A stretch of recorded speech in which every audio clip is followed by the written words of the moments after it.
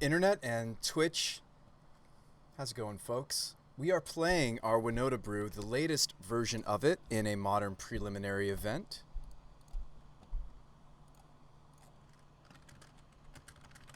Oh, this opener looks really good. So this is a Utopia Sprawl opener into an uncounterable Season Season Pyro, with the follow-up of Winota the turn after.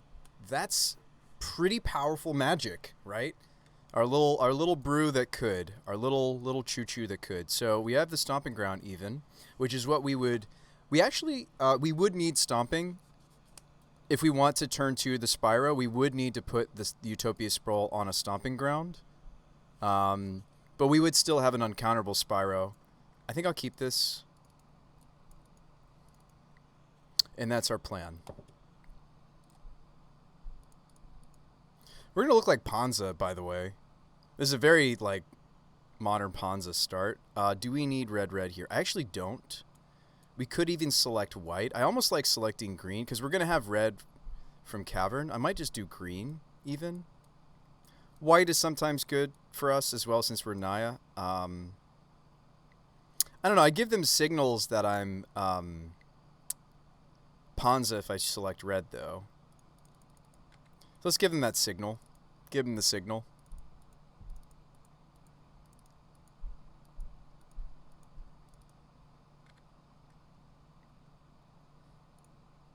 I'm going to name human here on this Cavern of Souls. And let's Spyro away the Eldritch. And maybe even this Windswept Heath. All of my humans, all of my white cards in the main deck are humans.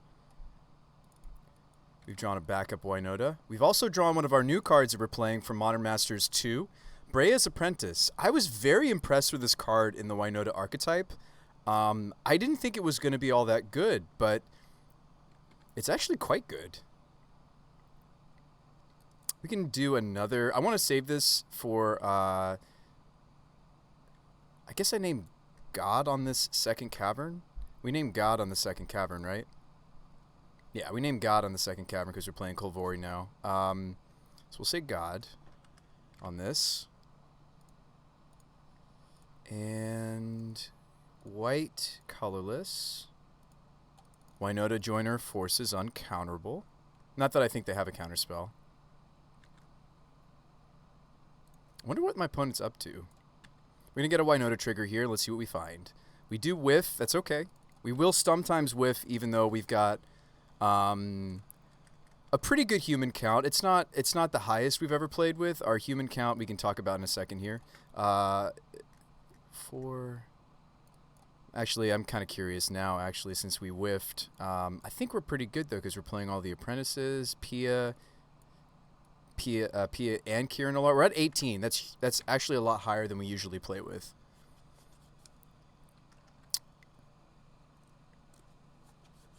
We just didn't hit. So we probably play Maja. Probably just play Maja, right? What am I doing if I don't just play out Maja?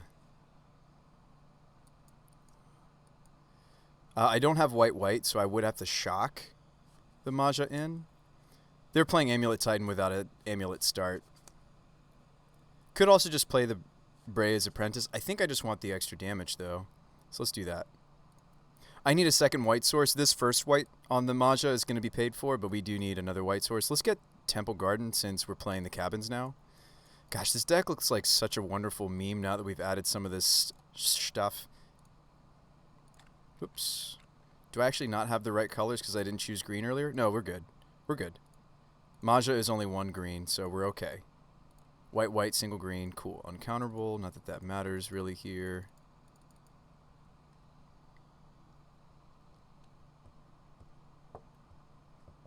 We're going to lose our elemental token here to the Dryad, but hopefully we will actually see. There's the Jor. We don't have any of our artifacts yet. It's just going to be a 6/5 indestructible first strike. No big deal. If we play Brea's Apprentice, we might get to the Metalcraft. Brea's Apprentice is 2 Metalcraft for the new legendary we're playing. Oh, it's totally a meme, but I actually think that you guys might be right about this suggestion. I had somebody in the Discord suggest Jor, and I was thinking to myself, with Gilded Geese and all, do we actually have enough? You're going to see them block the Spyro. They're going to fall down to... What is this? Turn 4, I'm putting them to 3.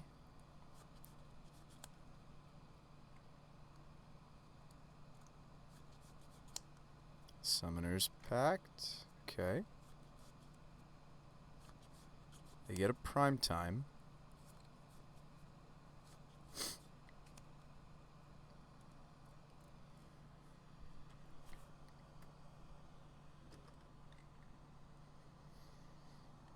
Here comes the prime time.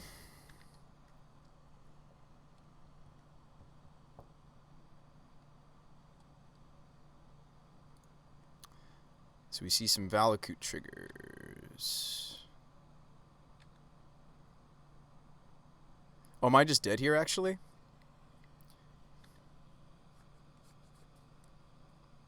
Oh, man, what a close game. If we hadn't whiffed, they would be dead right now, or they would have had to block with Dryad on something they didn't want to. It's okay. We have some tech for this matchup, but that's a little disappointing. These are actually 2-drops, because you use the Ring Heart Crest, which is the artifact side of Kolvori. That's a little disappointing. Magus of the Moon's great. I think we actually threw away, and I didn't know what they were yet.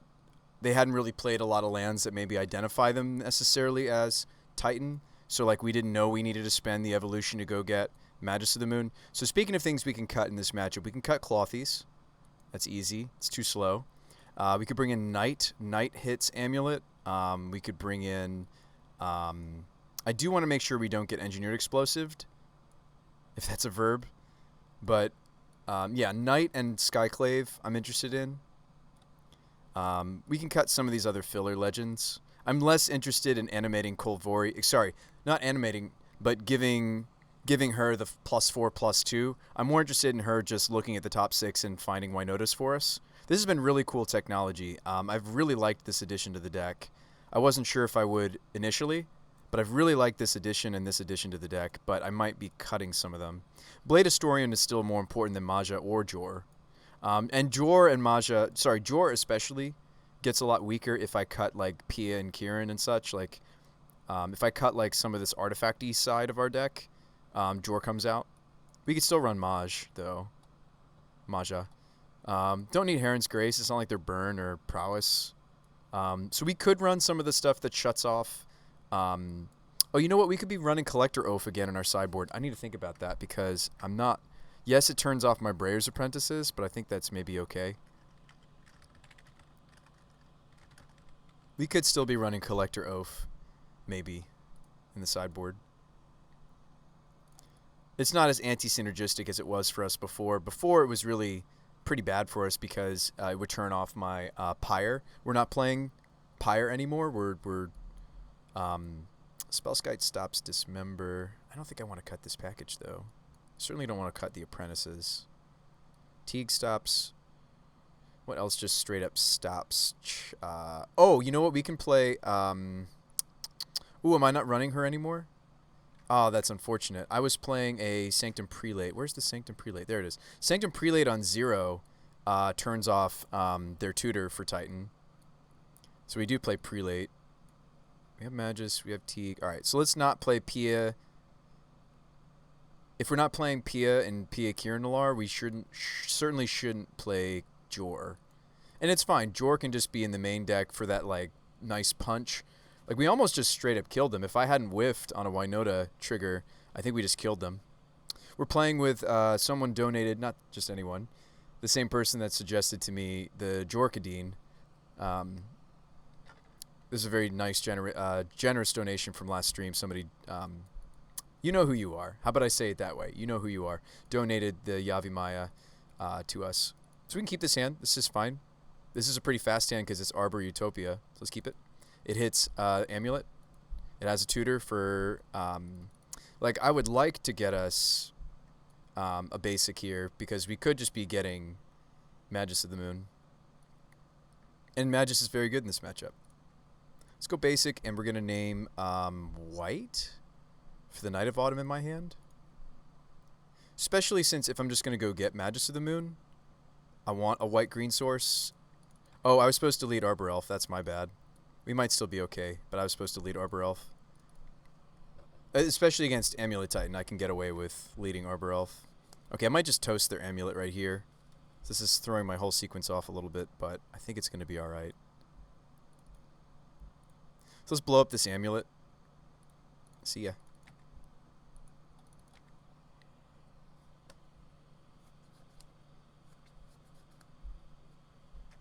Grazer. I'd like to get the Spellskite on the table, though, before I moon them, because they'll have a Dismember, perhaps, for Magus. Be nice to not let them do that. So maybe this turn is establish the Spellskite, play out the Arbor, set up for the Juicy Evolution. No good attacks here, but make them block. Show me that you know to block. Hopefully you guys are enjoying your Monday. We're well into June now. Hopefully you guys are enjoying a nice, much-needed vacation, I hope. Wherever you might be in the world. Okay, so we could turn the Gilded Goose, actually, into our... well, we have a lot of mana, right? So we have 1, 2, 3, 4, 5, 6 mana to work with. I mean, I could even get Winota and see if we hit the Magus, right? And if we don't, we can Eldritch for it. That's very tempting. Turn the Knight of Autumn into Winota and swing with these two. Sorry, we would not swing with Arbor Elf. We would still second main, untap. I don't have green, though, that way. Oh, no, I do, because I have Yavimaya. This card's nuts. This is a tri-land. Awesome. So we could do that. I could Evolution for Winota, get 1 trigger off of attacking with Spellskite, and then if we don't hit Magus of the Moon, I'll just Evolution for it anyway. Awesome. Yeah, I think the Arbor Elf Utopia mana is fine. It's a little awkward because we're a little bit more threat light than I'd like to be. I think this is fine. Like we're progressing our deck's major game plan whilst also shutting down my opponents. See them try to dismember the Spell Skittles? Sure.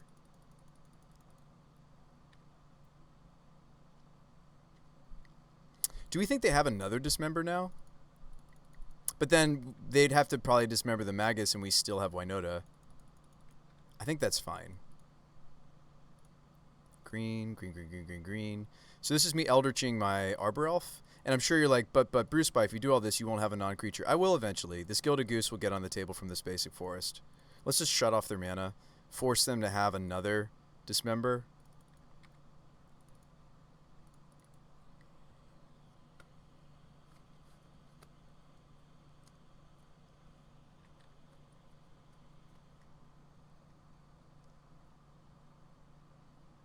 Gingerbread, no good here. Let's play a Goose.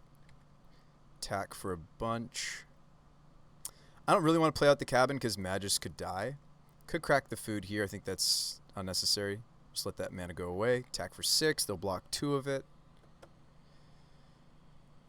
I mean, Winota, even if she doesn't trigger, is still just a 4/4. 4/4 is plenty big in Modern. Opponent has an Amulet. Okay.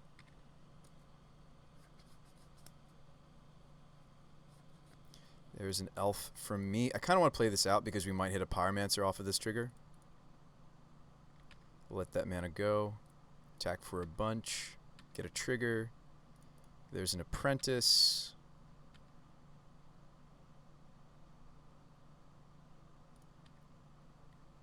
Down to 6 they go. Big draw step for the opponent.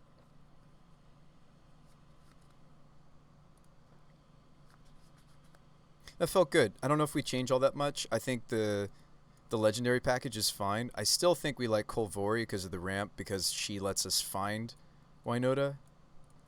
Our ramp felt great there. We had Arbor Utopia. I mean, that's the bread and butter of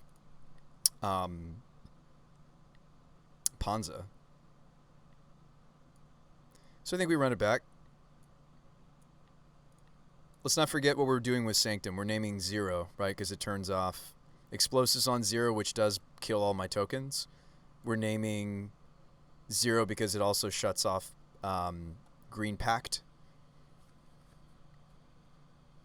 Just trying to remember why we're playing the prelate.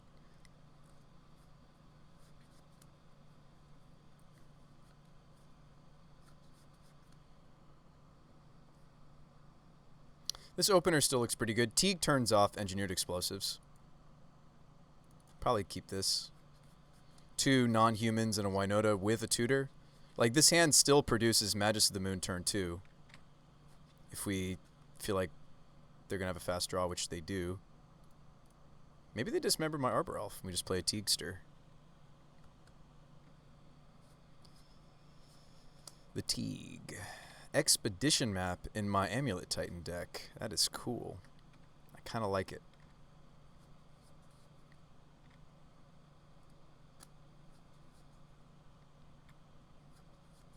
Do we think we should just moon them and just hope for the best?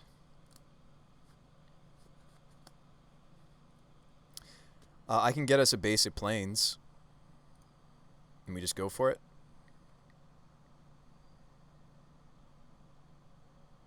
I can't really play around the dismember this time, can I? Can I take a turn off to go get the Spellskite first? I don't think that I can.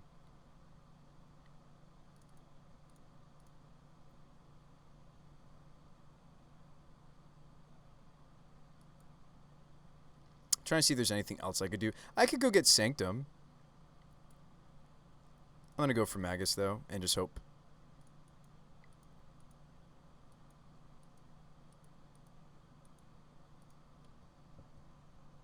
Looks like they do have the dismember.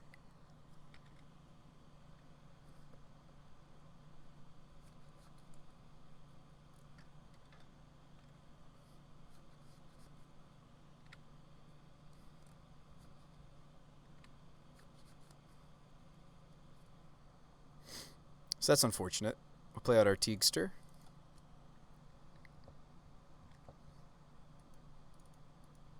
This Gingerbread Cabin's going to be tapped for me unless I draw a different land. I may not want to fetch. These do hurt us sometimes.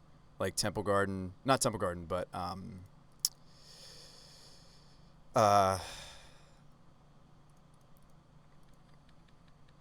think we're just dead here, folks. Looks like they're going for it. We didn't have time to set up the Spellskite because they would have been going off this turn. So I do think it was right for me to go to for Magus. I mean, the other thing we could have done is just taken them off the Amulet. That might have actually been the better play. What I tutored for could have been the sideboard Knight or Skyclave. We could have just tried to attack the Amulet itself.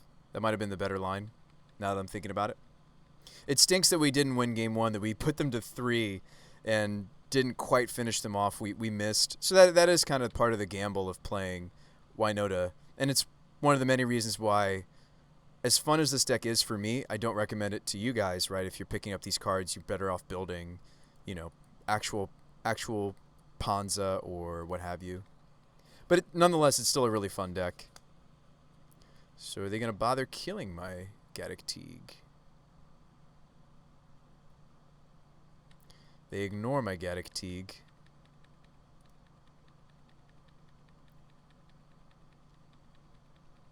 Yeah, the combination of Dryad Valakut's just very, very robust, very powerful. Even if I block, we're still dead. Save a fetch. Good games. And good luck with the rest.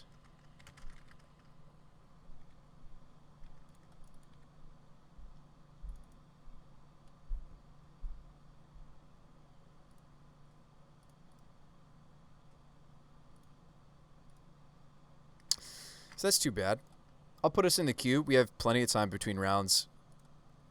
Like, if we're going to lose, at least it was a quick loss, right? And I can show you guys some more of what's going on. Hang on, collection. No oaf. I don't know what I'm cutting yet for it.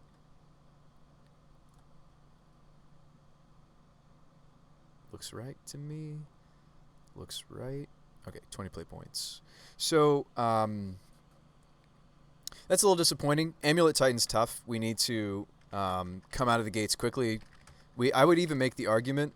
I've played that matchup quite a lot. I would make the argument that we just have to also win the die roll because we may win game 1 but then lose game 2 and then lose game 3 also because we might be on the like having two of those games start keep having two of those games start on the draw is just devastating for us. Like it's a linear race, and sometimes our deck just has a little bit more RNG, right? Their RNG is, do they find a Titan? My RNG is, do I have Winota triggers that hit and hit relevantly? If I want a Spyro, I still could, because we had the Foundry. I could lead basic for this Goose. Good chance this Goose dies. Opponent led on a Blood Crypt, tapped, which is suspicious of like a mid-rangey kind of strategy, like a Mardu or a Jund is what I might put them on. Oh, then they don't do anything. Awesome. Yeah, we probably just Spyro. I don't want to have to pay for how much Pia and Kieran Nalaar costs. I think I dump that and maybe even also the Apprentice and just keep the Evolution. I might just dump those two. Sweet. Let me just find a Winota. Can't cast it though. Gilded Goose has great synergy for our deck now that we've got like an artifact sub-theme between, you know, the Brea's Apprentices wants us to have a certain threshold of artifacts. So does Jor. Misty Rainforest, huh? Do you have a kill spell for my Winota? I think I just still go for it, right? Or I can't. Oh no, I could go for Eldritch.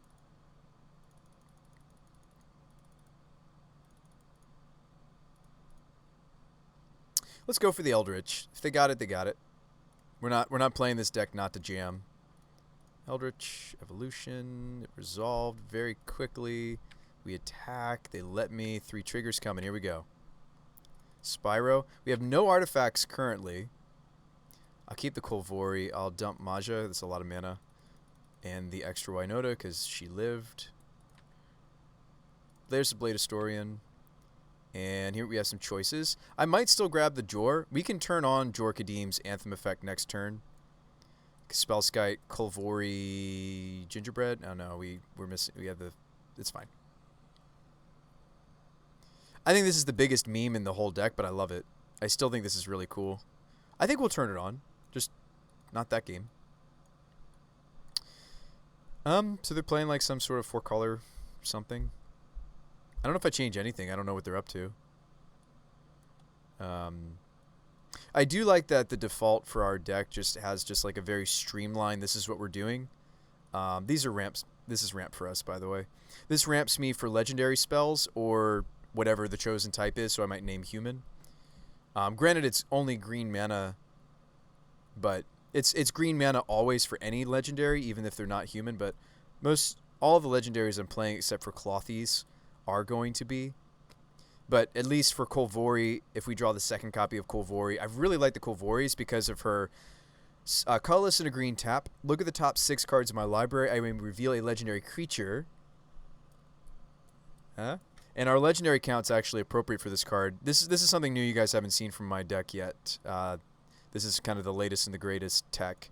Our unique legendary count is actually just about at the right ratio. We're at 11, but we don't count the Kolvori that's searching. So Kolvori should hopefully see one of these 10 legends. And I do have a couple more legends out of the sideboard that can come in. But yeah, we're hoping, that's actually why I added Jor, as much of a meme as that card is. I do think we have barely enough the artifact count. Brea's Apprentice is 2 artifact count. P and Kieran Nalaar is also 2 artifact count. Gilded Goose is essentially single artifact count, as are the cabins, as is Pia, as is Spellskite. The Kolvoris themselves are single artifact count because you can play the artifact side. So let's just run it back. I don't really know what they're doing. I just wanted you guys to see some of what we've added to the deck. Yeah, this effect is really sweet. Like, being able to look top 6 for legendary critters is good for us because we need to find more Winotas in removal heavy matchups. She's a 2/4. She also turns into a 6/6 pretty regularly, but mostly I'm playing that card because she ramps us. I might, like, if I was to keep this hand, I would have to play her as a turn 2 ramp piece. I don't think this hand's great though. I don't want to see both of these in the opener really.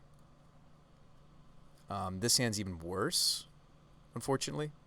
We're playing 22 land, but we're also playing, you know, quite a few ramp We're playing 12 ramp. Arbors, Geese, and Sprawl. Geese because we want the artifact now because we're built around Breya's Apprentice. I really thought this wasn't going to stick, but this card has been really good for us. It's card advantage. It's a human that's also not a human. It also is a combat trick. Granted, it's an onboard combat trick. I'm mulligan again. We'll keep here. And I'm going to tuck either a land or a Sprawl. I think 2 Sprawl is fine. Let's and Yavi kind of gives me some flexibility. Let's tuck one of our lands. That's the weaker land. Oh, I have to tuck one more thing. Yeah, we'll let go of the second Sprawl. That's right, I mulligan twice. So let's actually not play this out as ramp. Obviously, we just need to keep it as a threat.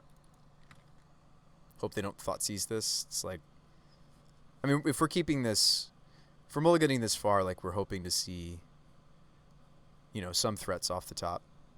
And Kolvori will hopefully. It's too bad she's not like, you know, well, she's pretty nuts if she was like indestructible. So 4-color Abundant Harvest is what my opponent's doing. Yeah, Swampy, sure. We're gonna name red here on this Sprawl. I just drew the basic planes is mostly the reason why. I don't need second white in the main deck. We have white for 5 cards in the main board. So we're gonna go Sprawl for red. Ooh, I could enchant their land. Let's maybe not do that.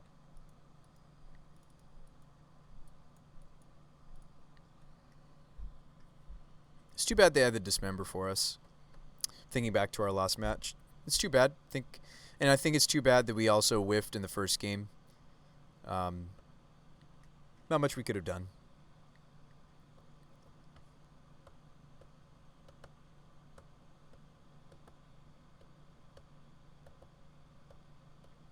They don't do anything. Okay.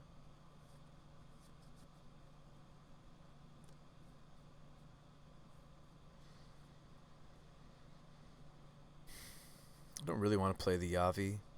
Make it easy for them. We don't have enough forests to go fetch for our artifact. It's too bad to draw another land, but maybe just play the plains. Say go. Our next land is probably going to be Yavi. I don't know if they have counter magic. Maybe I will even consider naming God on the Cavern of Souls.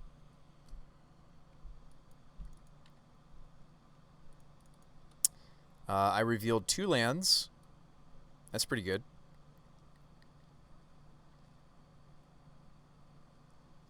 They exiled a. Well, now we know what they're doing. They're playing a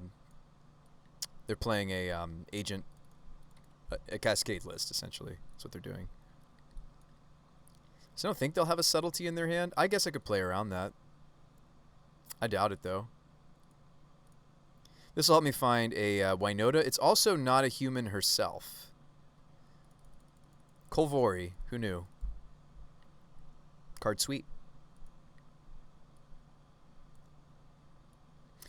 I actually found this card because I was looking for more artifacts that we could be playing that are also like ramp and had other synergy. I found this because I found the Ring Heart Crest, and then I realized that the God side of this card is nuts for us, letting us more consistently find Winota, and our deck already had a lot of legendary creatures in it. Quite a few legendary creatures in it. I think we have more legendary creatures than before now that we're playing like Maja again. We're adding cards like Pia and Kieran Nalar, so we have quite a few legends now. 11 of them.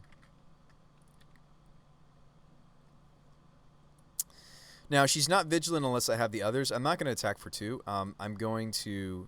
I can do this anytime. Since we're playing against a Rise-Fall deck, I definitely want to do the searching next turn. So why don't we just play out Yavi? I know it might fix my opponent's mana, but I want to make sure that these both can go fetch for the... I definitely want to be building up my artifact count. So I want to be able to fetch up artifacts. And the reason you're like, okay, why does that matter for more than just Jorkadine? It matters for the Brayer's Apprentices. We want to be getting and fetching out the Gingerbreads, not because I want the life, because I want to make sure that the Brayer's Apprentices will be card advantage when we do see them, because we probably will see them. There's a Shardless. They reveal a Fatal Push. Did they fetch this turn? I don't think they did. Did you? Hang on. Turn 5. Plays Watery Grave. Cast Shardless. They don't have Revolt. Right, turn 5. Plays Watery Grave.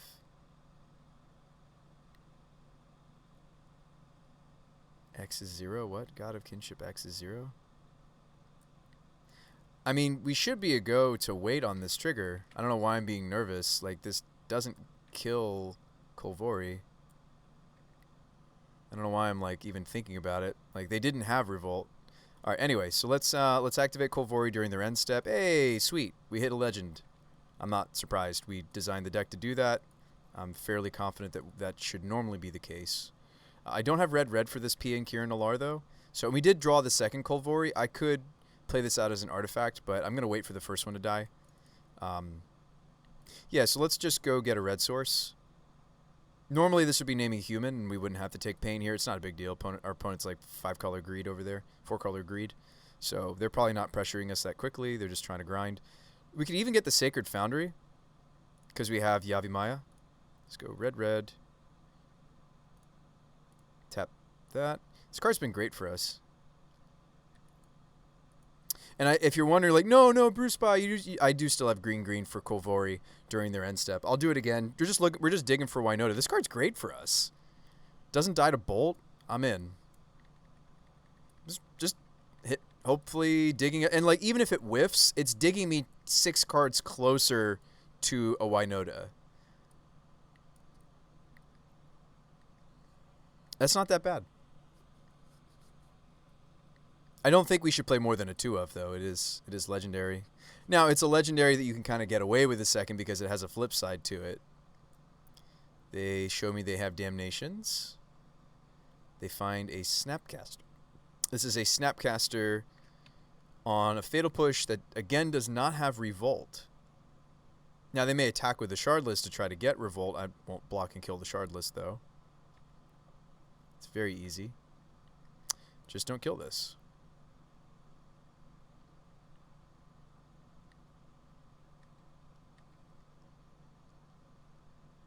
I'd rather not turn on the push for either of these creatures. Rather, they just end up killing a Thopter token. That's what they end up doing. That's fine by me. Green? Sure. We do whiff, but like I said earlier, we're getting closer to that Winota, so I'm okay with it. I may even proactively look through... Ooh, or we hit a Blade Historian. Can I cast it? Almost.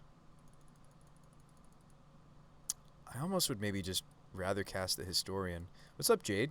How's it going? We do have the right colors for this if I shock again. I don't know if I want to. I'd almost rather look with her. See if we hit the Winota. We do. Lo and behold, we hit our build-around card off of a look at the top 6. Do you like Kolvori in this deck, Jade? They scoop. All right. What do you think of the new deck, by the way, Jade? This was from a lot of suggestions from you guys. Bruce By the Magic Guy. Can I talk today? Bruce By the Magic Guy decks are not just my effort, they are a community effort, and this artifact-themed Brea's Apprentice version of the deck is super saucy. We're playing good cards like Yavimaya, Cradle of Growth. We're playing good cards like Kolvori. I did not think this card was going to be good. This was one that, not to take too much credit away from the suggestions from you guys, I stumbled upon this card, but I think if we had worked together, I stumbled upon this off-stream time, but I think if we'd worked together, I think we all would have come to the same conclusion that this card is just nuts for a deck that just needs more artifacts. The deck looks so different. Do you like it now, Jade? I know you weren't too fond of the previous build, but do you like this build? It's trying to have a certain threshold of legendaries. It's trying to have a certain threshold of artifacts. But the build around... Sorry, I'm trying to get comfortable. And I just slammed both of my knees into the desk. Oh, boy. All right, we'll be all right. We'll be all right. You ever do that? It's pretty painful. So we're trying to hit a certain threshold of artifacts. I was even considering main decking the Revoker. I was even considering main decking something like Ethersworn Canonist because these can be sacrificed to Brea's Apprentice. I think Brea's Apprentice in this build is almost as good, and that's a huge statement. I think in this build, with this many artifact count, right, we've got Geese, Spellskite, the Cabins, we've got the Breas themselves are also an artifact. They make an artifact. Pia and Kirin, Kolvori, the front side of her, the back side, the legendary artifact is an artifact. Our artifact count is there. In the late game, I can sacrifice the artifact side of her to a Breya's Apprentice. I think in this deck, Breya's Apprentice, almost as good as Spyro. I'm not going to say it's as good, because I don't think it is. But in this build of this deck, I think Breya's Apprentice, almost as juicy for us to hit off Winota, or even cast. This guy is a combat trick or card advantage rolled up into a human that is stapled to a guaranteed other human. Now, Spyro, still the better card. A little more red mana, though. Does not always give me the token. He doesn't. In this deck, Breya's Apprentice, almost as good. Not sure any card could equal Spyro. It's been such an all-star. Yeah, and I'm not trying to find a card that can. Once it's on the board, Breya's Apprentice starts to get to work, though. So let me say it this way. Spyro, the better card from the beginning. Breya's Apprentice, quite a bit weaker. The longer they're on the board, Breya's Apprentice definitely wins. So hold on. Let me share that with you. I'm not making an argument that Spyro's not the better card. It just is. That little bit of value. It's not a little bit of value. I've played several games. I thought it was just a little bit of value, Jade. Watch this card go to work today. Every turn I'm drawing an extra card. Almost. Every turn I have the potential to do a combat trick. If they block in any sort of way that lets me punish them, I sacrifice the Apprentice to itself. Easily. Because the Apprentice itself is not giving me extra Winota triggers, right? The Apprentice itself is still a human, right? So the card advantage, there's like, you'll see, like we have access to a lot of artifacts that it doesn't seem obvious at first. I aggressively will make food off of geese. Our artifact count is not as low as it might look to you, Jade. From what I've seen, any human that makes chump blockers is really good. You already sold me on it. Well, I'm also maybe selling some other folks in the channel that haven't seen this card do its work. Yeah, so again, let me just rephrase. Season Spyro, the better magic card, also has a backside to it, right? It's got the 5 mana flash it back, essentially. Seeing how the event's going. Still people playing. How's our dear friend... Oh, Strong Sad's in this, too. How's our dear friend... let me see if I can't see them. I saw... Oh, Black Dove. Black Dove lost. That's sad to see. Black Dove has some really cool decks. They're a fellow friend, fellow brewer of the channel. They've been playing everything from Morophon, so that's the new... it's the Changeling Lord with Sorin, and you combo off. It's sweet. But yeah, so Spyro, yes, it's the better card. They did 9th place with Morphon. Yes, they did. Yes, they did. We could still get a 3-1 today with this new Breya's Apprentice build. It's still possible for us. I'm not giving up. So the Jorkadine was the latest. That was like the last inclusion. And I think it's the memeiest. It is the one that needs the most help. Like, I need to have 3 artifacts. I don't think it's that difficult. Because...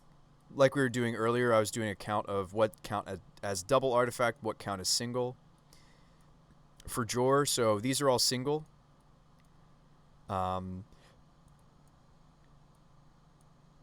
Yeah. So double artifact count for Jor, single artifact count for Jor. The gingerbread cabins, of course, we can find off of any of our green fetch. It's cool to actually see us conceiving of a gingerbread cabin deck. I think the Yavis definitely helped that. The Caverns have been great for us. I've really liked them in the meta.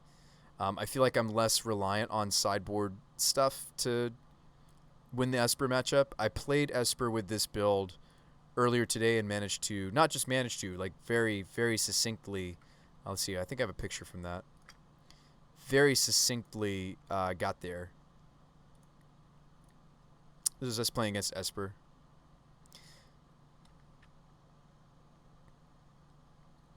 And I think Cavern's huge. This is us playing both sides of the god. Favor the mighty. Pretty sweet in that matchup. They have a hard time removing our protection from everything. Creatures. Oh yeah, we went up to 4 caverns once. And And again, you know who you are, but we had a very generously donated Yavimaya Cradle of Growth. I picked up the Brea's Apprentices. They're not cheap. I mean, excuse me, they're super. These are super cheap. Excuse me. I was trying to say the exact opposite thing of what came out of my mouth. I apologize for that. I meant to say it was cheap. So we picked up a Brea's Apprentice. So the three biggest engines. Sorry, let me say it this way: the two engines that we're trying out for this deck, for this preliminary, and I'm just trying out in the deck in general, are the Gods and the Apprentices. And what's cool is they go together. Kolvori is an artifact on her ramp side, the Ring Heart Crest. You just saw that last game. Her in her God state, even without turning on the +4/+2, we were pretty consistently hitting an extra card, right? Or at least in the very least, we're digging deeper to the Winota, right? I mean, you saw us just look 18 cards deep, find her, win the game, right? I do think that our Legends count is on the very bare end, right? Only 11. So she's only looking at 10, but that's the right ratio, right? So decks are 60 cards. This is 10 out of 60, 1 in 6. This is look at top 6. So I do think the ratios are correct for this card. Our human to non-human count is actually not too bad either. The Utopia Sprawls, of course, are the most awkward card in the deck. They're also the secretly best card in the deck, right? So I think they can stay. I've liked the Utopia Sprawl build, actually. We've been consistently ramping without getting disrupted nearly as much. Sure, our opponent still will disrupt the Elves and the Geese, but the Sprawls are giving us consistent mana, which has been nice. So our and I'm going to put Pia and Kieran Nalar, and I'm also going to put Spyro, and I'm going to put the Brea's Apprentice in this middle pile. These are humans. They're human for Winota, for her trigger, but they're also non-human to cause the trigger, right? So they're human so that she can see them, but these are all producing consistently, with the exception being Spyro, by the way. Sometimes Spyro does not produce the elementals, whereas these others that are making Thopters always do. But we've got about 10 that are in this middle pile now, Jade, and the deck has just been so much happier for it that we have humans that are making non-humans. These are always humans, always will be, but you need a certain human count for Winota to work. Our finishers in this deck are just Maja, Clothies is in the wrong pile. Pardon me. Our color requirements are also nowhere extreme. Yeah, we don't need white in the main deck, basically. I need white for 6 cards. With the most extreme being Maja, but I like Maja, so we're going to keep playing it. The white is basically just for our sideboard. This 12. With the most extreme being Maja and Lin, Prelate, Skyclave. These are the hardest. These are the 4 greediest cards in our deck now. And they're all, what? They're all at least turn 3 or later, right?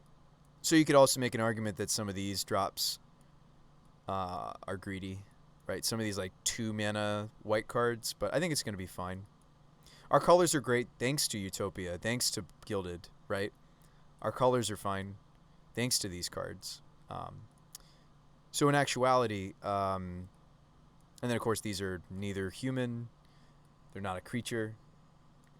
So yeah, our ratio looks like this: 12, 10, 8.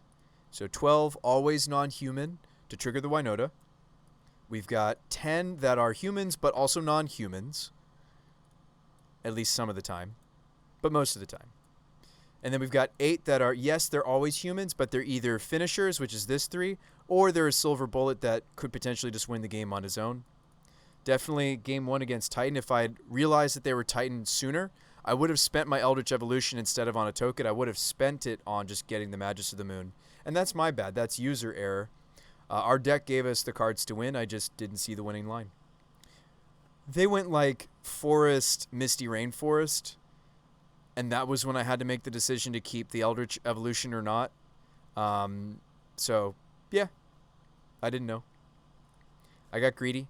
Decided to make a 1/1 instead of keeping the possibility of tutoring for this.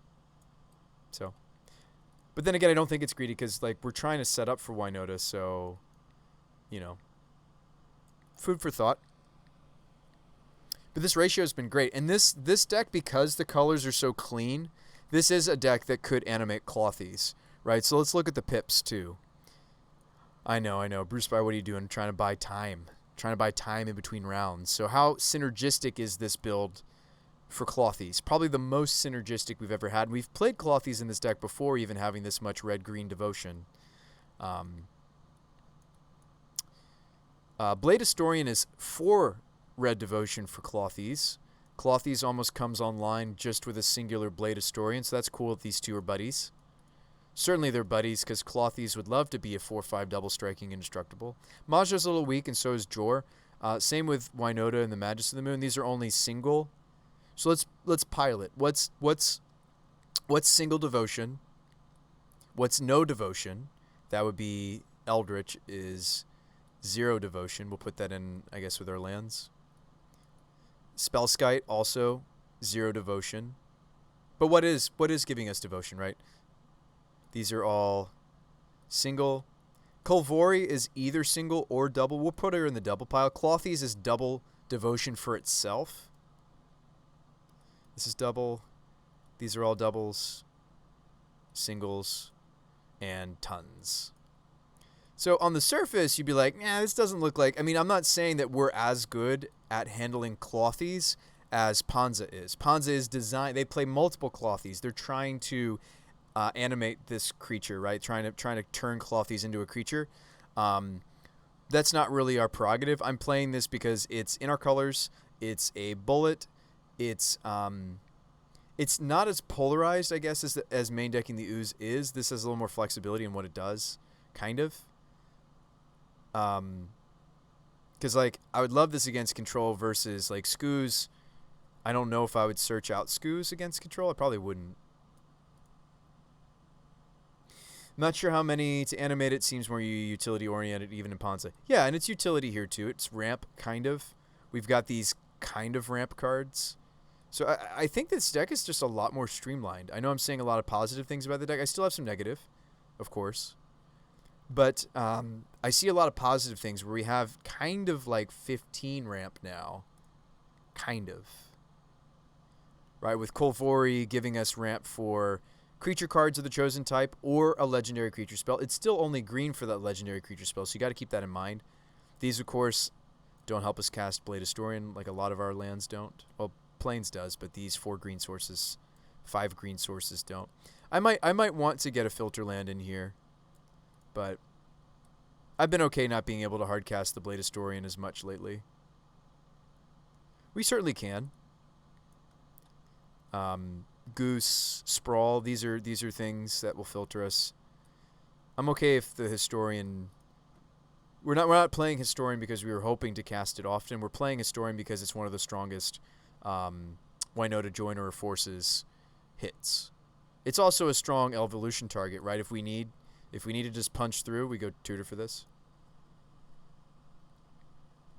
So yeah, I think the deck is looking, and I'm going to put these down at the 2s. This deck is looking a lot more streamlined. So this is probably what hopefully most Bruce by the Magic Guy decks will look like after a month's worth of work, right, from you guys, from me. Hopefully they'll look a little bit like this. These are tap lands for us. In fact, they're not even going to be online until at the earliest turn 4. They're not ready. Just something to keep in mind. These are slow lands for us, but I think the extra artifact count is really nice. You've added basically nothing. Oh, well. Your honesty is appreciated, Jade. It is appreciated. Yeah, been enjoying this deck. How are we doing in the rounds? Almost time. Doom Switch and Ihembre. Man, one of these guys got to be playing... One of these players has got to be playing like Lantern Control, right? There's only 37 players in this, so no matter how poorly we do, we are going to... Oh, excuse me, this is a prelim, not a challenge. So we do need to pick up at least 2 wins for me not to be complete sadness. So let's pick up 2 wins. Lantern versus Pillow Fort. Yeah, let's like see how Modern's gonna get shaked up, right? We don't even know yet. Right? Like we seriously don't even know. I'm just trying to hang on, right? We're just holding on with something tried and true, a brew that I've been enjoying that I think is also got some power to it, some unbeknownst to a lot of modern players, right? Unbeknownst to a lot of us out there that would never think a Winota deck could be good enough for modern. I think there's some power to this. And I've accepted that it's a very linear strategy. Like, I've accepted that. I've accepted that the fun part of this deck for me is the tutor targets, right? Is getting to use this as a tutor. Is getting to play a lot of silver bullet kind of cards.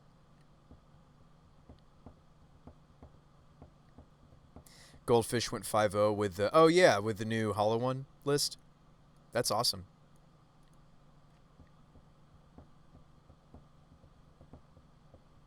Yeah, I've seen that deck too. I think it's powerful. And interesting. And maybe even fun, at least for the person playing it, right? I feel like Winota is that kind of unique deck where it's like, yes, we're the one having a lot of fun, but like our opponents are having fun too because they're like, what's happening? You know? It's cool that we're running more cards that have this really pretty Viking kind of aesthetic border.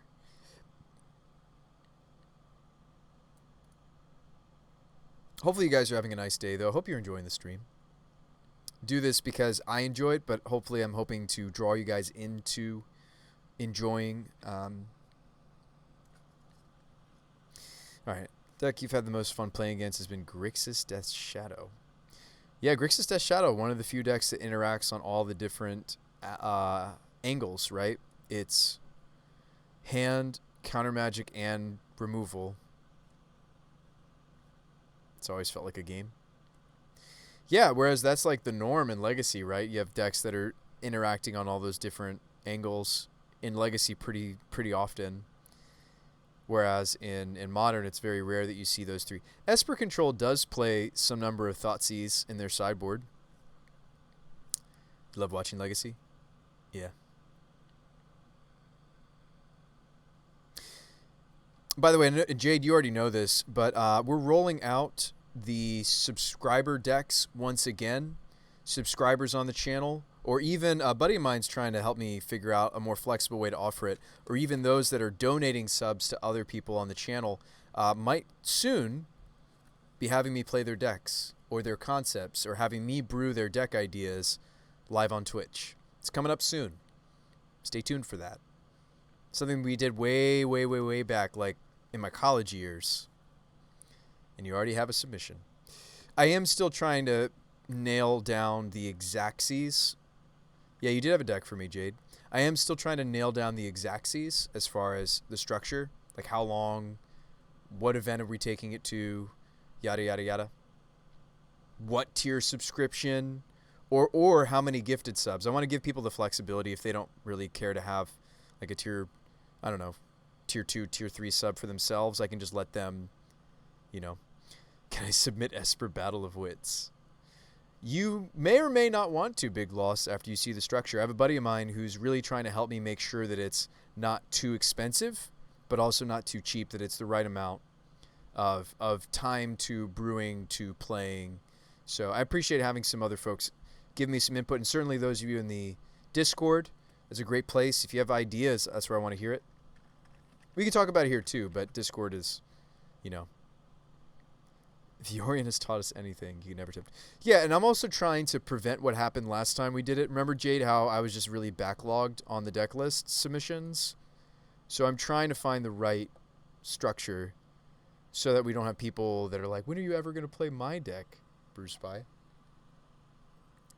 I don't want that to happen again. I actually do want to build that deck as a meme so we can start playing Modern. Oh, when we start playing Modern again. Yeah. Feel free to ignore it. Why? I wasn't planning on it. I mean, I will purposefully ignore it for the time being while the structure is being fixed. I think that'd be very crummy of me to like do your idea and then not let anybody else submit ideas. Oh, if the overwhelming happens. I got you now, Jade. That makes sense. I got you. Oh, it's time. Round begins a minute 40. Is everybody on board? Does everybody know what we're doing? I also need to make this our today's deck list.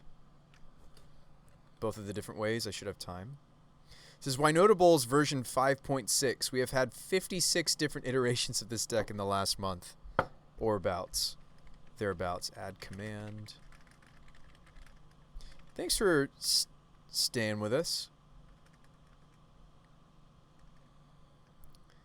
This is kind of the boring part of any time we play a challenge or the preliminary is like the time in between. Let's also get this up on Stream Decker. Shouldn't be that hard for me to do. I meant to export this actually as a text. Dex, paste, downloads, open, copy pasta,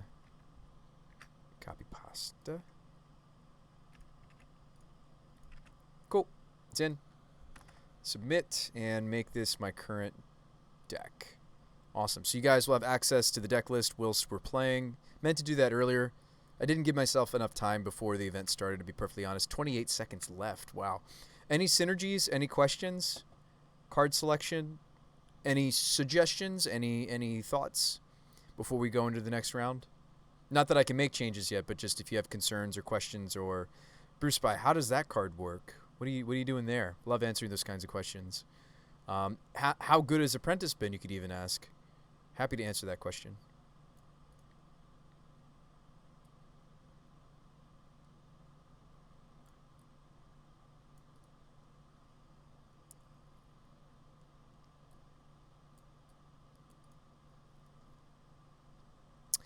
Yes. But it's important so that we can win everybody playing their counterspell decks right now. I think it is one too many. And we're trying to compensate with the Yavimaya. So to answer your question, the answer is yes. It is probably at least one too many caverns. Oh, we're playing against elves. We lose this match because they're like our last matchup. They're a little bit too quick and linear for us, and I need to win the die roll. Oh, and I know you're like, Bruce Spy, don't call it already. The match just started. We can still win. No, there's no hope for us. This matchup's really tough. They just out-linear us, and I'm not playing a lot of interactive stuff. But hey, maybe they brick. Maybe they don't have the Heritage Druid. Sweet, they didn't have the Heritage Druid, maybe. Don't have the Heritage Druid. Wow, they didn't have the Heritage Druid. We have a real chance. We have a real, tangible chance.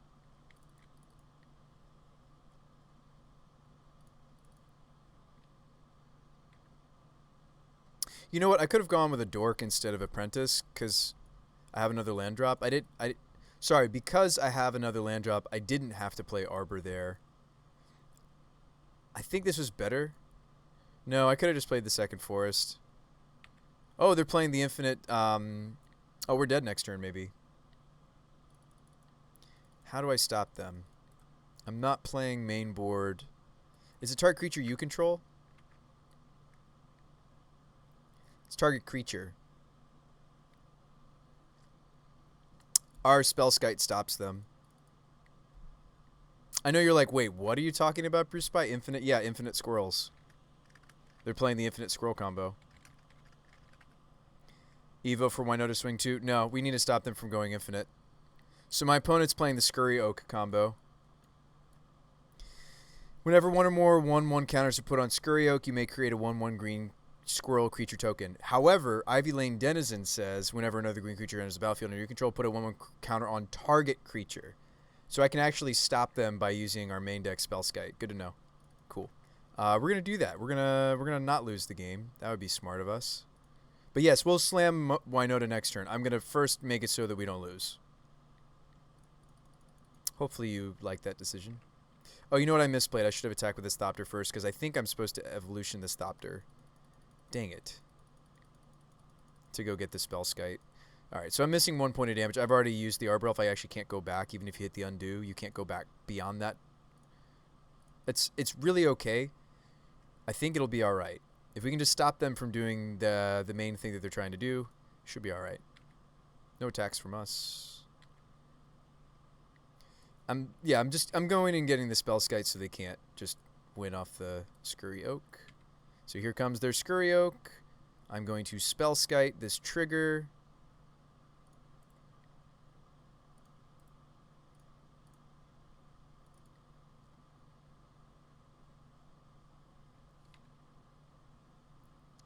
Ooh, and it's not a May, so they do put the counter on the Spellskite.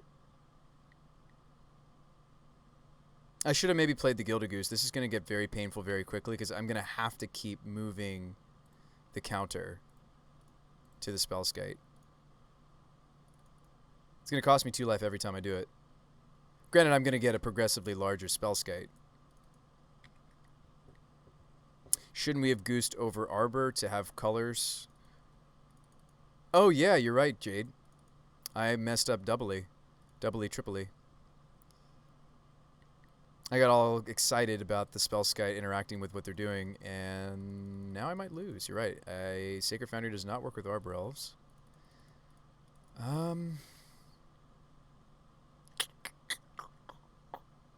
Wrecked. Am I supposed to, like, Breas a food? No.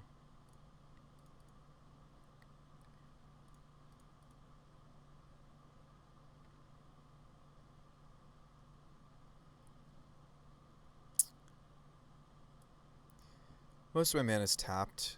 I'm at 13. Swing the Skite, they won't block. That's it.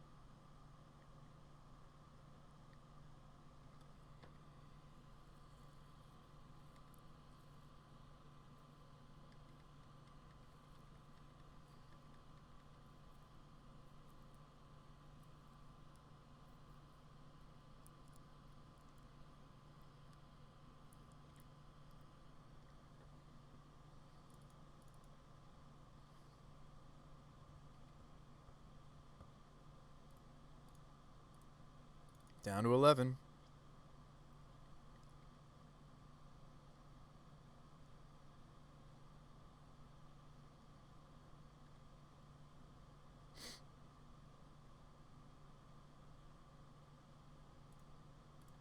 Down to 9. Can't let them have the infinite squirrels, guys.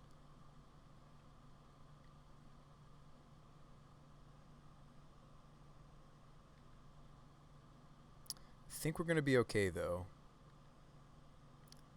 There's a cabin. Doesn't make me a food yet, though. I certainly have Metalcraft. Am I just supposed to play Jorkadine and just push? Is there a universe where I would play this over the Winota for the Anthem? I have Metalcraft. 1, 2, 3, 4, 5. Am I supposed to play Jor instead of the Winota? No, we still play the Winota. This is just bonkers, right, at this point. It was worth, like, at least talking through in my brain, I hope, for you guys. Like, I am trying to think about those weird little edges. Don't have a Dismembered. Spellskite could actually... we also don't want to over-attack. Like, I should hang back on the Apprentices, and we can do some shenanigans. I have enough artifacts, maybe, to do the shenanigans. Please hit the juice. Alright, so far so good. We're going to take a Pia, Kieran, Alar over a Spyro, I think, because this is guaranteed 2 tokens. Whereas Spyro there, a little bit weaker. I'm worried we're going to hit a whiff. I still might take Pia over the Spyro, because again, it's still just 1 token.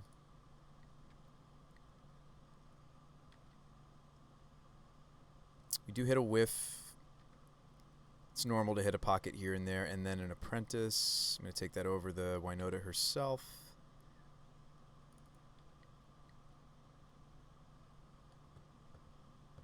They decide to take all of it. Okay. That's very suspect that they're just scooping. It's very suspect that they didn't block, like, the Arbor Elves. That was free. All right, Chump Blockers on the backswing has also been... Chump Blockers on backswing has been... Yeah, it definitely. It's been huge for us, Jade. Their deck's really linear. We might want Heron's Grace. That's awesome seeing somebody trying to make that work. We did not let them because I just tutored for Spellskite, but that's sweet. We want to be able to remove their combo. Prelate doesn't really help. I haven't figured out what tutors they're running yet. I would assume they're playing Eldritch Evolution, right? Is that a safe assumption that they're playing that as their tutor of choice? They also could be playing something different and weird like not Green Sun, sorry, Quarter Calling. Let's play Apparition.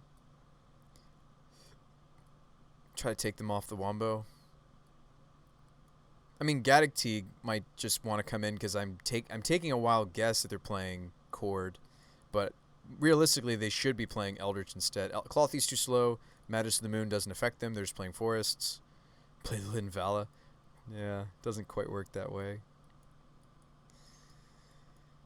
We probably want Heron's Grace, right? I mean, they're combo, though. They're not trying to nickel and dime us. They're just all in on that. Could like Phyrexian Revoker, they're Llanowar Elves. I'm not playing Llanowar Elves, but they are. Pia is great. It's going to stay. We can shoot things. Kolvori, maybe we don't want the two of Kolvoris. That seems hard to believe. This card's great. Maybe we cut one. Probably I would cut Maja first. I don't think they're going to interact with Jor-Kadeen. And Jor-Kadeen is the one that hits harder. And it's like, okay, well then, Bruce Spy, shouldn't you just be on Jor instead of both Jor and Maja? I think I'm going to try the split for now. That's a valid thought. But isn't this the one that's harder to turn on than Maja? Yes. But I think that they're not really interacting with us. So like in some matchups where they are really interacting quite a bit with us, I'll probably take out Jor-Kadeen. This is a spot where I'd rather have Jor. I don't see them interacting with my artifact count, really. So let's run it back. And if we do figure out what tutor of choice they're playing, I will play... this hand's awkward for multiple reasons. One, it doesn't even have any ramp, and we're playing 12 pieces of ramp now. So let's mulligan. This hand has ramp. Sweet. Put the Jor back into the deck.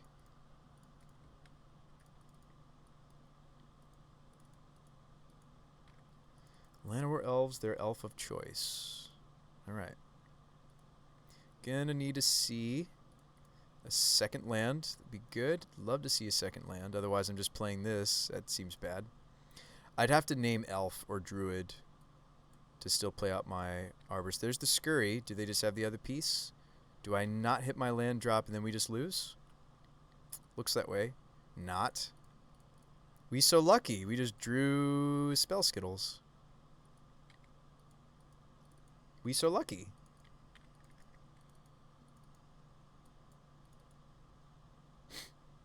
I mean, I'm sure they have outs to the Spellskite this time around, though. Scurry, scurry, scurry. Very scurry. Their deck is so scurry.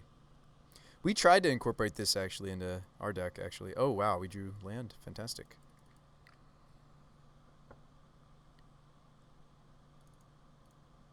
I almost think, though, even though I drew land, that I don't think I want to play Kolvari as mana. She's not mana for Eldritch. I could just go turn my Arbor Elf into a Spyro. Get us going. Get us ready. But then I'm not ramping for the Winota, but it'll make it so I don't miss land drops later? Having a change of heart. I think I'm just supposed to play out the Arbor Elf, but like playing Kolvori and Arbor Elf gets us to Winota, though. We already have several. Actually, I'm going to shock here. Yeah. I'm doing the things. I'm not playing this card to not sometimes make it as mana. And, like, it sets us up for the Winota. Let's play the Crest. And we're going to name Human. So this will be mana for humans or any legendary, which is awesome. Actually, I didn't need to shock there. I'm an idiot. This would have... oh, no, I would have had to have named Elf. So they are playing Eldritch. I thought they might be.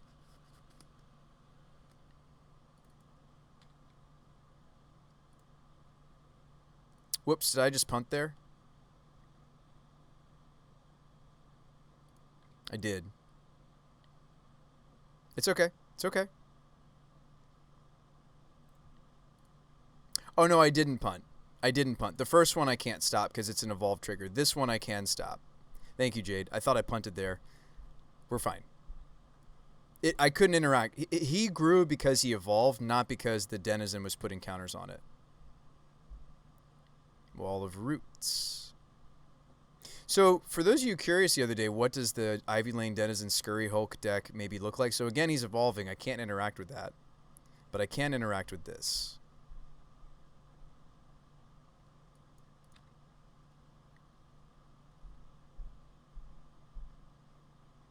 So, it's tough. We're falling a little bit behind, but I'm interacting every spot that I can.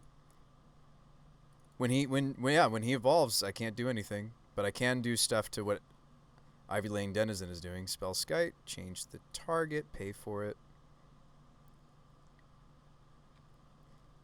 And now I have a 3/7. So are we losing? No, I've still got good blocks. If I just play out Winota, what can I even attack with? If I attack with the Spell Skite, what would happen? They block 1, 2, 3, 4, 5. Like if they throw the Denizen in there, I just kill the Denizen. They have one card left. I think I could justify attacking with the Spell Skite. Maybe even also an Arbor Elf. White, red. Untap. Like clearly we're putting the Winota on the table. I'm just trying to figure out if I should throw this Arbor Elf under the bus or not. I think I do.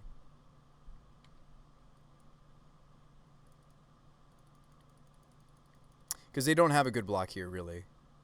Yeah, like, yes, they could block the damage. I'm just trying to figure out if they could kill the Spell Skite. It doesn't look like it, right? Because it's 1, 2, 3, 4, 5 power. If they put the Denizen in, I just kill the Denizen. I think I'm okay with it. Give me Blade Historian. That'd be even great, right? We do hit a whiff. That happens sometimes. They don't block any of it. Again, that's so strange.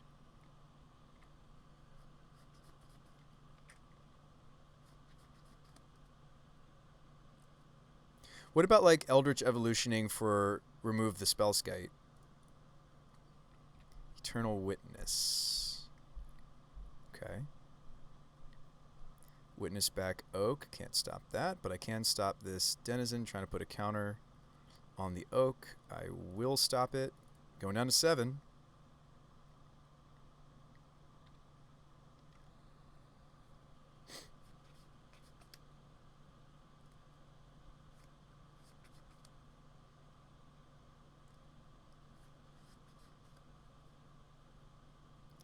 Oak. Denizen trying to put the counter. Change target down to 5.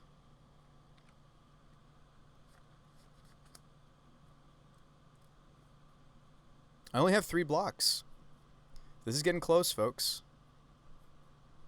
Would love to next turn untap an evolution and a removal for the Denizen. I was waiting for them to evolution for Opie. Do we have a way to push through damage? If they go infinite next turn, could we still win? I don't really have a way to push through anymore. I have a way to make my flyers huge. I think the better plan is to Eldritch away the Denizen.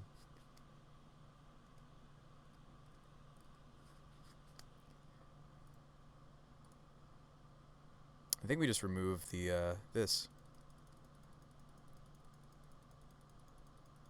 I can turn one of my elves into a Skyclave.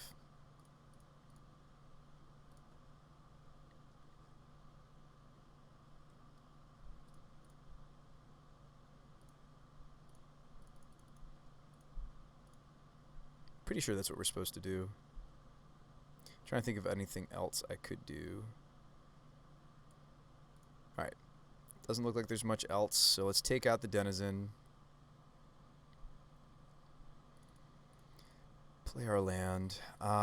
So I have access to 2 mana, not enough to play out this Apprentice. Our humans are going to hang back, including Winota herself. I think I just want triggers, and let's just kind of take this approach slow. I might be okay trading my Arbor Elf. Like, my opponent's not blocking, which is so strange. I think I might even swing the Spell Skite. 1, 2, 3 power, 5, 6. Yeah, I think we're okay. So 4 Winota triggers coming. Let's see what we find. Winota or Jor? We take the Jor. We have Metalcraft. Spyro. Jorkadine's actually really nuts for our deck. I like Would we ever utter those words? I never thought I would utter those words out of my mouth that I just uttered. Jorkadeen is so nuts for our deck. I just said them. We win the match. We won a match. We won a match in the prelim. Did I ever think that we would ever say that sentence, though, that just came out of my mouth? That Jorkadeen is so nuts for this deck.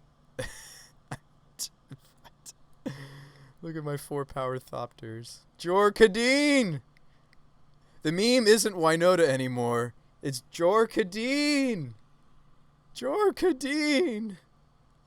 The prevailer! We will prevail. As long as my hand holds a blade, there's hope for pure Muradin. Muradin once again. Jorkadeen. We need to save this picture. Jorkadeen! Your opponent is buying all of the Spellskites and burning them. Yeah. Yeah, the main board Spellskite saved us game 1 against my squirrel opponent. It's a cool combo, by the way. I don't think that their shell is finished. I think that deck probably needs another color. Maybe that deck should just be red-green and play like Magus of the Moon. They were also an Eldritch Evolution deck. Yeah, that deck's sweet. But combo crumbles to Spellskite, and we happen to have them, so...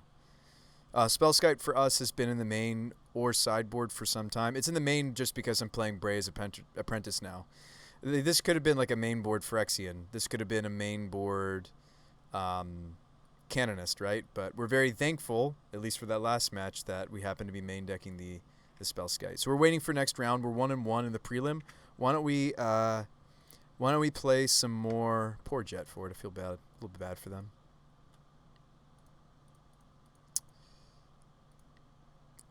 Wasn't that our opponent's name? Yeah, Jetford.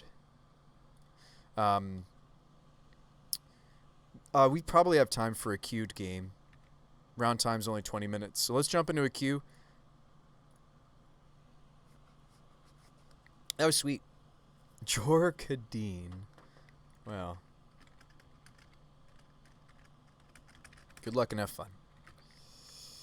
We could keep this.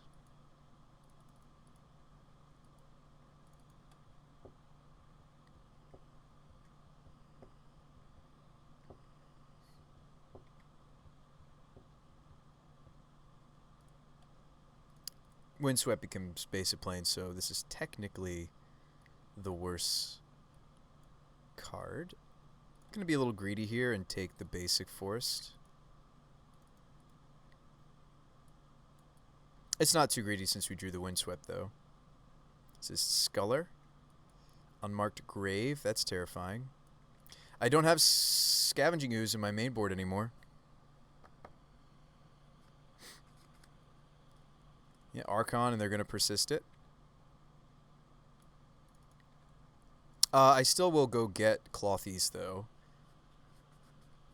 It's not going to deal with the first Archon, but I think Clothies will stop later reanimation shenanigans, maybe.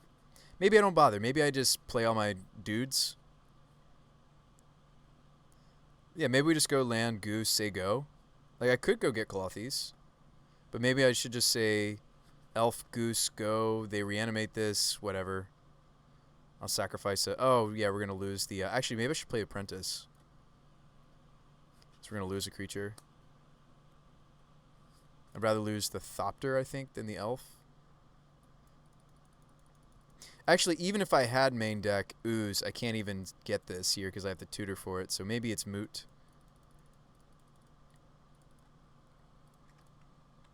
Cancel. Human for my red source.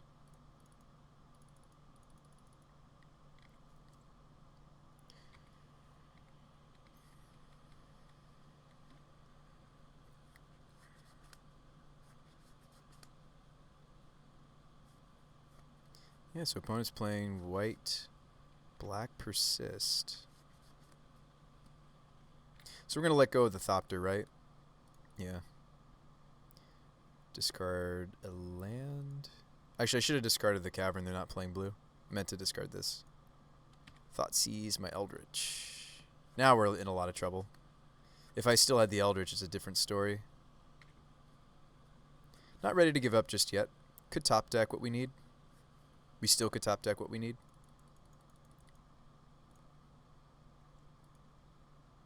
This is going to name God, actually. Alright, so goose, duck, duck, goose, untap this. Red, colorless, there we go. Your turn. See what else they're up to. Even if we're losing this first game, love to see what else they're doing.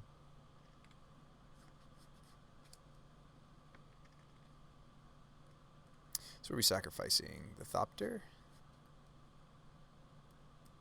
No, the Thopter represents an extra apprentice trigger. We actually, our mana's fine at this point. I might actually let go of, I'd probably let go of an apprentice, right? Could I kill this cruelty if I kept both the apprentices and Thopter sacrifice? No. I'm going to let go of an apprentice. They also do the Helix effect, right? Maybe this is all they need to do, right? Because it's going to pull them through their deck. Priest, okay. Winota, please. Sprawl. All right.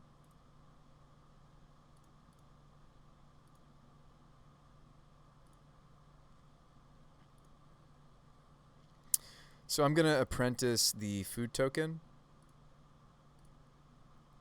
Winota's coming up. Awesome. Good timing. Really needed to see you. Glad that we're seeing you. White. I'm telling you, Jade, seriously, like, apprentice is pretty bonkers. 2 triggers coming.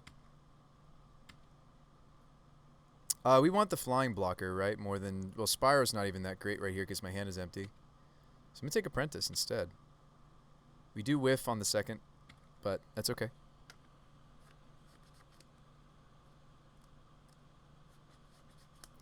Might still lose. The Archon is doing its thing.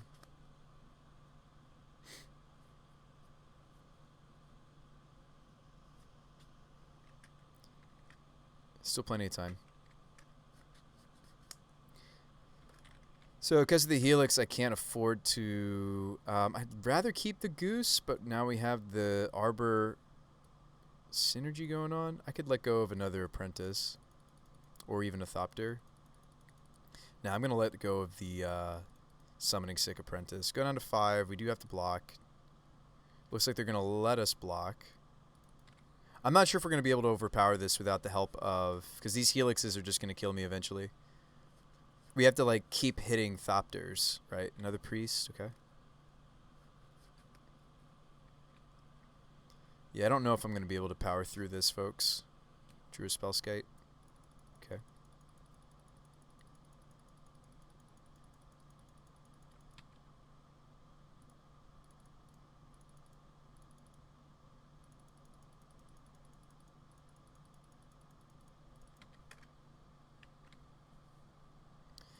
So we could cut them off black, or I can take the Flying Thopter, which I really need.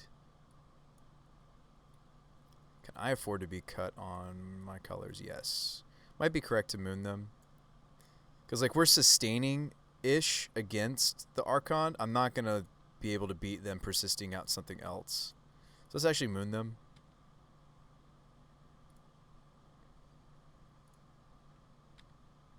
If I don't hit a flying blocker here, we just die anyway. I'm going to have to Brea's and see another card deep. Or we're just dead.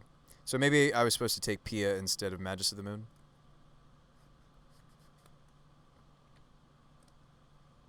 Put them to 9, but maybe it doesn't matter if I can't find... I think I sacrificed this Thopter. I could sacrifice the Brea's Apprentice itself, but I have a Spellskite in my hand.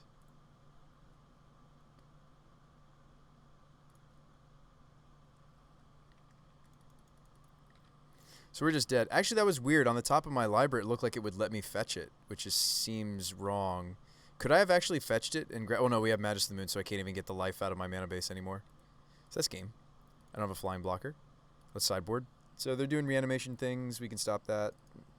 Awesome. That's the plan. So we had 2 relevant stop their graveyard dot deck things to bring in. Could cut like the Skite. Majesty of the Moon was fine. Clothy stays in for obvious reasons. Could cut Maja. I'm feeling like Maja is what's just going to be cut a lot of the time. I don't think they're interacting with us much, so I think Jor is still good. How's the Maja even been doing? I think that Jor Kadeen is proving itself to just be better. I'd like to have a certain number of legendaries in the main board, but you know what? Half truth, I feel like we could just main deck the Teague even in this current meta. Like at worst, it's similar to the Spellskite, or even main deck a. Like I want to have a certain amount of legendary count because the Kolvoris have been good. It's not that Maja's been good; it's that Kolvori's been good, and I want to make sure we still run the right number. The right number. I'll put quotations around that.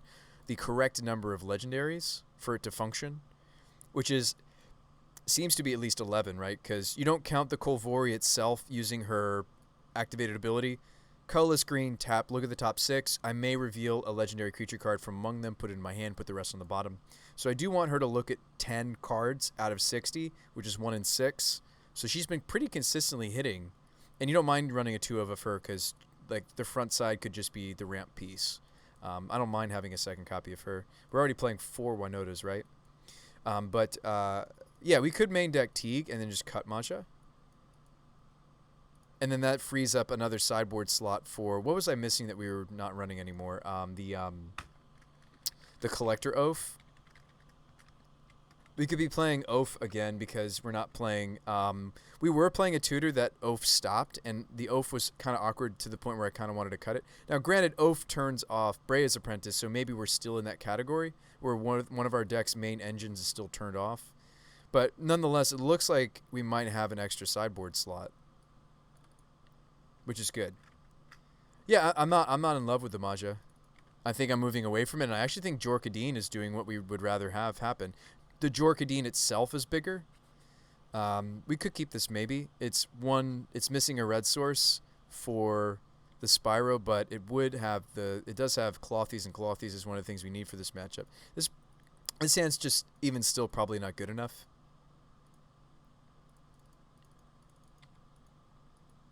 For color's sake and not for the gingerbread cabin's sake, I might still want to get Sacred Foundry. I imagine this is Inquisition me, right? Thoughtseize, take my Clothies, make me sad.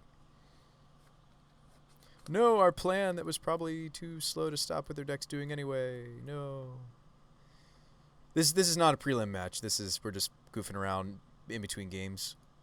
Yeah, I think Jor could just be, not just could, I think it just is perhaps better than the Maja slot. So Drew a Gilded Goose, cool, we'll play it.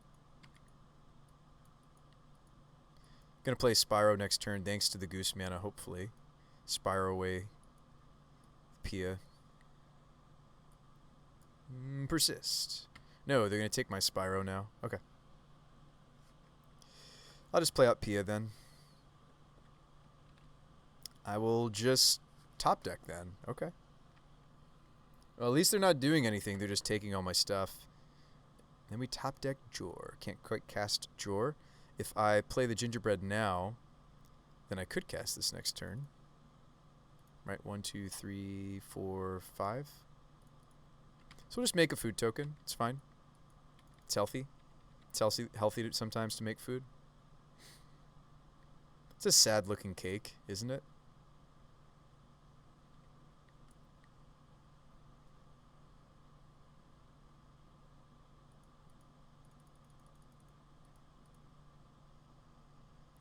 Yeah, it's a very sad cake.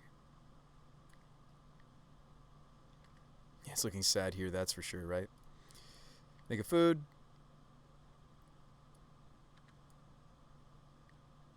Play Pia and Kieran Nalar instead of Jor Kadeen. Sorry, Jor. So sorry. I'm not sorry. It's the better card.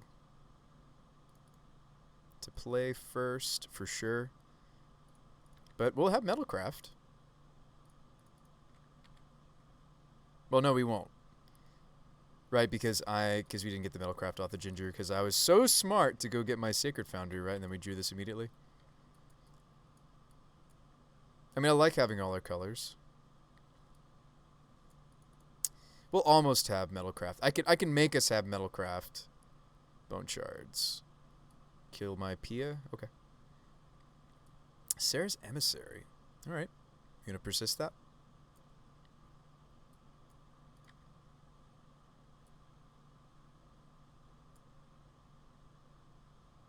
I don't think I can beat protection from creatures.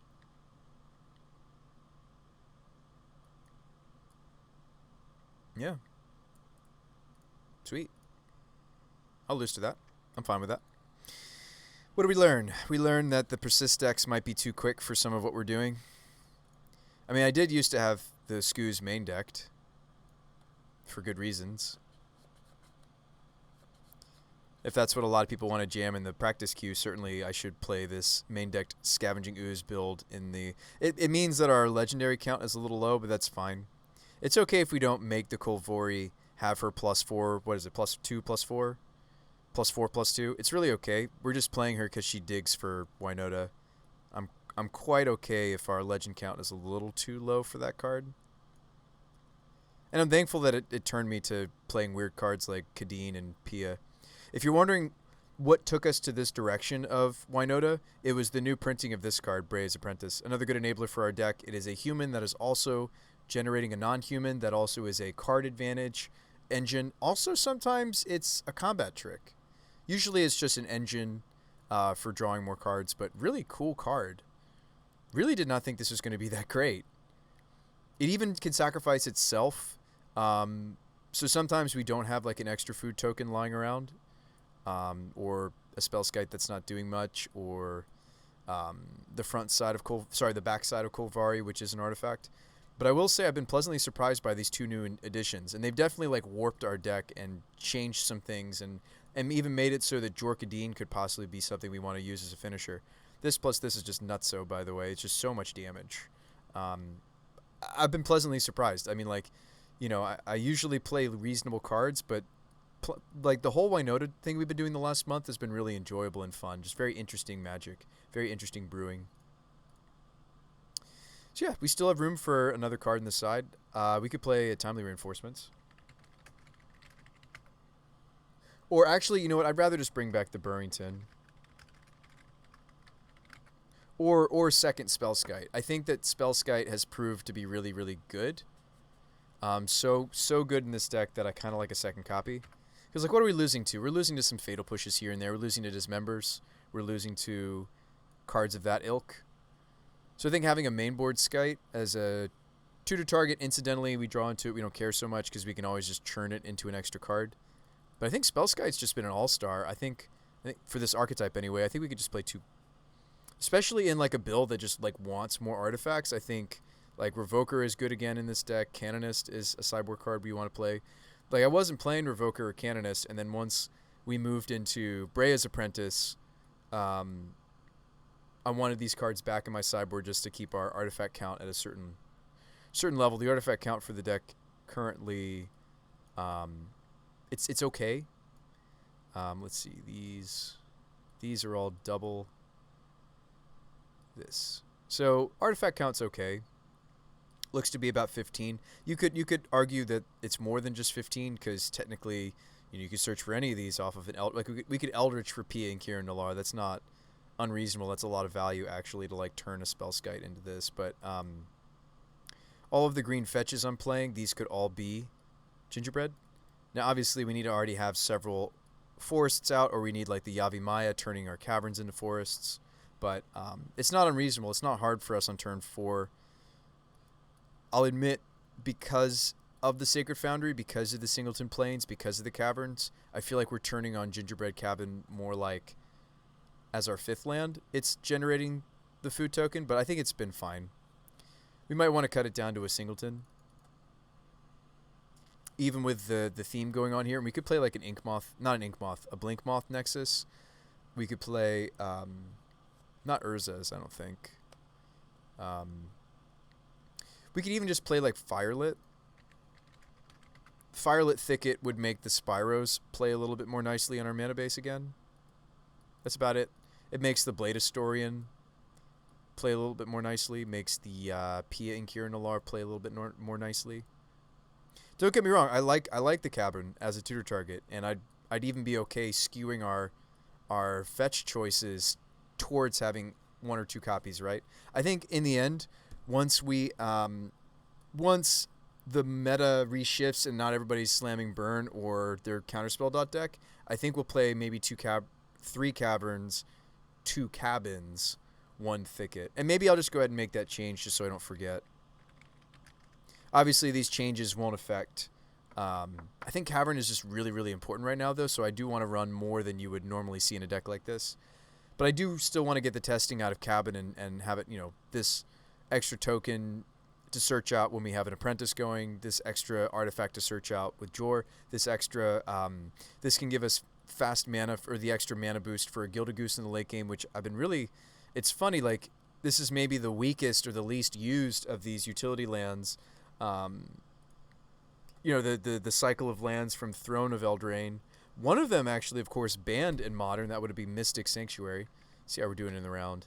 All right, minute left. So we're 1-1. Let's get the rest of these wins. I do think that Firelit Thicket could be very good. The white splash is pretty minimal here. The white splash being... I think we have more need of the extra red than we do the singleton white. There are a couple of cards that say otherwise, and that's a couple of our sideboard cards a little bit... Not just a little bit, they're a lot a bit greedy, right? That's going to be the Skyclave, that's going to be the Prelate, and Linvala. But honestly, these cards, these are all designed to be, evolution targets, right?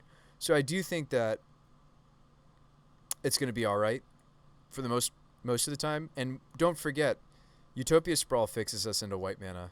Gilded Goose fixes us into white mana. So I think cutting a Cavern for Firelit, and let's still keep running 2 Gingers. I think that's okay. Yeah, 2 Gingerbread Cabins. I think that'll be all right. Maybe not. No, Cavern's just so good right now.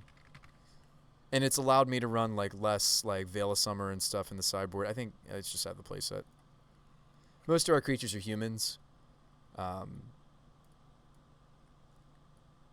if they're not human, they are behind that very quickly.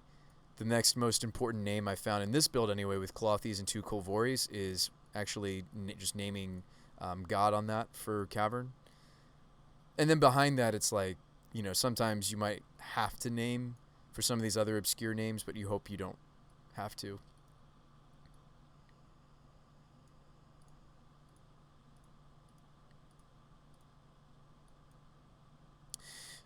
You might be sitting there oh, Bruce By, are you sad about losing? No, I'm not. I'm not sad about losing that. That was just so not only you guys, but myself would be a little bit entertained in between rounds. That's the thing about playing preliminaries. That's the thing about playing modern challenges is it's tough to keep not just your attention, but my own attention when we have to have all that. Oh, these are down here on the curve. These are actually here. So you play the artifact side. Oh no, we lost the die roll. Dang it. But I don't feel bad at all for losing our 2-player queue there. Just a little throwaway, a little fun. How are we doing on points? Maybe that wasn't a throwaway. No, we're okay. 136. I like to float us at least at a point where I can enter events and not pay money.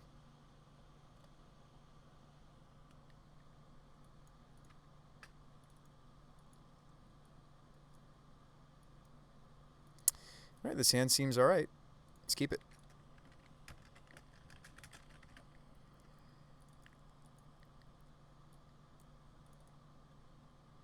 Sacred Go. Okay, could be a few different things.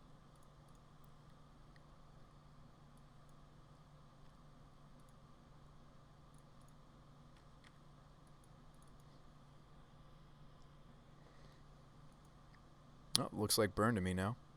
Blaze, painful. It's rough. Hard to come back from that. Terrible for us to draw Magus of the Moon here. I may want to play out this Gingerbread because unless we draw a different land, I'm actually not going to be able to slam Winota. But we may need the life gain of this. No, we shouldn't play that out. Or to forcing the deck to give us exactly another land and that land having to be a forest. Boros Charm me. Okay. Is this Rift Bolt? Skewer? Okay. Blade Historian. So if I shock, I can get the Winota going, or I can just eat the food. I can go get Spellskite. They have 2 cards left. If I shock in the Winota, I'm giving up this food token. I could cut them on... I could cut my opponent on white. I think that's bad too.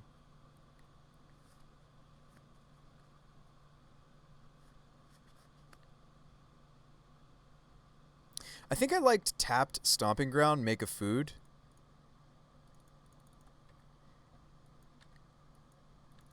It stinks to draw all these singletons here.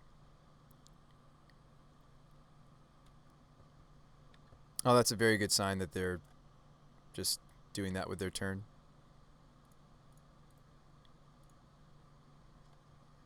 Glad we just played out the gingerbread cabin. I didn't try to get greedy. Sure. So I could play out Winota here. I don't think that's correct. I think I'm just supposed to gain life and play the Arbor Elf. It's burn after all. Go up to 8. Do you have 3 1-mana burns?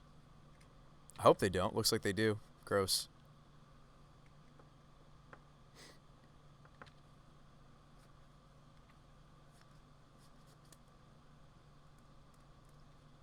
So since I don't have a white source other than the Gilded Goose, we're kind of screwed here, right? Like, I could moon them off of their white, but they've already played a lot of their white spells. So we could moon them. I wish I could eat this food and make another food. I mean, that's what I can do. I can eat this food and make a food. Is that all I'm doing? That seems terrible. I just need the deck to give us another land so I can keep making food, eating food. This is just really disappointing. The worst part about this, well, I don't have to make the food until their turn. I do need to eat it now because of Skullcrack.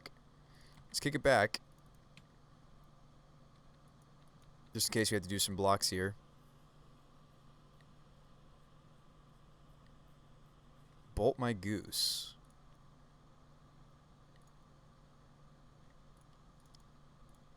Make a food token. Huh.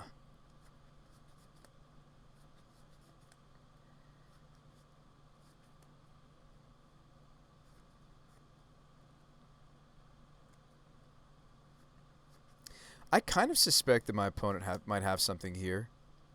If I play Magus of the Moon, does that make them perhaps try to go for it? Like, even if I just fetch, does that make them try to go for it like Boros Charm? No, they wouldn't. But then if I play Magus, they have to consider it, right? I do also have enough. I do have enough forests that I could go get the gingerbread cabin. It's very tempting to do that and then try to work my way into Winota through the Eldritching. This is like a really weird song and dance that me and my opponent are doing. I'm going to go get another food. And I think I'm going to maneuver actually into the Magus of the Moon.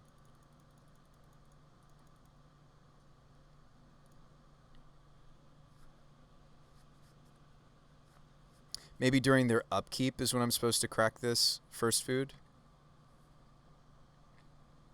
It's been a weird game.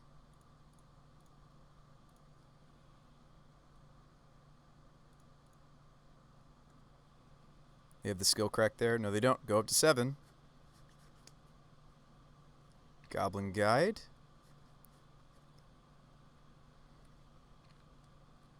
They draw me the plains. Okay. So I don't need to Eldritch Evolution my Magus of the Moon.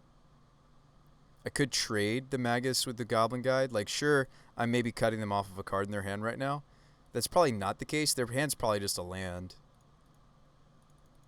I think I just want to play the Winota next turn, swing with the Arbor Elf. So I'm okay with this. Kolvori, interesting, interesting. Alright, so red. Do.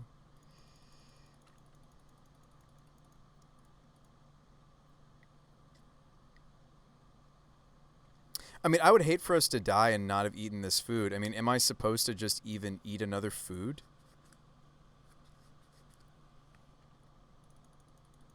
During their upkeep? Or I can have one Winota trigger. That seems weak. Like, to not eat up the last food and then just get... Well, so they would need literally back-to-back Boros Charm, and they've already used 2. Unless they're running... Oh, they're running Magma Rift now. That's true. They're running Rift. Food for the win. Yeah, I think I'm just supposed to eat another food and then start the attack. You would eat the food? Yeah, I think I'm just supposed to eat the food.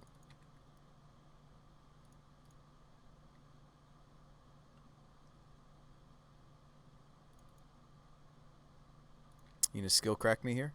No?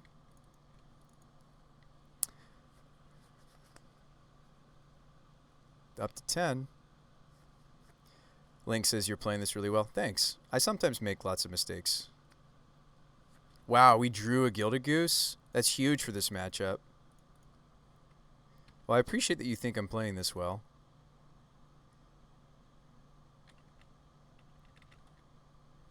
Wow, Gilded Goose just beating Burn. What up? All right, Heron's Grace, Knight of Autumn, Scavenging Ooze.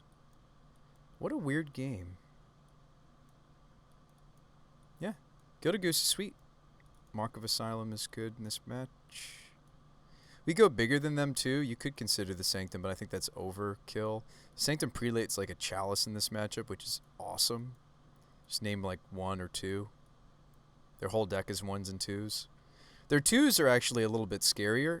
If I name 1, I can't cast Sprawls. But, I mean, we don't care. Like, you name 1 or 2 on the Prelate. It just depends. I'm going to cut, excuse me, Magus. We're going to cut Maja because I'm actually moving away from playing Maja anymore. Jorkadine's also got a high enough toughness that he's not vulnerable to Bolt. I'm not just saying this in reference to this game, just in general. There's a lot of things I like about Kadine over Maja. It's funny that we're going to be doing this instead of this. Anyway, it's funny to me because I would never imagine I could ever build a deck that would use this card in Modern. Here we are, right? Clothies is a little slow, but maybe it's fine.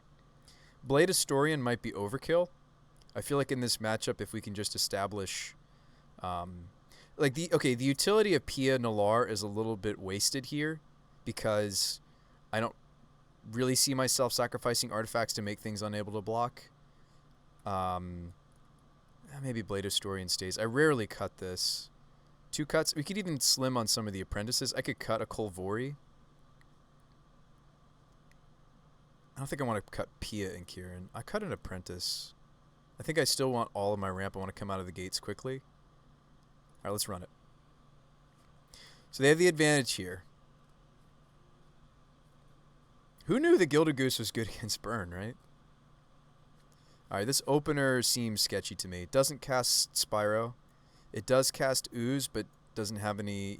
This also doesn't have ramp. This hand is actually not as bad as it looks. It is bad, but it's not completely unplayable. We're on the draw. I don't want to mulligan much further. So we get rid of the Pia. Here's our Cradle.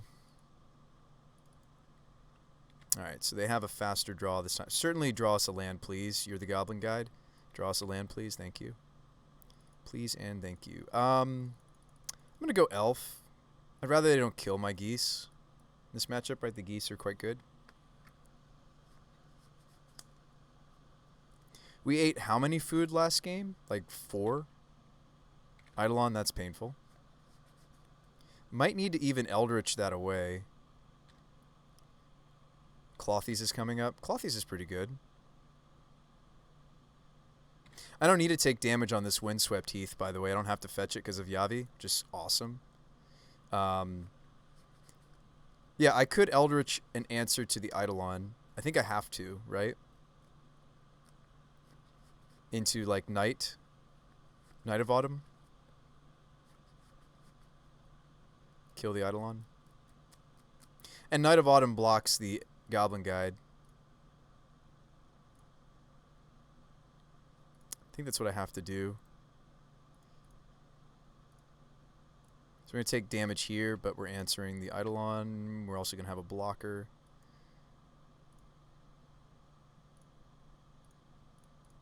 I don't know. This is our game to give, right? We're going to have a better game 3, hopefully.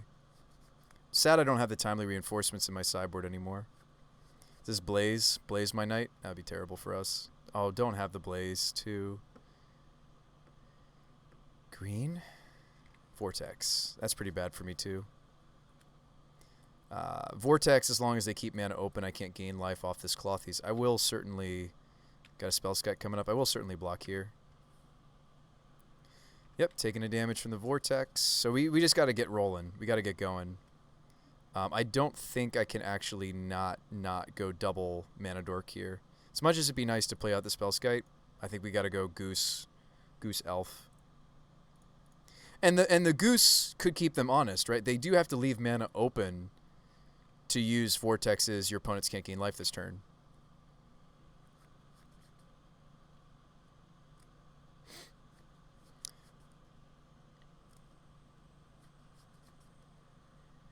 Swift Spear. Spike.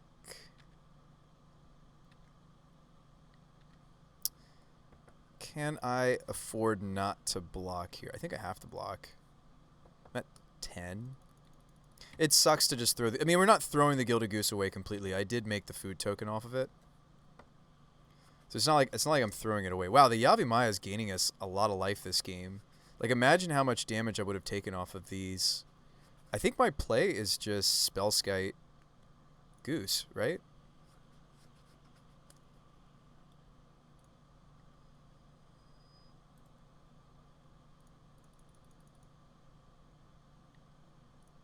Because Spellskite can block the Swift Spear. I didn't have to untap that land specifically, but... so I think I do finally need to get a red source off of this. I think we might just be dead here, though, folks. We put on a good show. We did win game 1, which is huge for this matchup. The fact that we'll be on the play for game 3. I mean, not that I'm not trying this second game. Certainly it'd be great if we could just win this second game. It's another Vortex. So there's a Flame Rift. Brutal. Down to 5. You gotta swing to keep me honest. Wow, they don't. They don't swing.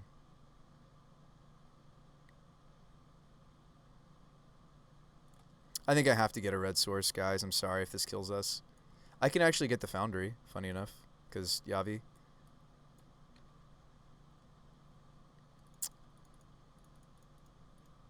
So I have 2 different food activations. I could really push the dollar here. Like, I could activate a food, and then they go to activate Vortex, and then I just activate another food. Like, if I can just gain life on one of these 2 foods, we have such a higher % chance to not lose anymore. I think I pop this, and they try to activate this, and then I just do it again.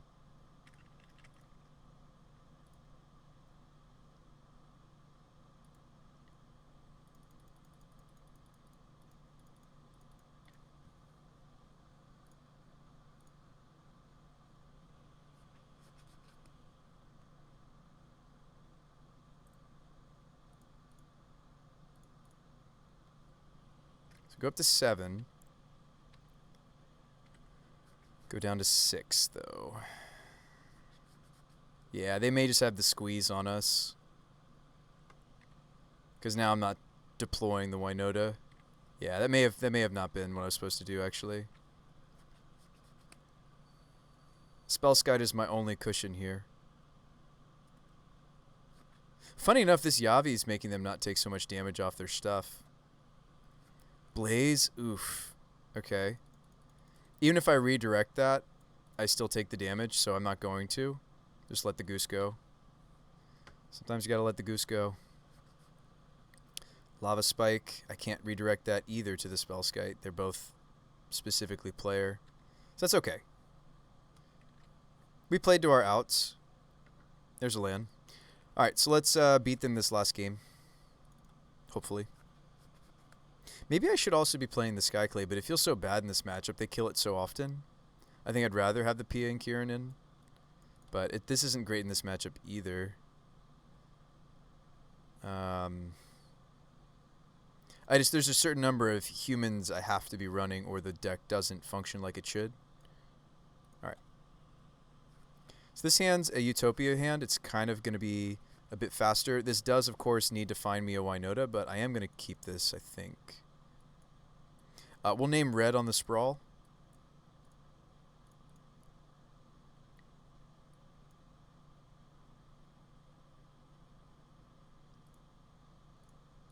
I think this hand could function. I think this hand could do it. Hey, what's up, Mustache?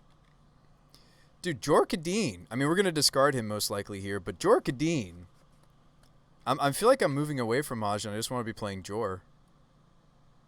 Jorkadeen. Never knew there'd be a modern deck for that, right? You and me both. None of us ever knew. Alright, so Spellskite coming up. Still going to drop the Spyro. It's going to go human here. Red, red. Spyro away the Apprentice and the Jorkadeem, right? Make the tokens, keep a land. No, Goose is good. Goose was great. For our first game, we managed to win game 1 off of just gaining lots and lots of life.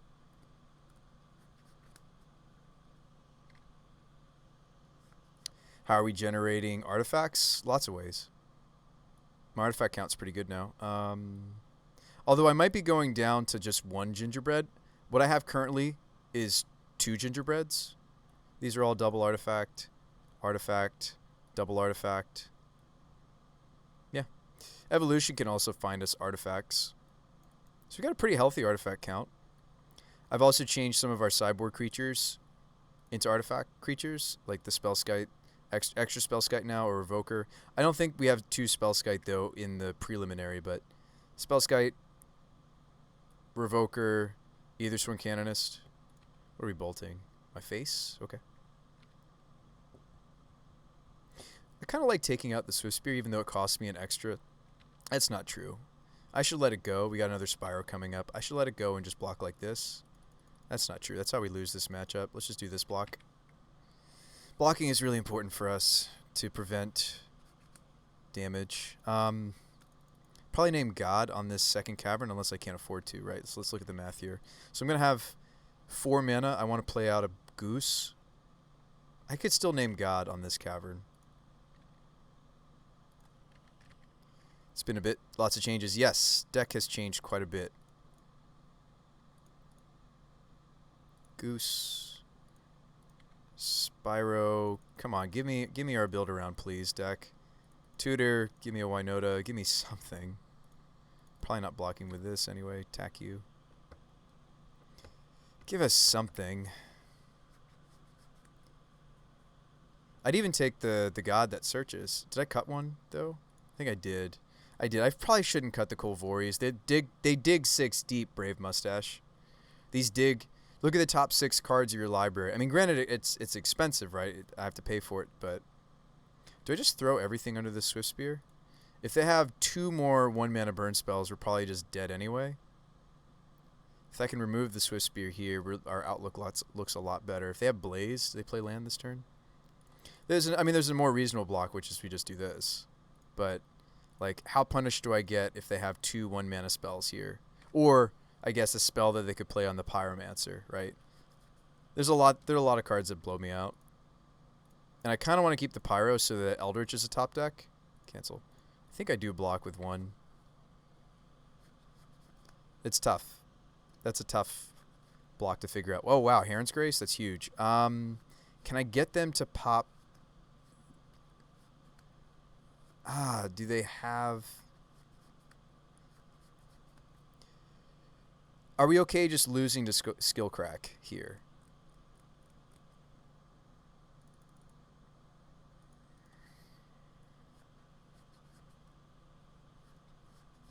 Champion could gain me. You know what? I think what we have to do is just play Arbor Elf. And make a food here, or like crack the food here. Try to set up for this Grace. No. I actually don't think I could even play the Grace. I think I'm just supposed to make it look like I'm just trying to use the food or make a food token, but I'm not. I'm really just trying to flash in this Heron's Grace during their turn.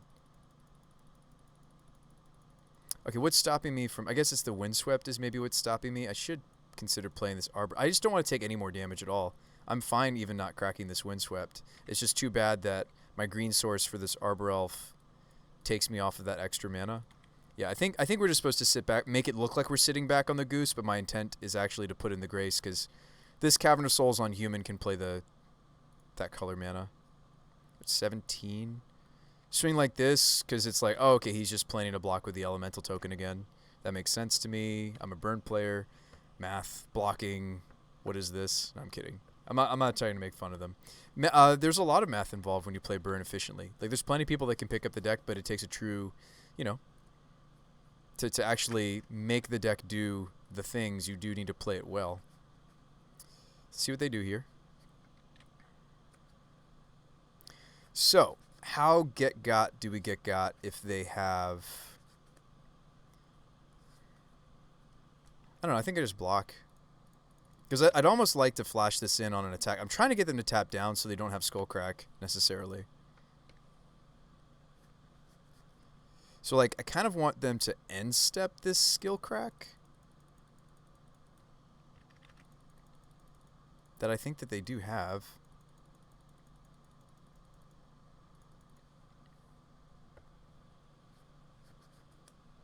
So they do have. Now, what if they have double Skullcrack? Are we just completely deads?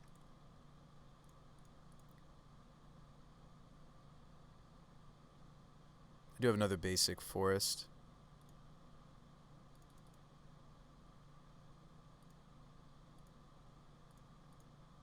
Yeah, I don't know if I'm going to be able to connect with the Heron's Grace. Do you guys really think that's what they have? It'd be so good for them if that's what they have. To just have double Skullcrack here. They're playing as if they might. I think, though, I have enough mana now to play into it. Or not to play into it. I'm not playing into it. I'm still going to gain the food in response. The life in response. Like, I'm either gaining 3 here from this play, or I'm gaining... Yeah, I'm either gaining the life here, or I'm going to be gaining it from... And it's okay if it's floating here, because I can fetch the basic planes. Oh, that's not true. That's not going to work out for me. And I don't die to Bolt because I can just crack food, right? Yeah, I don't die to Bolt. So I do need one more not very painful source. We don't have enough forests to get the cabins. That's unfortunate, but that's okay. That's what happens when we have this many caverns. So human. Tap the colorless. Tap these two. Grace. Yeah. All right, show it to me, opponent. Show me that you drew double Skillcrack. Show me. And then we can block with Heron's Grace on the Swift Spear. So if this card does put them in kind of an awkward spot. I'm going to gain this life. I do gain that life. Oh, that's huge. They basically just told me that they don't have another Skullcrack, right? Don't I just crack this? Don't we just crack this now? They wouldn't let me gain that life, right?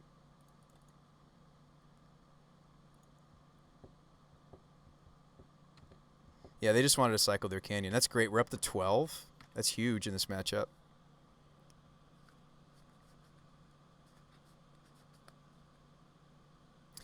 The worst case scenario would be that they get to Blaze the Grace. I hope they don't get to Blaze Grace. Looks like they have it. Gross.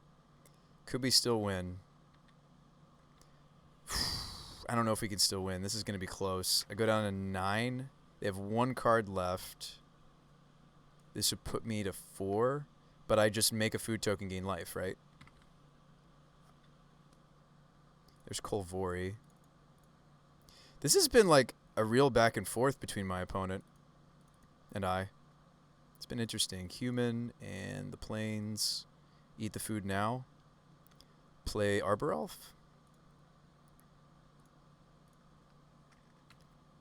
Swing just Spyro? No. No swings. No swings. That was worst case that they had the Blaze and a land to kill the Heron's Grace.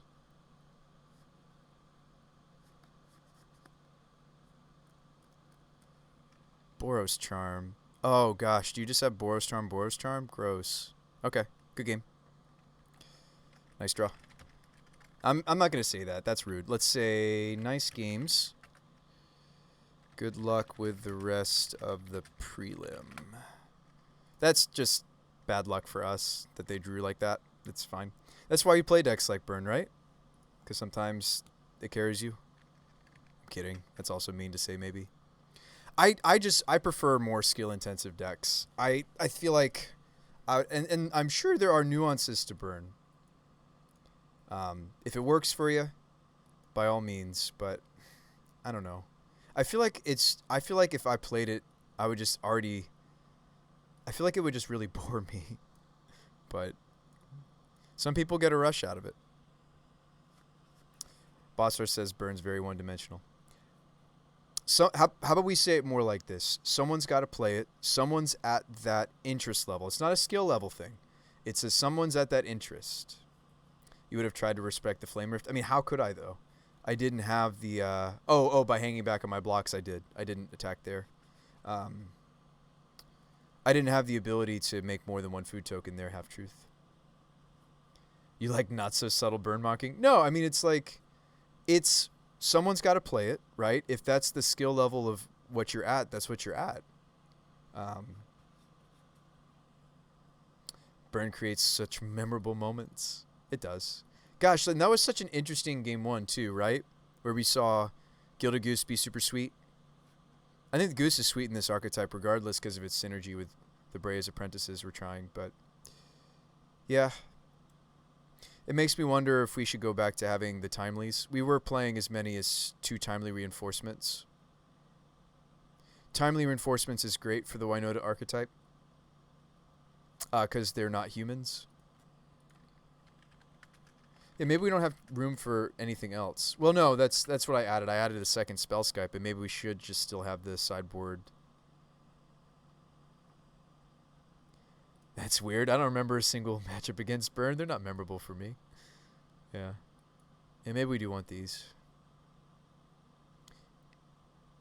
I also just accidentally cut something, didn't I? Oh, yeah, a Winota.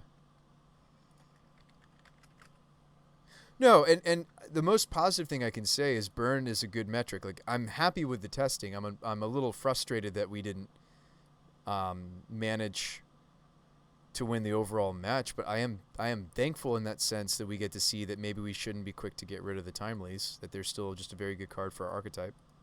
I don't think we need the Shush. I feel like the playset of Caverns has been doing what we need, and like Teague and Prelate also been helping us against control. I don't really think if we're still going to run the playset of Caverns, I don't think I need the Shush. I wanted to test the Shusher because somebody suggested it, and I thought maybe what they were saying about it was true, that it could be interesting in that sense. And maybe we still run 2 Skites, even still. But I think the first timely is a good idea. It's just a good card for our archetype because of its synergy with Winota. The fact that this card makes soldier tokens instead of human soldier tokens is awesome. So it's fine.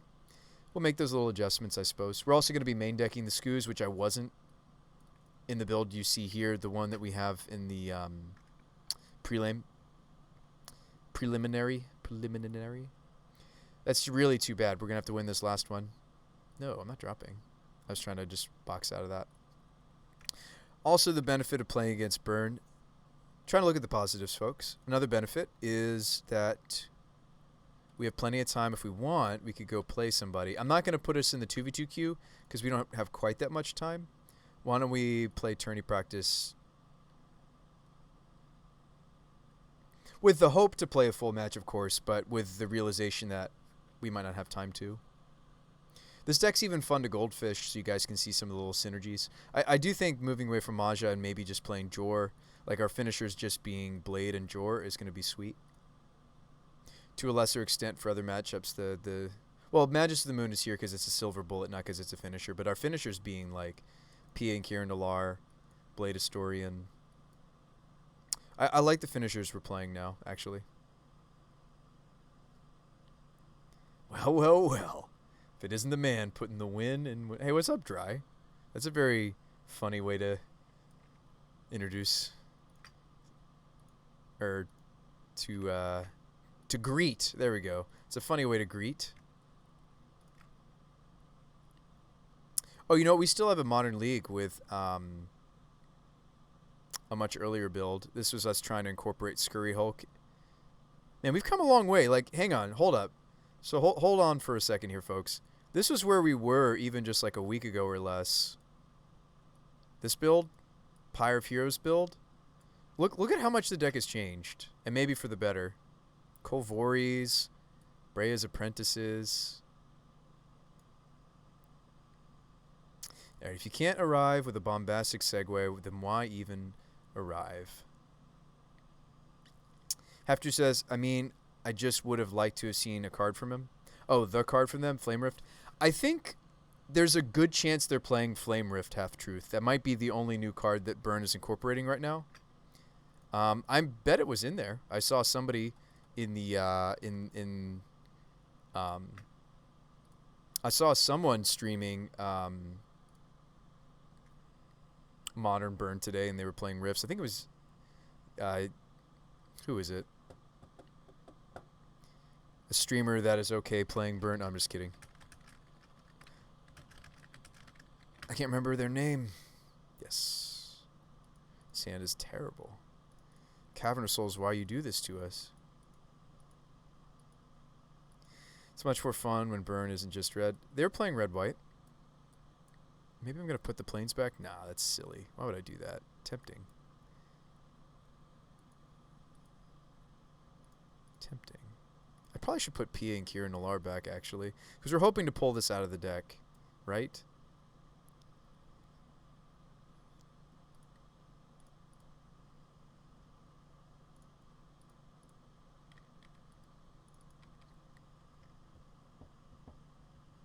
It's just like, it looked like we were maybe going to win that matchup because we'd taken game one. If you can take game one against Burn, there's a really good chance that it sets you up for the win, and we just did not do it games 2 and games 3.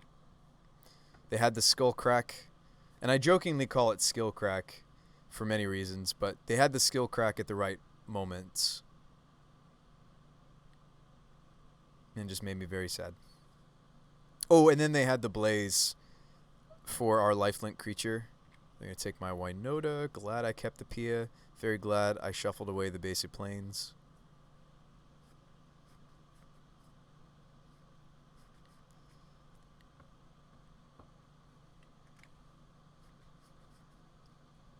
It's like you can play the and we actually... Oh, whoa, they took my Gilded Goose? Huh? What? Do you have another Thoughtseize or something, friend? Oh, I could have hit them for one. I meant to. I got so confused, I suppose, by the Thoughtseize. Did mean to attack my opponent for one. But maybe I don't mean to attack them for one because they're showing his Death Shadow. Maybe I don't want to help them. He took my Gilded Goose. That line makes a lot more sense if they're intending to kill my Arbor Elf. It's a pretty forest. Sorry, pretty swamp. Well, now I know what they're up to. We're probably just dead. Tyrant. Yeah, people are straight up trying to just do like modern reanimator stuff now. It's interesting. 'Tis interesting.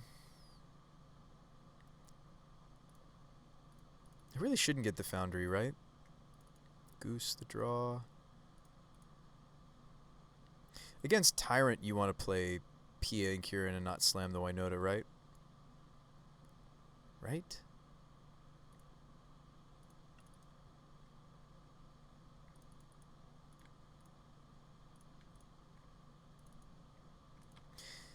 Alright, vaguely feels bad. Goose too strong. Alright, pre-release for this set is so expensive. I was there. 110 Australian. Purchase everything I need from the set. Yeah, you just purchase everything you need from the set then. I mean, if you don't have another land and spells, like, I don't care about this. You have a 4/4 flyer. There you go. There's the grief. Now we're very sad.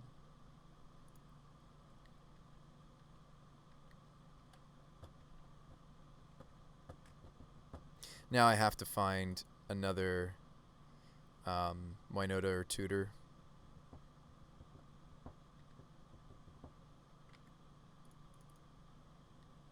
Oh. Well, that was easy.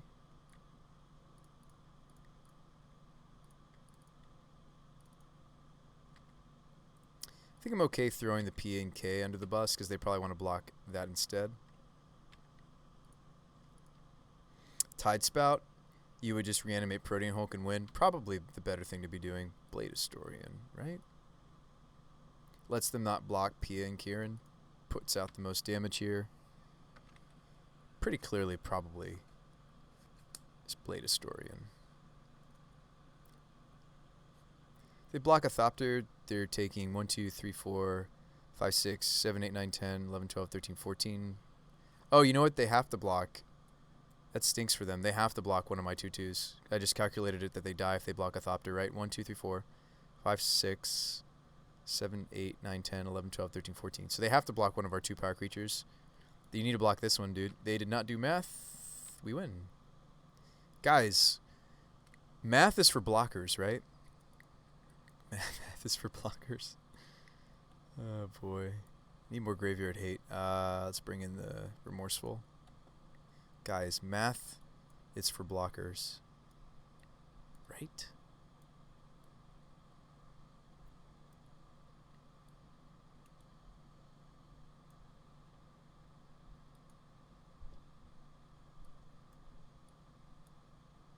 Sanctum Prelate, you name 2. Their whole combo is based around 2s. Seems good for us. Doesn't hurt us at all, actually, to name 2s on Prelate in this current build. We care about naming 3s.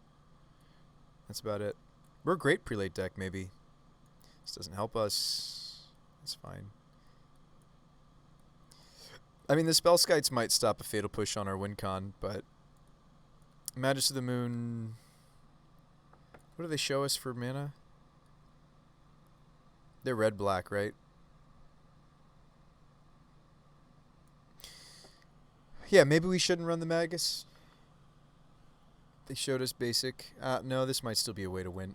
Pia Nalar is maybe more important than Pia and Kieran Nalar. I need to be able to swing through, right? We can make that decision. Yeah, it just looks like they're playing red-black, but I'm not sure if Magus of the Moon is not strong. But, like, probably if I'm tutoring for anything, I'm tutoring for Remorseful Cleric or Sanctum. Right? So, why even? But yeah, disappointing. We'll work on that matchup. I think the Shusher we didn't need. I think the playset of Cavern is just where we want to be. Well, we could test the Moon. I don't think we keep this hand though, right? This has to draw a 3rd land, no acceleration. This has Cleric. They probably just Thoughtseize it, though, if they can. I'm actually going to put back the Winota. I know. Crazy, right? Chancellor. Gross.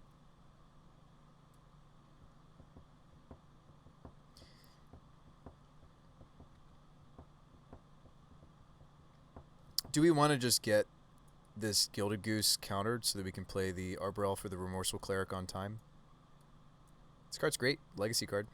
Looks like they kind of just pulled from Legacy, trying to do... I mean, maybe that's a fine place to start. I'm not saying that's completely a bad idea. I think we just get this countered.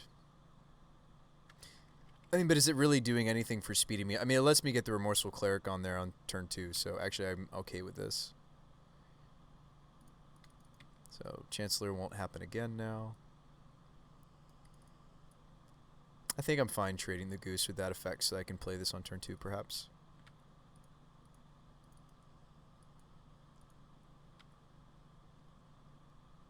Because I imagine they just want to play their search card this turn, right?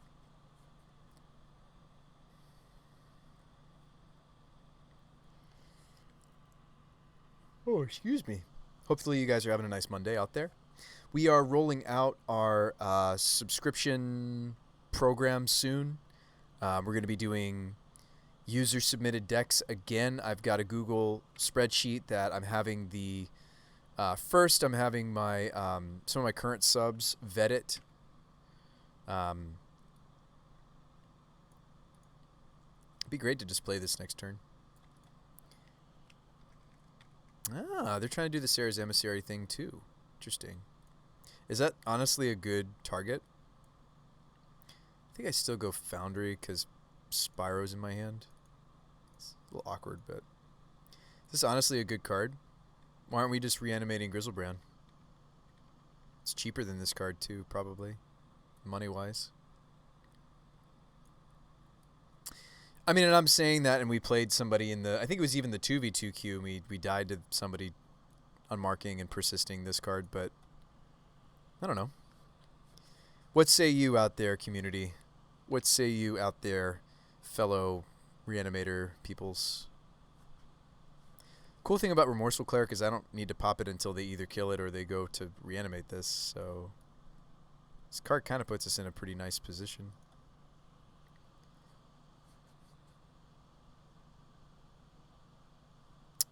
Oh, okay, so maybe this is one of the stronger things to be doing if it's a non-legendary. That's true. Yeah, if they're just playing Persist. But you could play... Yeah, I mean, you can't play on Mark Grave alongside Goryo's Vengeance easily, right? But see if these are still good.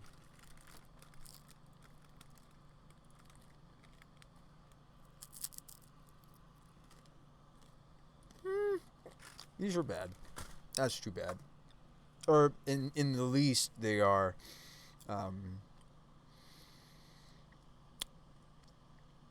stale, which is just another way of saying that they're bad. A little sad about that. This is where you need to like entomb in response, right? No, it says target. It's not like Shallow Grave.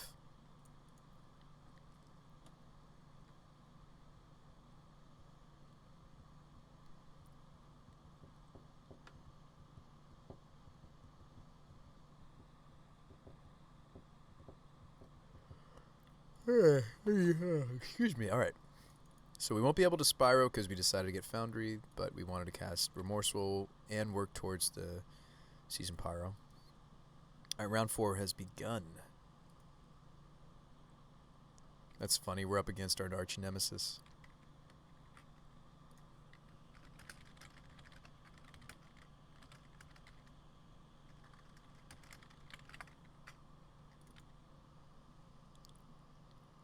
Could you imagine Shallow Grave in Modern? That'd probably be a terrible idea. Whoa, Pia Nalar. Haven't seen that. And a dry. Yeah, I know, right, Dry? Right? It's a grief.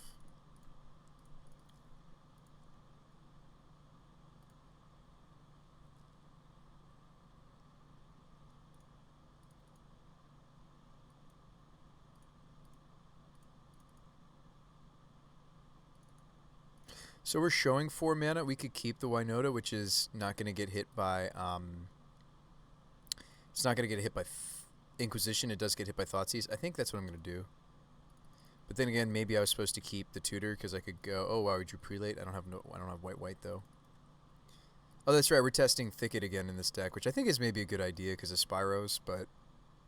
I don't know. Now I have this Prelate I can't cast. And Persist. Ah, they do have the Thoughtseize. Dang. Okay. Either way, they were going to get our card.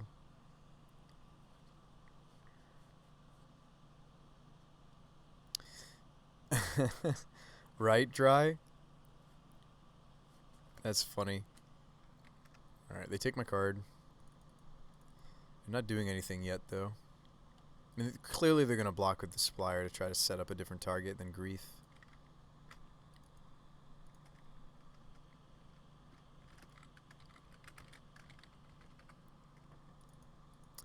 Do you think I can keep this hand? That's disappointing too.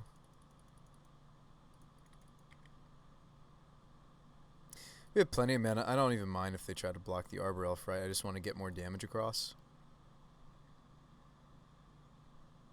Like we can cast everything in our deck except the white stuff, so I don't really need the Arbor Elf anymore. Just swing for 5. Alright, we drew a Winota. Interesting.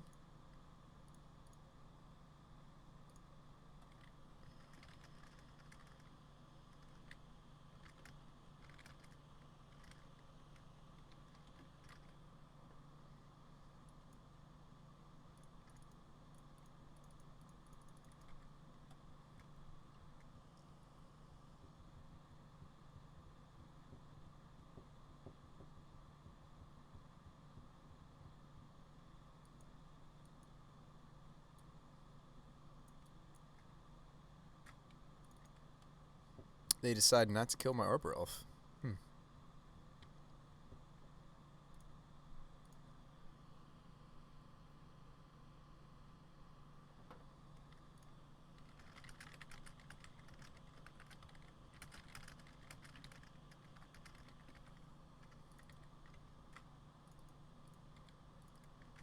Hate to be double queued. Ugh, it's the worst. I mean, unless you're a grinder, then that's what they do. Ah, the Murmuring Bosk. The Murmuring Bosk. My opponent's playing Sorfon. They're a friend of the stream. They also know what I'm on, sort of. Maybe not all the latest alterations, but they know what we're doing, more or less. They're doing nothing. Swamp, Bloodstain, Insolent was what they hit off of the back end of the Stitchers. Nameless, gross. Maybe I should have played Sprawl. Our hand's a lot worse if they're killing my Arbor Elf. It's cute. Cute in the worst way.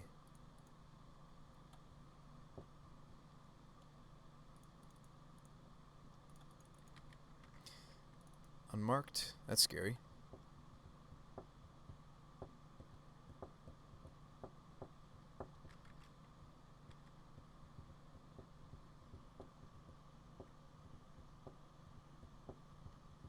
Is my opponent on lore when block constructed? No, they're playing Sorfon combo, and they may be going off right here. Nope, they're not. Not yet.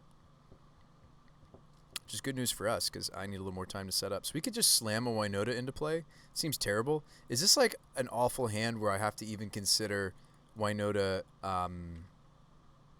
like evolving a Winota? I might actually be doing that.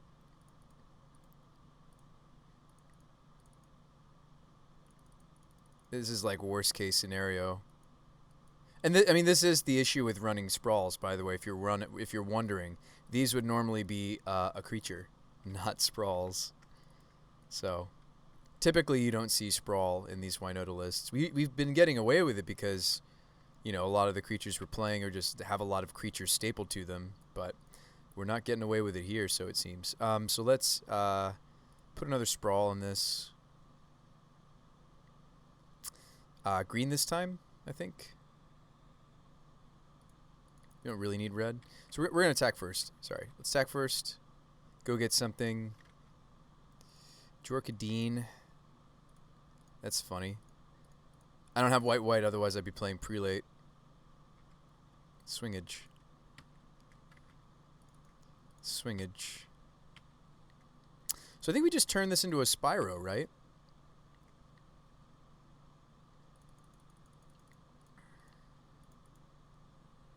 Maybe there's something else that's juicier.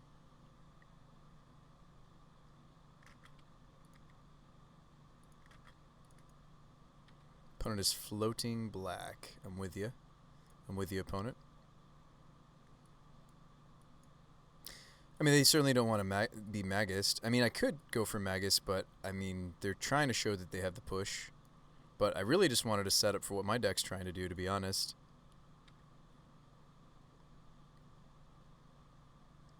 Oh, they're showing me Trophy instead. Oh, Inversion? Okay. That also would have killed Magus of the Moon. So we're going to dump these, right?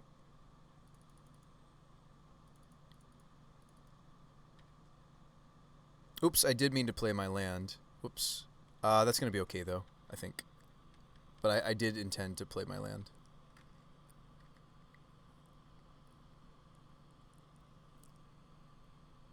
They did ban Simian Spirit Guide. They did.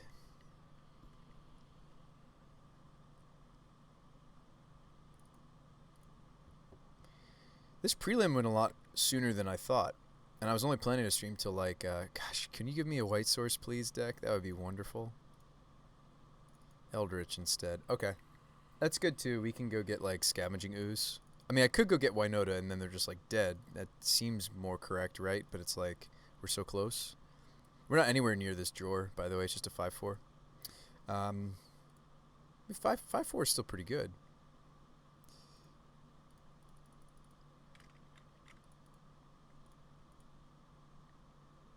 Yeah, let's go get Winota. Just trying to see what my other choices would be. There is the Clothies to think about. There is the Skoos to think about. But they're at 7, right? I just get Skoos and hit them. Yeah. Why do I need Winota? They're dead already. Do you kill this?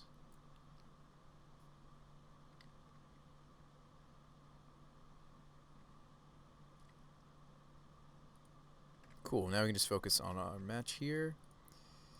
So we're playing a Sliver Hive Lord. You got it. Drew Maja. We're cutting Maja from the deck anyway. This doesn't need to be uncounterable. Probably. More than likely doesn't need uncounterability. But we're throwing this elemental into the Sliver Hive Lord because we could hit Magus of the Moon.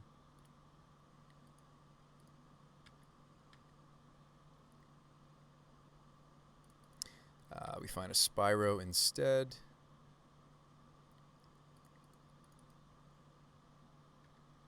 We drew Yavi. You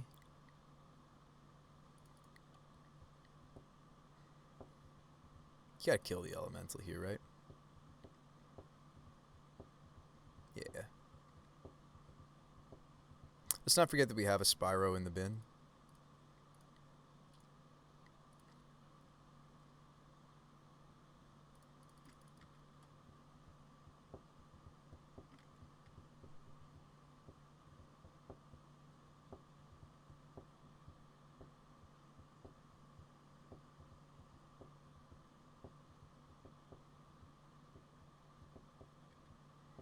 Shimmer of Possibility. They are digging for their win con.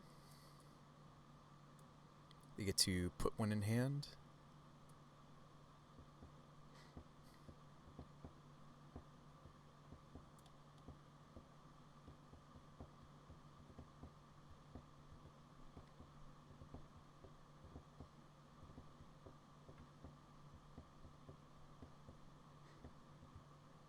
It's not a good sign.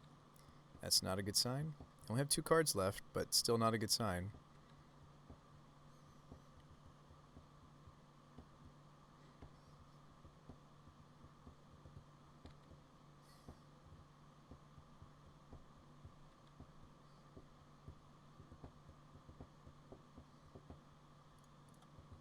I can get the Sorin off the table, but that's not the problem. The problem is they have their combo.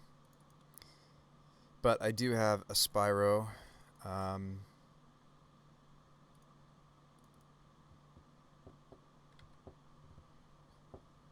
do like getting the Sorin off the table because they're going to gain lifelink.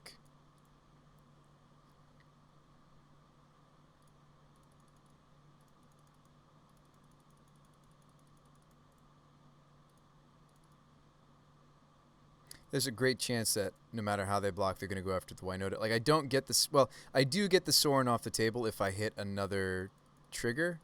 Now, let's just hope that we hit a trigger. We didn't see a lot of our humans, so there's a reasonable chance that we are going to hit here, which we do. Apprentice is actually a little bit better than Spyro, maybe, here. I say that because, not because we have a lot of artifacts yet or anything. I say that because I think I'm intending to flashback the Spyro than to just cast things I draw into. So I actually am going to take the Apprentice, and I want to throw the Apprentice at the Sorin as well. I just don't want them to be able to gain life off of, you know, Morphon. Or Morphon is still also, even though they chose Sliver. Oh, Height Rat, thanks for that follow.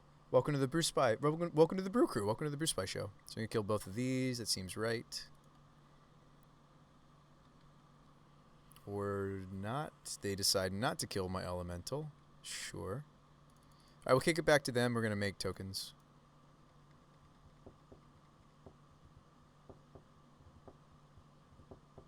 What's up, Mana Traders? We're hoping for a 2-2 at this point. Eladamri's Call. That's terrifying. I think I'm just dead, right? They probably cascade off here, my opponent. I do have a flying blocker, which is not irrelevant in this matchup. That's how they usually get me, is through flying over. So that is one of the benefits of us trying out this Thopter build. So unlike the, you know, Pyre of Heroes builds we've been working on, some of them did and didn't have Scurry combo. This build, better against Morphon combo. That's a small benefit of being a Bray's Apprentice build, right? So Sliver Legion.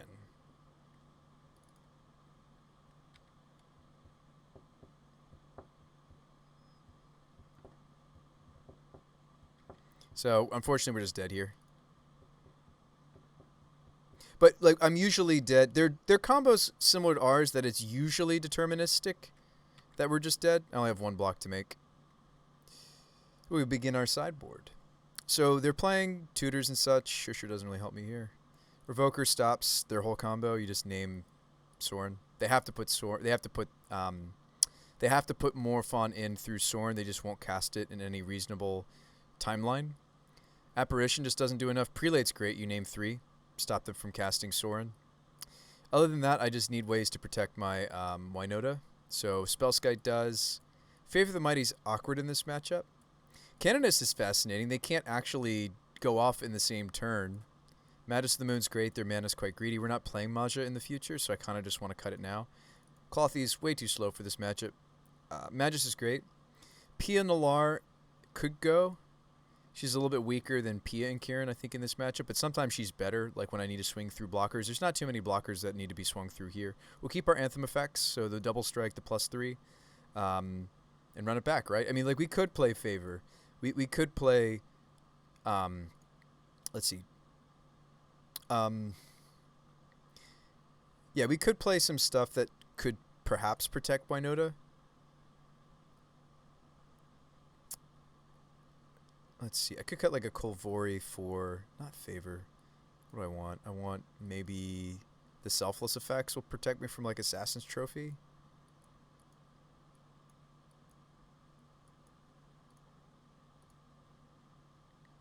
I don't want to cut too many humans though. It's our human count.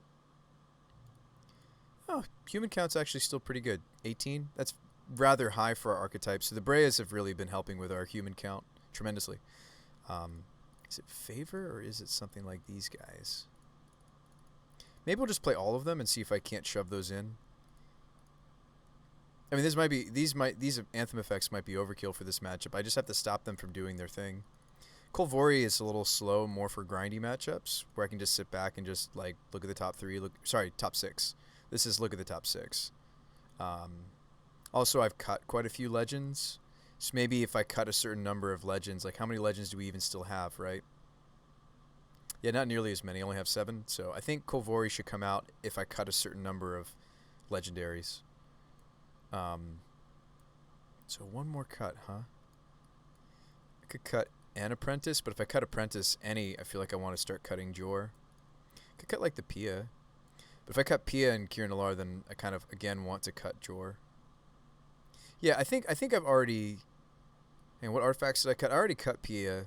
Maybe I should also be cutting... I like that Pia and Kieran Alar is 2 flying blockers in this matchup. Let's run it back like that. Yeah, I think once we start cutting too many legends or you cut too many artifact producers, then you got to consider cutting those 2 cards I just cut. This hand is a little slow. There's no disruption here. There's no tutor here. There's no acceleration here. This hand has acceleration, still no tutor, but it's better than my other hand. So let's go ahead and shock in a Stomping. Cusco. Cusco? No, Cusco. And we're probably going to go Spyro, because the card advantage that the Apprentice offers us is a lot slower than just discard 2, draw 2. We just want to dig to the stuff. So Spyro, obviously stronger than Apprentice in many contexts, certainly in this context. It is stronger. Cavern. I'm doing this not because I want the uncounterability. I'm doing this because this gives me the freedom to dump the Gingerbread. I don't want to slow land in this matchup, and I'm not that interested in the extra artifact in this matchup. So I think I'm going to get rid of these 2. What have my losses been to? We nearly beat Burn, but then died. I lost to a very strong linear draw of Amulet. We beat game 1 against Burn, actually. I managed to gain a lot of life off of a Gilded Goose and then beat them down. But then we lost game 2, but that's normal because they're on the play, excuse me. I added a Timely Reinforcements back to the sideboard. I don't know. Like Amulet, I think I might have actually won. I think I made a mistake with one of the tutor selections I made. So I think the burn loss was maybe I'm not respecting it enough in my sideboard with the newest build, because I cut both timelies. So now we're only down one timely, which I thought I could get away with since we're running Gilded Geese now, right? And like game one, we won because of a Gilded Goose or two against Burn. But anyway, I guess I still should be playing this card because it is non-human token generation. So it's a really good card for our archetype. Amulet Titan, I just have to win the die roll and be smart about what I tutor for. They had a dismember for my Magus of the Moon as well, so it's not like I made all the mistakes in the world. I made enough mistakes in this world, and yeah.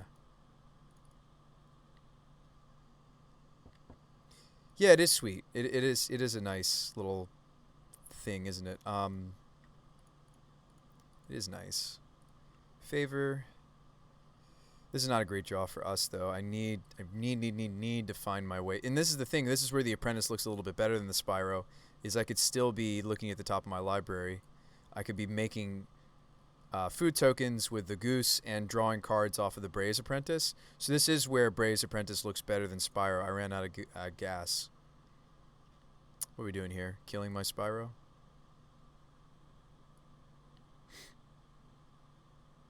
This is call. No, this is kill my Spyro in response. Okay.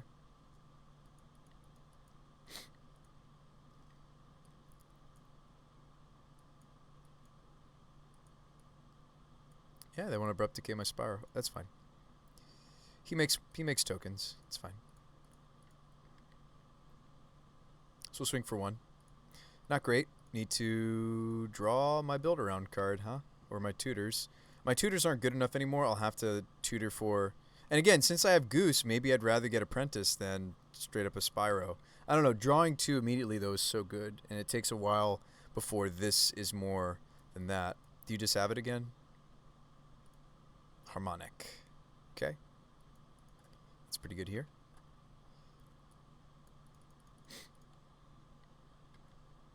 We can block this all day. Drew a Foothills.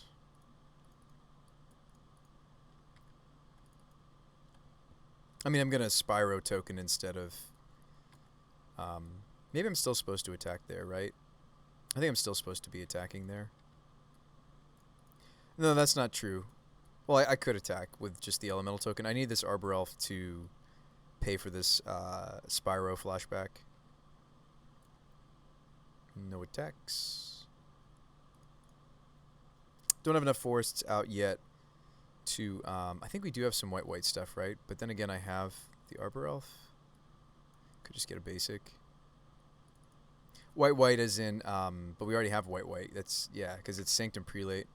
Sanctum Prelate on 3. Oh, hang on. Before I do all that, I need to do this first. You gotta do the Arbor Elf activation first before you... Alright, now I want Season. Here you go. Sweet. I think I should have attacked with the Elemental there, because they might not block. And even if they did, I don't care. Foothills. Swings. Like, this Arbor Elf isn't really making me mana anymore, so I kind of wish I'd just been swinging from the start. Swing for 4. Should have swung 1 last turn. It's kind of a freebie. No block. So we're going to go make... We're going to go fetch a food, and we're going to make a food. I think Jorah's out, though, so it's not like I need to work towards Metalcraft. Oh, I'm terrified that they just had the combo now. I didn't disrupt them. We drew a bunch of mana. It's fine. We'll lose. I mean, this draw would lose to pretty much any modern deck. I can't just make a bunch of 1/1s, and it's fine. I mean, it's funny to lose to Morphon combo. Oh, well, maybe the deck's kind to us. He's not playing out of Sorin. Come on, Tutor. Come on, Winota. Come on, something. Please. All right, Gingerbread. We're at 12. Maybe I should just eat these foods. Make a food, eat a food, maybe. Be different if I had an Apprentice I wouldn't be doing that, I think. And their deck's kind of all or nothing. Hey, there we go. Show me Assassin's Trophy, right? Make me a sad boy. Make it sad. Alright, let's do that. And human. Just don't have it. Just have another Abrupt Decay. It's that simple. We could hit the... in this spot, we could hit a bunch of different things. Just don't have it, opponent. They don't have it. It's a lot of triggers.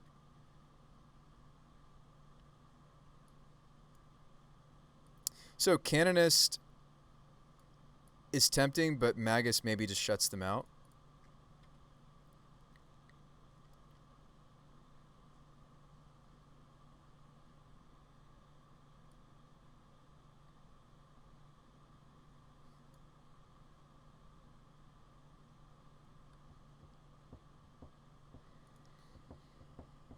Like, we have some really powerful bullets. I think I like the way we sideboarded. Let's run it back.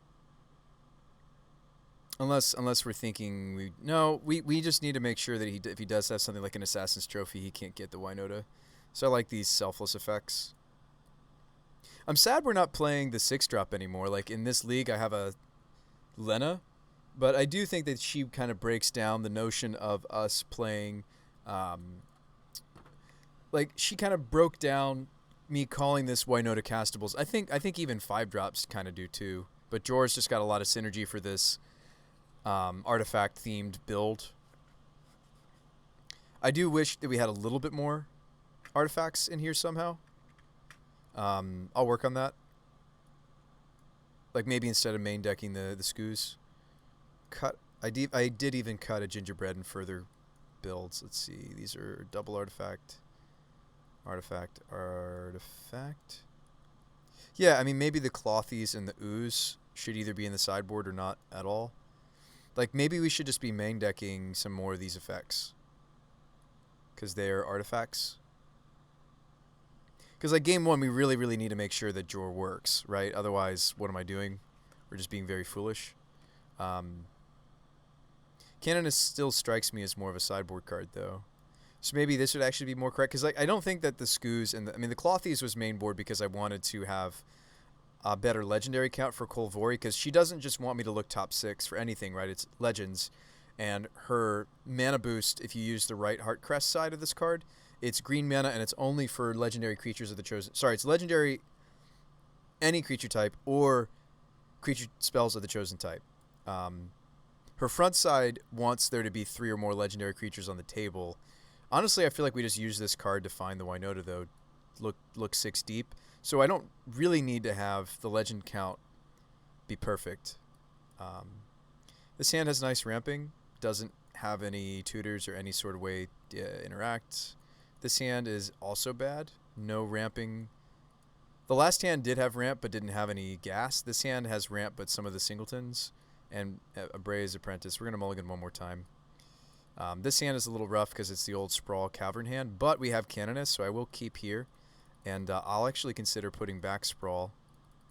And the Spyro. Spyro, the red's going to be too tough for us, I bet. Right? This hand stinks, but we're going to keep it. And this is the punishment I pay for, running enough caverns to beat some of the Esper controls. Oh, nice. We just drew a land. Maybe I shock this instead of... Their deck's kind of all or nothing. Like, yes, they can chip shot you sometimes, but their deck's kind of just designed to be all or nothing. Oh, that was totally an ouch. But I think the Canonist is good enough to mulligan for and just hope they don't have a way to kill it easily.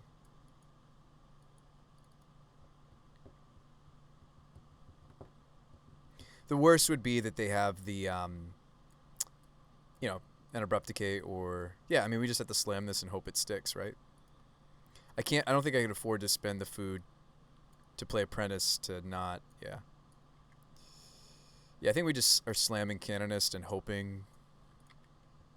Yeah, this is a decent 5 for sure.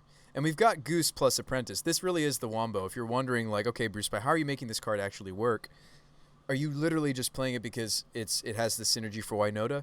No. We've got some engines. It really is this plus this. Like, we might honestly have enough artifacts already. I don't mind Revoker and a second Skite though. Skite's just really good right now. Maybe it should even be this, by the way. There's some decks that Canonist is great. There's a lot of people trying to do the silly thing with a lot of people are trying to break the Cascade and the new free spells in the format. They're doing like trying to do like a Legacy Waterfalls, but in Modern. So they're playing like Shardless Agent and such. So I don't hate just like having this in the main board. Even stop Snapcaster Mage. We could Eldritch and cut them off their mana forever. That seems like the right play. And I would still be able to play some cards in my deck. Like I'd still be able to play the Apprentice. We beat them down with. Yeah, I think we just moon them, right? Like, why try something cute that they might have a removal spell for when I can just, like, make them not play Magic anymore? It seems better. It seems better to me. And you know what? Like, yes, you're like, Bruce Spy, that's so mean. It's like, no. Or I tap wrong. That was funny. Bruce Spy, that's so mean of you. Like, it's Modern. Like, if somebody has a mana base that's vulnerable to Blood Moon, we should do it.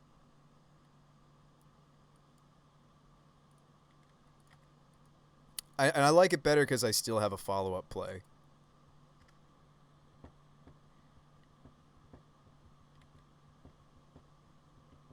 They might have their basic Swampy. They have a couple basics in their deck. See? Basic Plains.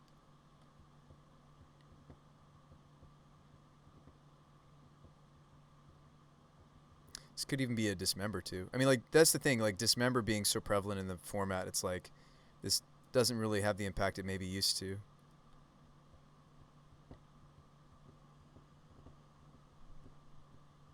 How nice of me to make it so their Mana Confluence doesn't cost life anymore, right?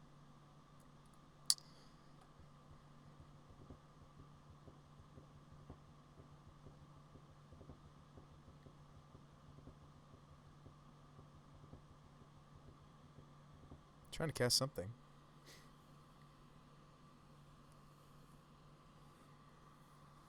But I think I am supposed to put their mana base to the test. It's scary to see that they have even the first basic. Hope they don't have like something weird to like flash in. That'd be bizarre. That'd be scary. I guess that does dictate what I do with my turn, right? Because I'm going to be swinging with this Magus regardless. I can't imagine that they do actually have something to flash in off of white, red, red.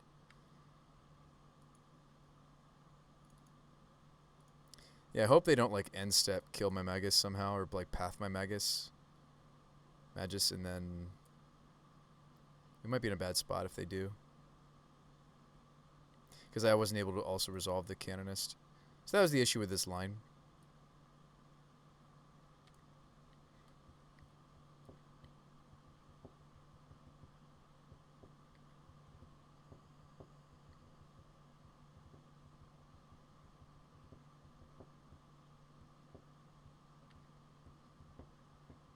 Oh, nice. They're playing Metamorphosis. Okay.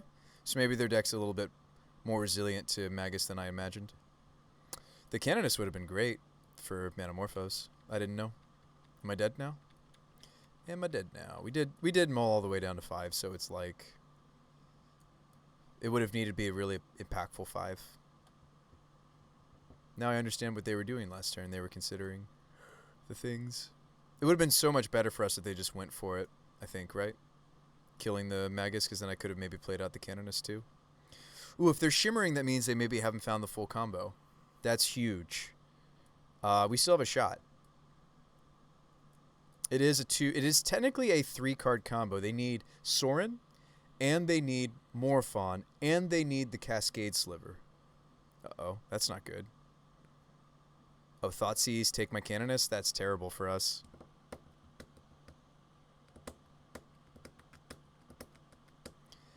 I mean, we still have a couple of top decks that could do it, but I have a Cavern that's naming nothing. Another Breas. I probably should play out the Goose, though.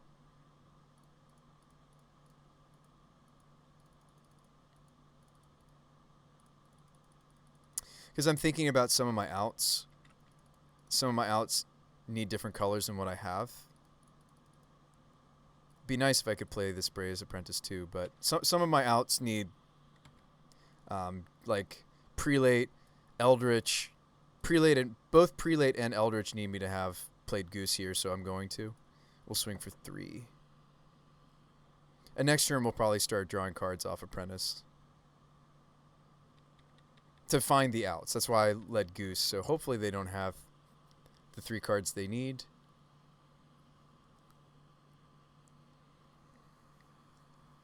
That's not a good sign. Looks like they're going for it. All right, Sorin. It's a cool deck, by the way, to see go off. I don't think they mulliganed either. I've played the deck myself. It doesn't handle mulligans very well, but maybe they did. I mulliganed down to 6. Yeah, they kept a 7-card hand. I've played the deck before. I'm not trying to throw shade. I think it's very fun, interesting, creative. These are all things that I like. I have so many good things to say about the Morphon combo. But again, just like ours, where we need like the right mix of humans to non-humans to function, their deck is essentially a 3-card, arguably 4-card combo because they also need the Shredder. But they've already almost got lethal in the air. Can they add one more sliver? I mean, now I just have to find Winota exactly.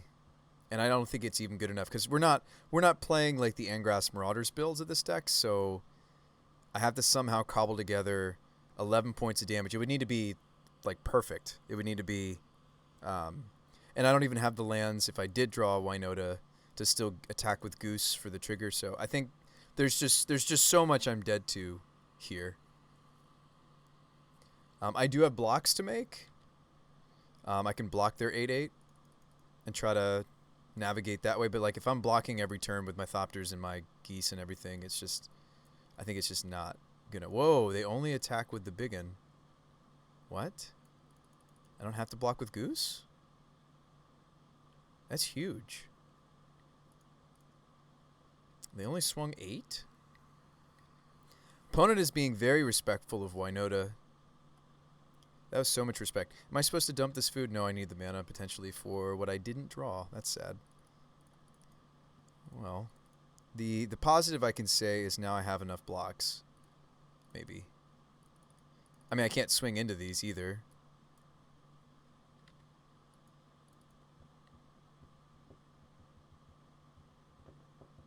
I might be able to get the Sorin off the table, though. Hold on. So I have 2 flying blocks. And Apprentice, I could sack the food to kill the Sorin, right? Sorin. I get to kill the Cloud Shredder. If this attack, as weird as it looks, folks, and I know they have a lot of power, and I know I'm at 10. I know all these different factors. I get it. I do still have a flying blocker. And if they gain the life off this Sorin, I don't see us winning anyway. Right? I think that's what I do.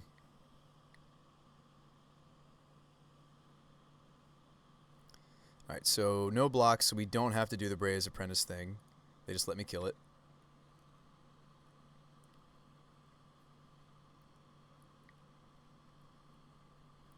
Alright, we kick it back. I have 1 block to make.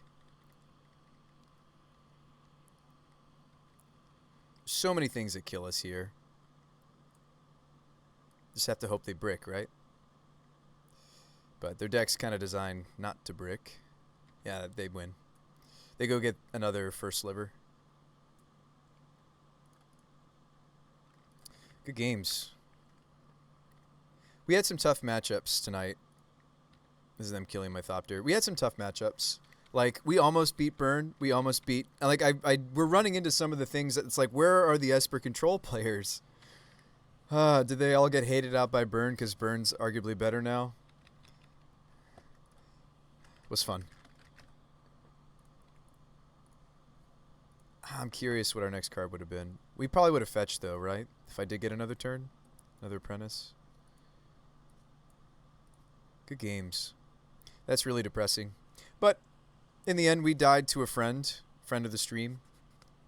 I still don't know if I can justify mainboard Canonist. That still seems really aggressive. But the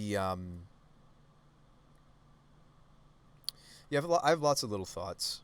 I don't think, like, unlike Ponza, I mean, I think the Clothies is sweet, but unlike Ponza, I'm not animating this as much. Like, maybe that's even the other timely reinforcement slot. I do really, if if we're just in a burn phase of Modern, I do want to compensate accordingly, which I do think is maybe even more than one main deck Skite. I think the Skites and the Geese, the Fetchable Cabin, all this, well, not the Fetchable Cabin, like this stuff, massages that matchup a little bit without really diluting our main board strat. Revoker, just because of artifact count. I mean, this could just be main board the Ooze Bruce by. Even though I'd like to get our artifact count up, I think Ooze is just a flexible slot if we have room. Yeah. And like that's the thing is I need to win game 1 against Burn. We did do that tonight. We did win game 1 against Burn, which is great. But I didn't win the sideboard games. I think maybe them bringing in the extra skull cracks. We're not having trouble against the counterspell decks. We didn't lose to a single counterspell deck tonight. Now, you may say to that, Bruce By, you jokester. You kidder, you funny guy. You didn't play against any counterspell decks tonight. No, I didn't. I did not. We did not play against any, which was very surprising. You can see that I was geared up thinking we were going to. I don't know if I like this Firelit Thicket now that I'm looking more at the mana base. I think if we are going to continue to play the playset of Cavern, I do think that Gingerbread should just be a fun of, but maybe we should just be playing like a Copperline Gorge or even another fetch, because I think more fetches just make the Arbor Elves happier, honestly. So that could be the first Prismatic. And I know you're like, but Bruce By, you're not playing a red source. I mean, a basic mountain. That's true. So maybe it can't be Prismatic. Maybe we do just play like an Arid Mesa. Mesa fetches for all the shocks I'm playing. It doesn't fetch for basic Forest is the only thing it doesn't do. Maybe it should just be a Mesa. I think that'd be better than second Cabin. I think the Cabin is fine as a fun of. It is a tap land for us. So let's run it back like this. I don't even really want to finish our other league. I know it's crazy. Like usually, now let's finish it. I usually don't throw leagues away. I just don't like doing that because there's extra testing. What am I really learning though from this Scurry Oak Pyre build? I mean, like I'm testing the playset of Cavern in this build too, so that's something we're learning. Yeah, I mean we're still seeing and learning. We were trying an Imperial Recruiter, just wasn't good enough. Card's great. I just don't think it's necessarily for this archetype. We kind of prefer the immediate effects of these cards, kind of setting us up for the Winota. These do a really good job setting us up. Recruiter can't find Winota was another issue with the card. Yeah, let's just skew our main board to beat Burn a little bit better, and then of course have relevant sideboard to follow up to still make it a win for us, because it's disappointing to win game 1 and then even after sideboarding, like the fact that their sideboard was more impactful. I mean, like we have quite a few things that can come in the Burn matchup. I'll show you. It's not like we had nothing. Even before the 2 timelies, we had Prelate came in, Heron's Grace came in, the Knight of Autumn came in, the Mark of Asylum came in. So we had quite a few things to come in, but I think, you know, if that's where we're at, where everybody's, if they're not jamming their blue dot deck, they're jamming Burn. And that's pretty normal, right? When a meta shifts, there can be a lot of players playing Control. There can be a lot of people playing Burn. Well, especially Burn, right? When there's a meta shift, it's like, I don't know what to play. Okay, I'll just play Burn, right? So, you know, there might be more Burn coming out of the woodworks than as per usual. All right, let's finish off this league. We could still prize this league is another reason why I don't want to throw it away.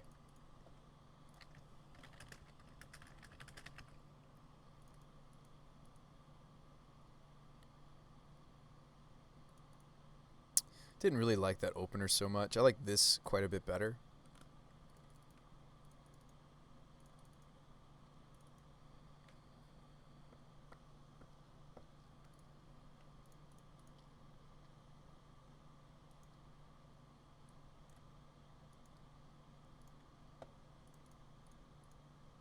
Maybe could have gotten a basic there since we have the Windswept. Next we're going to Scurry.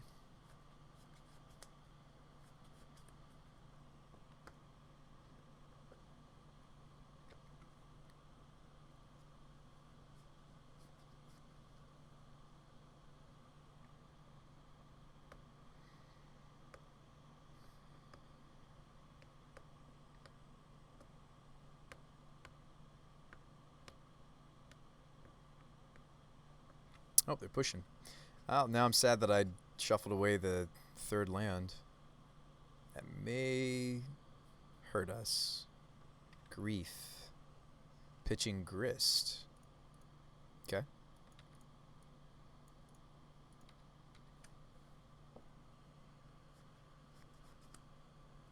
Wonder why they're on Grist.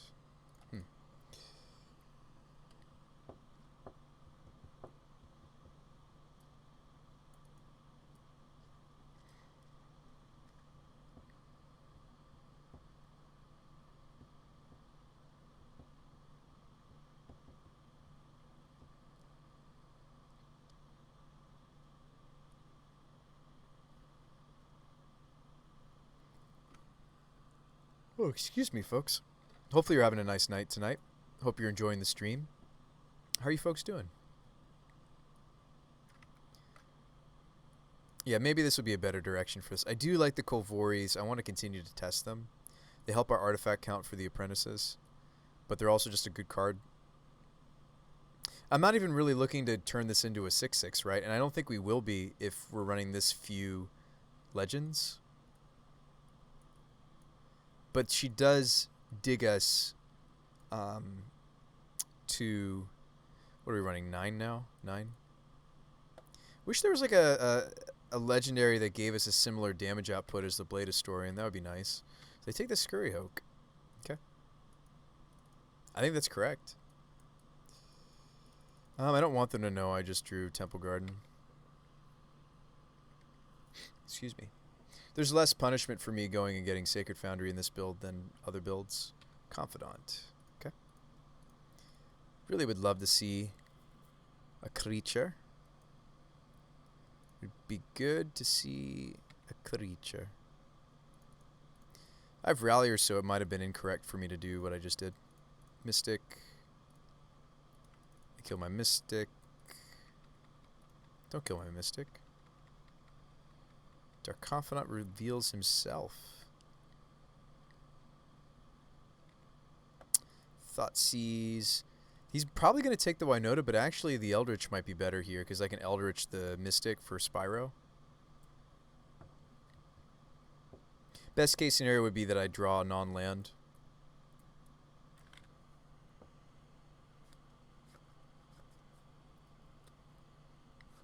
Oh boy. Oh, excuse me.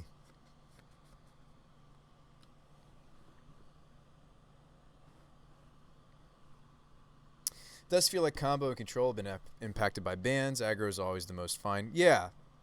Yeah. I mean, I think... I don't know. It's fine to return back to this flavor, but I actually just think this is the... I don't want to say right, but this feels like perhaps a better direction for us to be headed in. But I don't know. Jury's still out on that one. Yeah, I think Spellskite's good right now. And I think ours is a deck that doesn't mind duplicate Spellskites. Just because of this engine we're playing, really. I think it's the reason, the main reason. They take the Winota. Yeah, I mean, you really can't go wrong with either selection. They do have another Confidant. No blocks for me. Shocking playing the other Confidant. Our opponent is very confident. Alright, down to 13. Don't let them kill you. Foothills. Was this back when we had Dryad Arbor? I wonder. We were not playing Dryad Arbor.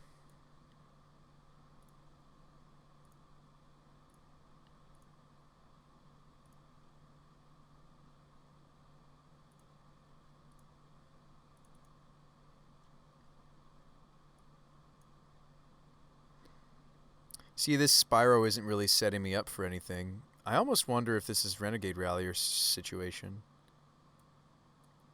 No, we need to draw to the things. There you go. Arbor Elf.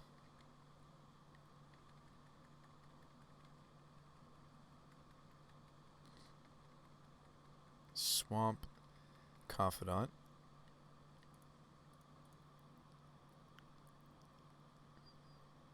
Torok. Okay.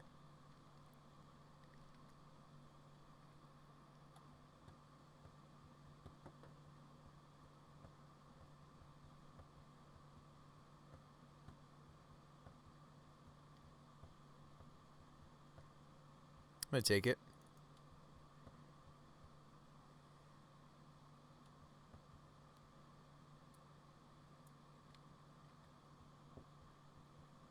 And then shove 3.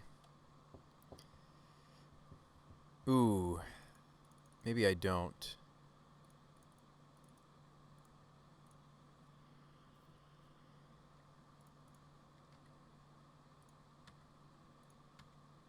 One plus Colossus? This card seems good against my opponent's mono black deck.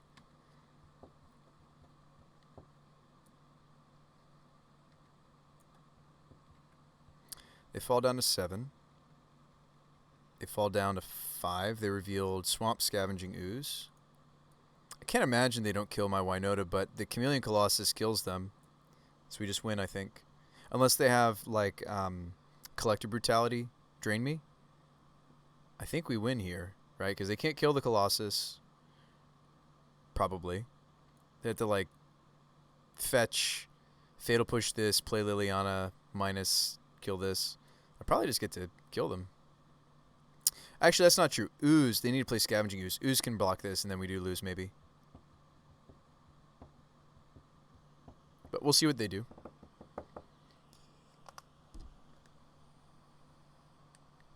We could draw a land and be able to exile these Spyros.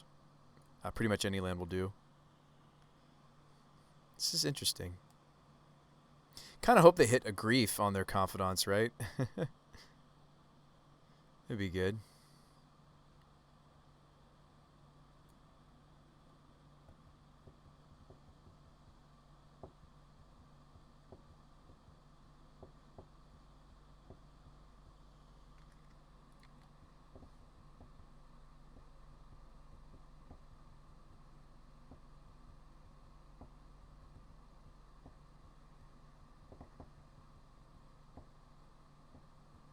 Now, Chameleon Colossus is a changeling, so it doesn't count for Winota.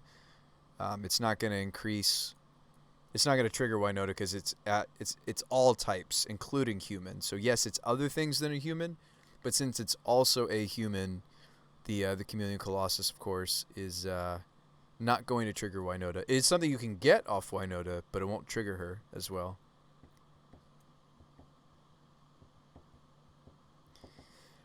So I haven't yet, Chancellor. I want to try that out. Grief with Ephemerate. I don't have the means to yet.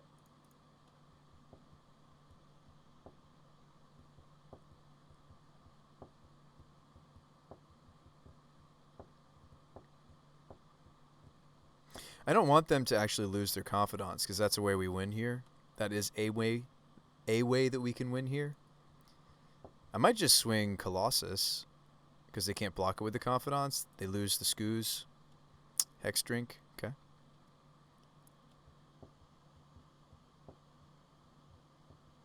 I don't want them to know that in my hand I have the ability to do the Spyro.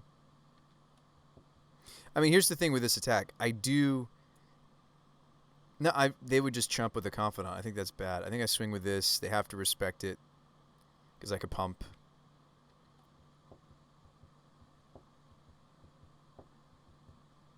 So they block with a drinker. They're going to gain life on the Scoos. It's unfortunate that they also had the drinker. So they're going to gain life on the Scoos before the confidant triggers go off. So we might still lose this. But that's the edge I'm going for. The hopeful that these tokens are relevant. Down to 5. They're going to gain some life. They decide not to. They could have just died right there if they revealed a Grief. Why not gain life on your Scoos? A little frustrated that I might still lose. That was, I mean, unless this is their only Grief, if they know it, they have other cards that would have gotten them killed. Surely you got to consider gaining some life before that trigger goes off. They just took it on the chin. Yeah, I'm waiting until I can rent cards, Chancellor. So they have a push for my Winota. That's unfortunate. There she goes.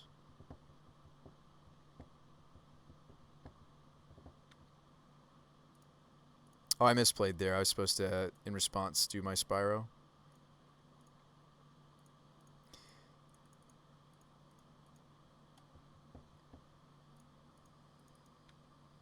They could have stopped that. They had another green source.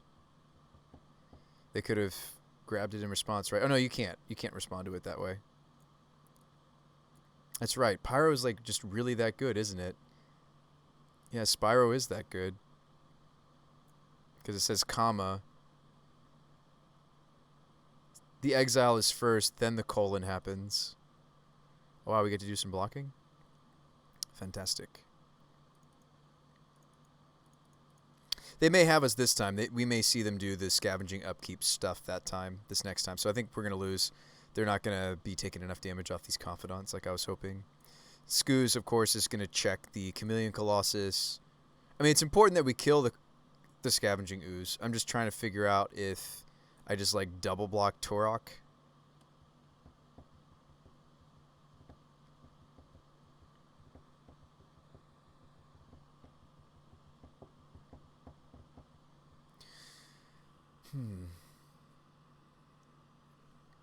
Anyways, regardless of how they attack here, hope you guys are enjoying the stream. Yeah, the double block could be interesting, or even just a single block. Might not be wrong.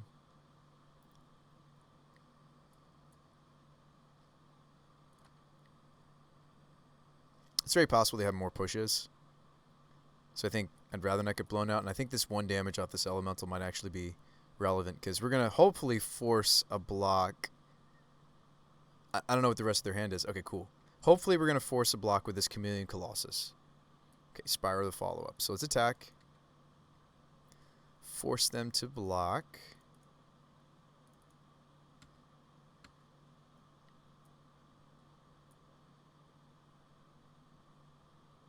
So forcing a block here. 1 coming through.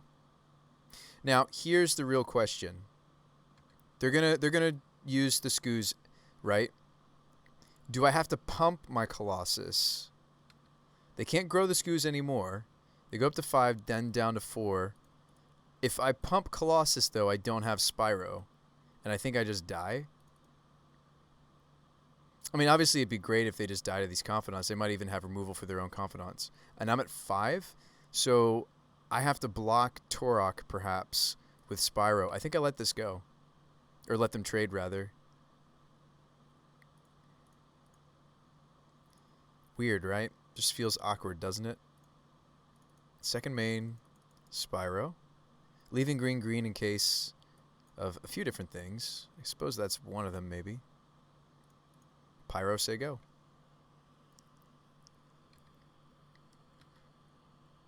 Ugh. I think we just lost. They did not die to their Confidants. Ugh. Yeah, they just need to remove this blocker. That gives them Fatal Push. This Peatland gives them the Revolt they need for that very likely Fatal Push in their hand. They've already played 2, but it's totally possible that they have the 3rd copy at this point. They've drawn a lot of cards off of these. Could be an Assassin's Trophy. Could be a lot of things. Why isn't their deck playing? Oh, their deck isn't playing Loris because of Grief. Got it. We figured it out. It's very simple. You either kill this or die, right? With the exception being like, well, no. Collective Brutality they would just use here. Kills the Pyro. Am I dead? Our draw really wasn't that wonderful. They take a Scurry.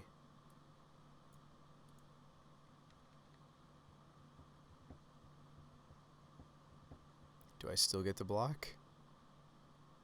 Liliana doesn't do it. I'll sacrifice the elemental token. Need to remove this. So many cards in your deck should do that. Granted, none of them did I see. I mean, I know they have a Voidwalker.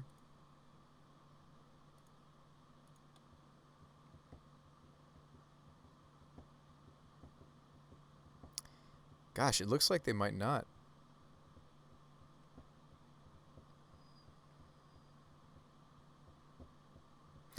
we worked very carefully this match to make sure that the Confidants didn't die several times. Wow. Looks like they're shoving the whole team and maybe letting me block. So we live at 1. Excuse me.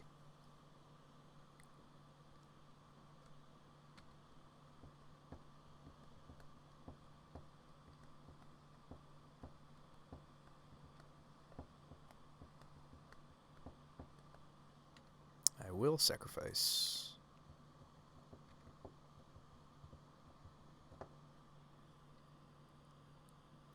I drew a Winota. Is playing Winota better than flashing back my Spyro? I don't have enough mana to play Winota and also Pirate.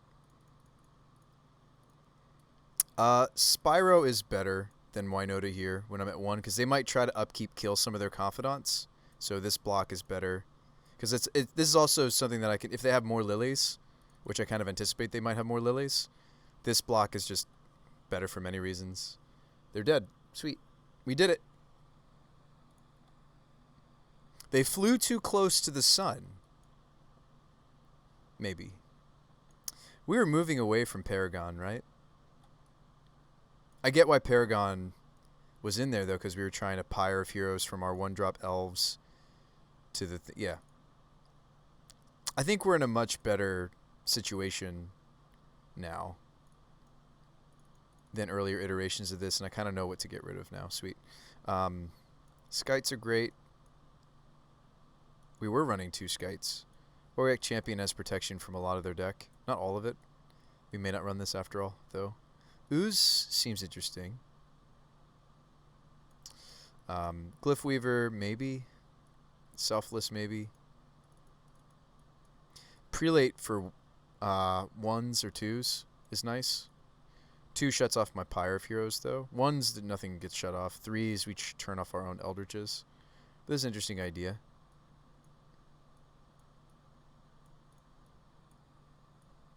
Could cut 1 Oak, but I feel like if I cut an Oak, I don't want 2 Denizen. 23 lands. Actually, that seems right with only this many dorks, doesn't it? Although we kind of flooded that game. Could cut a Cavern because it's just not doing anything this game. Maybe I should start doing that against the non-blue decks, by the way. Well, no, I can't really in the other deck we're playing because I'm only playing 22 land. But then again, we're playing 12 ramp. Maybe I could start doing something like that. I'll keep this on the draw. Maybe. I don't know. He takes this Arbor Elf. We're not looking as good. This hand's a lot more stable. Keep and put back the Prelate. And it's fun to think about that card. I don't think I should keep it, though.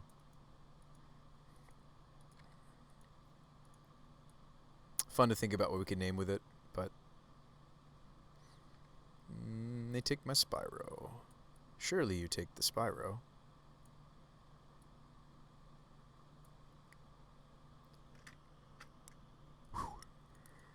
Yeah, maybe I'll start doing that, taking out the 4th Cavern against the non-blue decks. They take my Llanowar Elves. That seems greedy. Okay.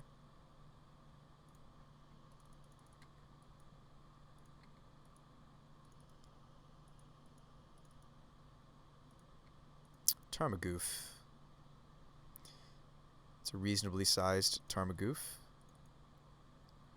Tarmogoyfi. Actually, I should have played my Mesa to get another duel instead of my Wooded. Wooded can get basic Forest, but it'll probably be okay. Probably. There's the Grist. Making an insect.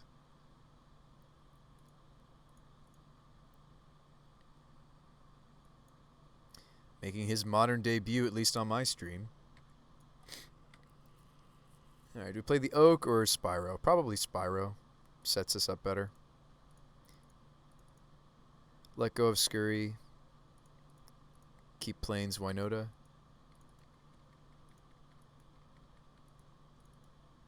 I think we've made a lot of improvements to the deck, honestly. Like I look at what we're doing here, and then I look forward to the future. I just think this is a better direction. No blocks or this block? Nah, no blocks. These really are just insects, right? They don't even gain them life when they die or anything. Yeah. It's an insect. I do care about the -2 on Grist. Oh, they're going to kill my Spyro anyway? Interesting. You'd be better off killing the Elemental. Okay, they realize that. They do so. Okay. We did take game 1, so we have a game to give, kind of see a little bit more what they're doing. We're playing like Collected Company for Grist. That's what you really need to be doing. Confidant. Tarmogoyf. Better to have more Goyfs than Confidants in Modern a lot of the time, it seems. So we could play out the Winota. It's not really doing anything yet.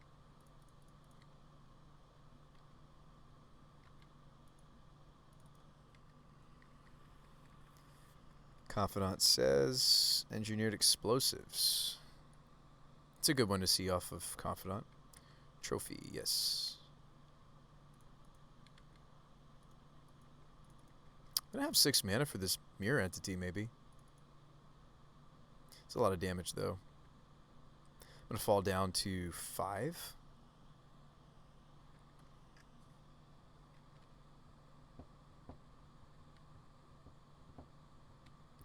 Yeah, we're probably dead now.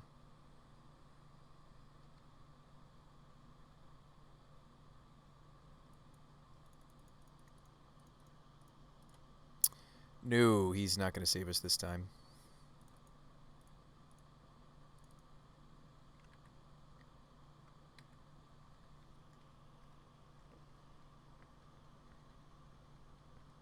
Abrupt Decay. Ooh, they have Plague Engineers? Gross. I was very happy that this card seemed to go away thanks to Luris. For our deck anyway. So down goes that. Abrupt Decay the Spyro.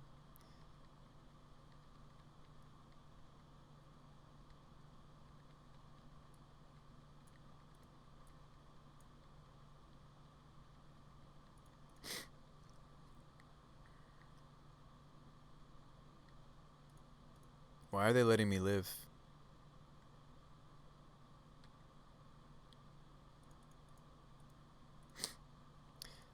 It just seems like laziness. Like, what if I was to draw the Scurry combo right here? I mean, I didn't. But what if, right? Like, what if I was able to draw the... At least in this build, we have access to doing that. Like, why let me do that, opponent? Why let me do that? Actually, I shouldn't concede there because they might show me another card off the Confidant. But, like, why would you let me do that? Let's run it back. I don't think they... And then they did see Scurryoke game 1, right? Like, why not just win the game? Why not just take the time? And I'm sure I'm one to talk. I'm sure there are plenty of attacks I've made without fully thinking about the math behind it. But it's like, why not take the time to math the blocks? Anyway. I'm sure I'm preaching to the choir at this point. I mean, we've all made attacks where we've not fully mathed out and thought about things. And look here, we're the crazy people playing this card, right?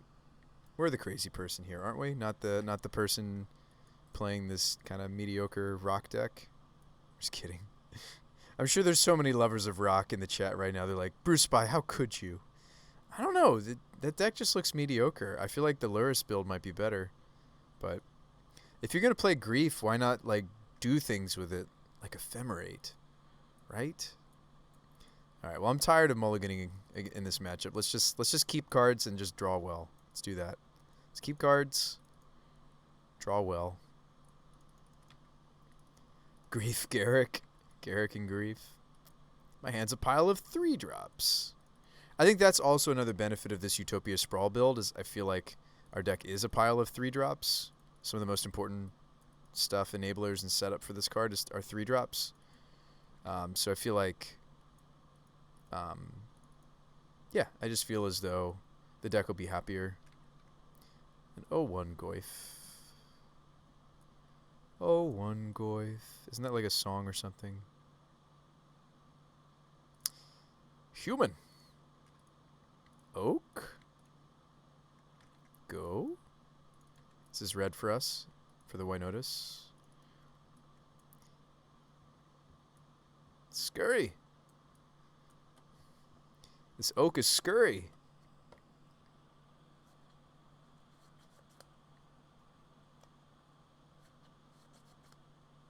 Yeah, I do think that the scurry oak combo wasn't great, and I'm thankful that we moved away from trying to incorporate it into Winota. Now, granted, it is a 3-drop. It is a 3-drop that produces non-human.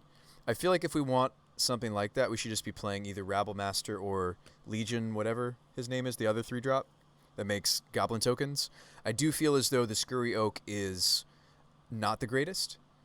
It's cool that it has an infinite loop and combo in Modern. My issue is that there's plenty of Bolt to go around. I do like that Winota is not as easily disrupted by Bolt.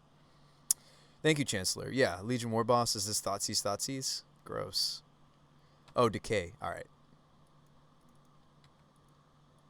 I may want to lead out the Glyph Weaver instead of just playing the Winota. Problem with this line is, okay, it's much better now to do.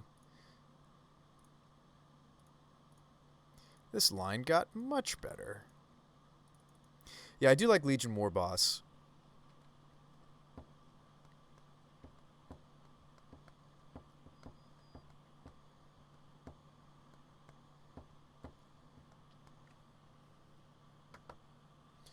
Would like to take this matchup, but I'm not so sure we're going to get to. Tarmogoofy. The Tarmagoof. The Goofy Goith. This Assassin's Trophy right here. Is that what you got? Is that what this is? Could be fetch push even. Worst case would be this is a fetch push push. Because that'll get around Selfless Winota. They decide not to attack. I kind of want to spend another turn setting up. But how am I punished? I'm punished if they have another Thoughtseize. Otherwise, this looks good. Scurry. Rather setup. Could cycle the Horizon Canopy as well. During their end step, of course. But maybe that's ambitious, right? But like I only was going to get one trigger and it was an elf that was going to get eaten up. We could even just make infinite squirrels with this setup because I have Tutor. I have something else I could sacrifice that's big enough. Pushing the oak? Huh. You want to push the oak. I might just let that go. Could keep it. Maybe I will keep it.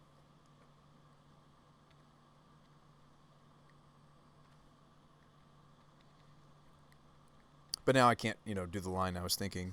It is just Winota, 2 triggers. But we'll see. We have some attacks this time, opponent. We're shoving. You got it. Taking it.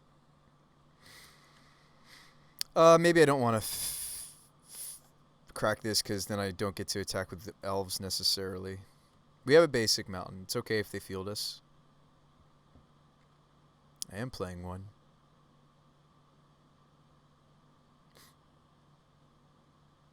Mountain. This build is anyway. That play would work against some of the other iterations of our deck. Is this Lily? Liliana? I'd rather keep the oak over the elves. This is good for us actually. So they're tapping out fully. Okay. Oh, they're plussing on this Lily, not minusing. Maybe.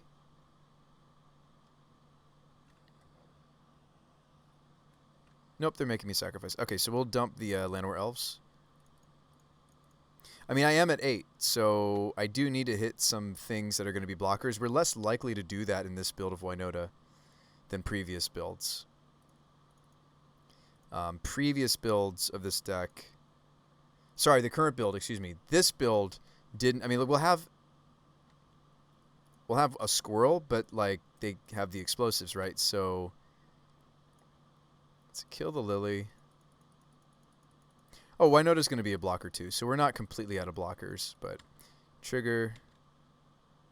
Ooh, we whiff. We probably just lost. I say probably because I still have my Eldritch, and maybe I could cobble together the infinite squirrels, but probably not. I'd need to hit a 2-drop, and this build didn't have as many 2-drops. These are big goifs, 5/6s now. Alright, they kill my squirrel. Glad I didn't fetch. I have to chump. Let me just top deck it. Infinite squirrels off the top. Let's do it. Hopefully their last card isn't relevant. Can't tap this canopy. Let's be mindful of that. They do have a blocker. That's sad to have another fetch. So we can turn the Scurry Oak into a Spyro. I don't know what else is going to happen, though. That's too bad. That's really too bad. And we're dead. Good games. That's really too bad. I do think that the deck has come a long way. We can't prize anymore. Oh, that's not true. We still could. We win this last game, we do.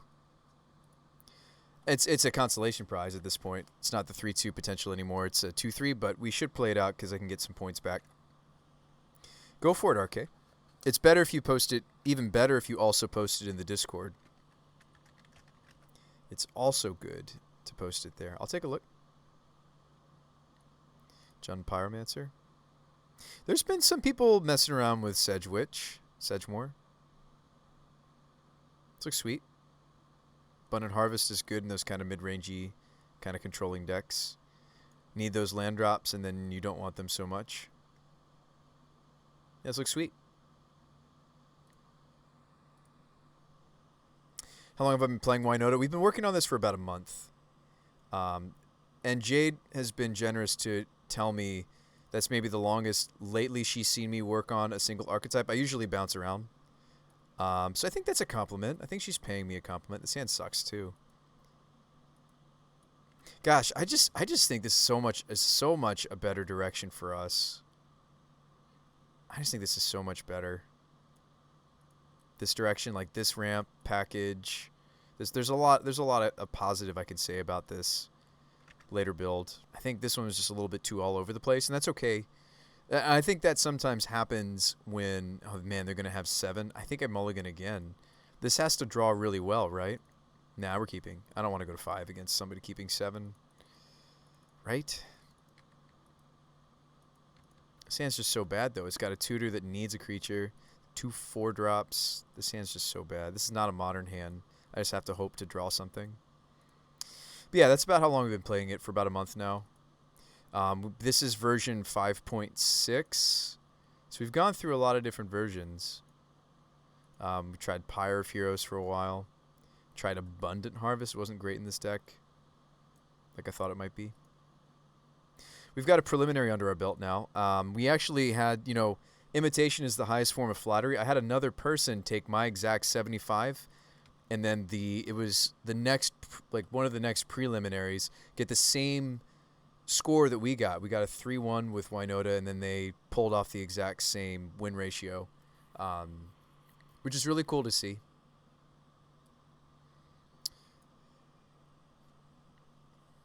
My opponent is 1-3, but it looks like they're playing a legit deck, though. Why are you 1-3 with your super awesome Dragon's Rage Chandler prowess? All right, Stomping Ground. Draw me a creature. That's not a creature. All right, we're in trouble. Spire go. This hand's not going to get there, chat. But now at least we know what they are. Oh, I forgot to say, hey, good luck and have fun. And Trips, that question of how long have you played Winota is usually followed with, Bruce By, why are you refusing to play the traditional finishers that Winota does? I have. I'm not refusing to play them. I did play them when we first started messing around with Winota, and at least on my own time. Not necessarily. I didn't spend a lot of time with it necessarily on stream time. Don't quite have Delirium opponent. Nice. We drew Scary. Drew the Scary. We have a green source, so I can still name Human here if I want to, which I do. Oh, man. Scurry don't have the bolt. They'll have the bolt. Scurry don't have the bolt. but they'll have the Bolt. This Flooded Strand is interesting. Wonder what they're actually up to. Are they actually prowess? I mean, it looks like it's prowess. This combo is so disruptible by Bolt too. I think I'm very glad that we moved away from it. Like the Winota synergies, a little bit less disruptible by Bolt. These are actually kind of 2-drops. It's more like this. Like during the course of a game, I could play one at 2 mana, the Ring Heart Crest. But then the second one I see, I want to play at a 4-drop, but I'm just put them in the 2s. Not just to make the curve look nicer, like a reasonable amount of the time these are ramping us to our 4s. Except for Blade Historian. It doesn't help us there, but it helps us with the rest of the team here. But really they're here because of the 4 mana side of the look at the top 6, try to find Winota. So we've tried a lot of things in this 2 slot. Like we've tried Pyre, we've tried Kolvori. I mean, maybe we still should be playing Pyre, but the problem with Pyre is then we want to Changeling at 2, we want to Changeling at 3. I think it's too much. Prismari, my Pyre, that's fine. Actually, they might just be dead to infinite squirrels now. That's awesome. Faithless. I think we just won, folks. No respect for the Scurry Oak. You have to attack. They're just dead. Unless I misclick. Guys, we did it. It's squirrel time. As long as I don't mess up. Oh, yeah. Also, we can't do all the yields because it bugs out Magic Online. Yeah, no auto and GG. Yes. Let's not mess this up. Yes. So let's auto the Denizen and lock in the Denizen, but not the Scurry Oak because I can save targets, which is nice. And I will yield to the Denizen even, but I'm not going to yield to Oak. Yes. Yes. Yes.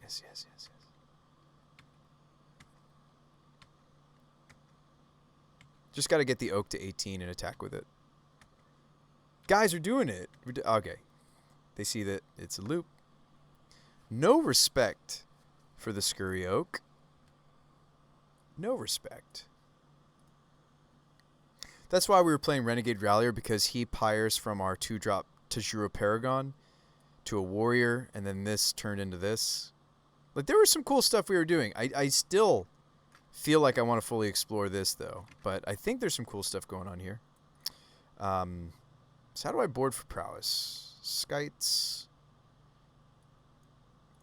Prelate. Maybe even the Apparition. Apparition feels awkward sometimes. Heron's Grace can come in. Colossus can go. Do we keep in the... I don't keep in Scurry combo here, though, because they just bolt and they know to play around it now. I don't know. Ooze is interesting. Auric Champion is good. Kenrith, if we need to trample over, I don't think we need to bother. We moved away from Kenrith, and maybe that's a good thing. I really was high on this card for a while. Kenrith, the Return King, for his first ability. Kind of moved away from it, though. Selfless effects, sure. So, like, this build with Lena had 3 selfless effects, but she's just, you have to hit her off Winota, so it's kind of like you get it after you needed it, really. That's the problem with that card. But I think we can play it here. Cut the Paragon. Oh, Magus can go. Recruiter's also pretty slow. Maybe we don't play Recruiter. Maybe we play Ooze. Yeah, that was nice. Scurry Oak is, yeah. Make some squirrels, but... Could play Recruiter, but again, I think it's slow. I think I just would rather have Ooze. Some of these builds are using their graveyard. Delving, or they are playing Bedlam Reveler, but... kind of want to see those cards before I bring in...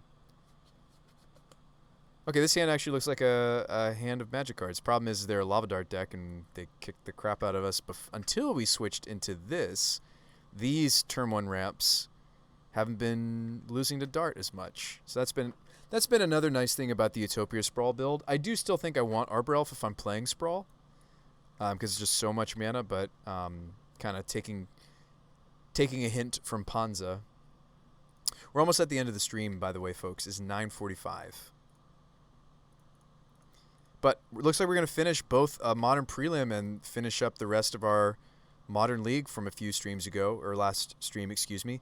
That's awesome. I also have some really cool announcements to make. Well, okay, that would kill a Gilded Goose regardless. If you're wondering, I think I'll still play this out, even though maybe it's correct to play Visionary at this point. Prowess usually beats us pretty hard, but we've been making some adjustments to make it a little bit better. I've got a cool announcement to share with you guys, so remind me of that at the end of the stream tonight. Some new news. Newish news. Oh, wow, they're a thing in the ice build, so this is not like the quote-unquote optimized prowess. That's okay. Opponent's trying some new stuff. I'm all for it. I'm not... Hopefully you don't take that as, ooh, Bruce By threw some shade just there. No. Like, I think Thing in the Ice is great. Certainly good against my deck. I kind of want to remove it with this evolution. They probably have a Vapor Snag here. Maybe I don't have the luxury of time to remove that. Did I bring in the... Yeah, so I could get rid of this maybe. Could be a Spell Pierce. That would stink. It's more likely to be Vapor Snag.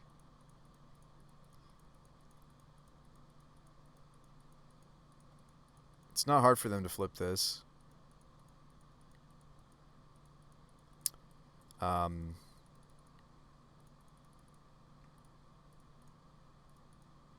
Wish I could also play the Visionary. I mean, maybe it's correct for me to just go Selfless Visionary, hope they don't flip it this turn.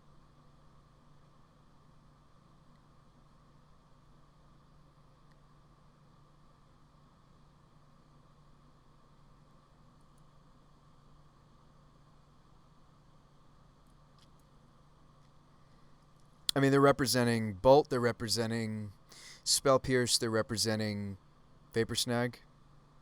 I can't think of what else. I mean, opponent's showing that this is a brew of theirs, though. A brew build, so maybe that's not what this is at all. Maybe it's a Dispel. I don't know. Could be a lot of different things. Yeah, 15 minutes. 13 minutes. Do you have snacks? Steve has lately been sating my sweet tooth. Actually, Steve, what do you think I should do here? He's a friend of mine. Good friend of mine. Of course you have Sean snacks. Awesome. Do we just Glyph Weaver? Okay, so my opponent is about to turn this Thing in the Ice over the course of the next turn or so into a 7/8 Kraken Horror. That when they flip it, they're going to return all of my creatures. It's pretty bad news for me. I could just Evolution here and get blown out by their Spell Pierce. Or I could play 2 creatures. I'm leaning towards playing 2 creatures, but I'm not sure, chat. I'm not sure.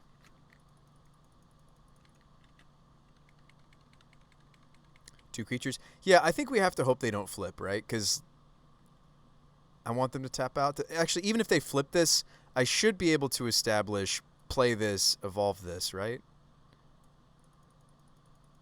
2 creatures, then Evo next turn. Well, that's just hoping they don't flip the thing.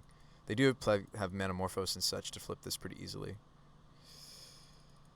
Alright, Visionary. Let's see what we draw first. Alright, Pyre. Ooh, I might rather play the Pyre, and then they tag it with their Spell Pierce, then playing out Selfless. The Pierce and the Flip hurt equally. Show me Spell Pierce. Oh, they don't have Spell Pierce.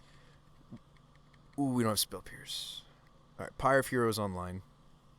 I ended up with a different line than yours, Steve, because we drew into this. We're pretty screwed if they flip this Thing in the Ice, right? Ooh, they're tapping out. They're Blood Mooning me. Please do. They're Prismari commanding me. Yes. Oh, now we just lose to that card. Great.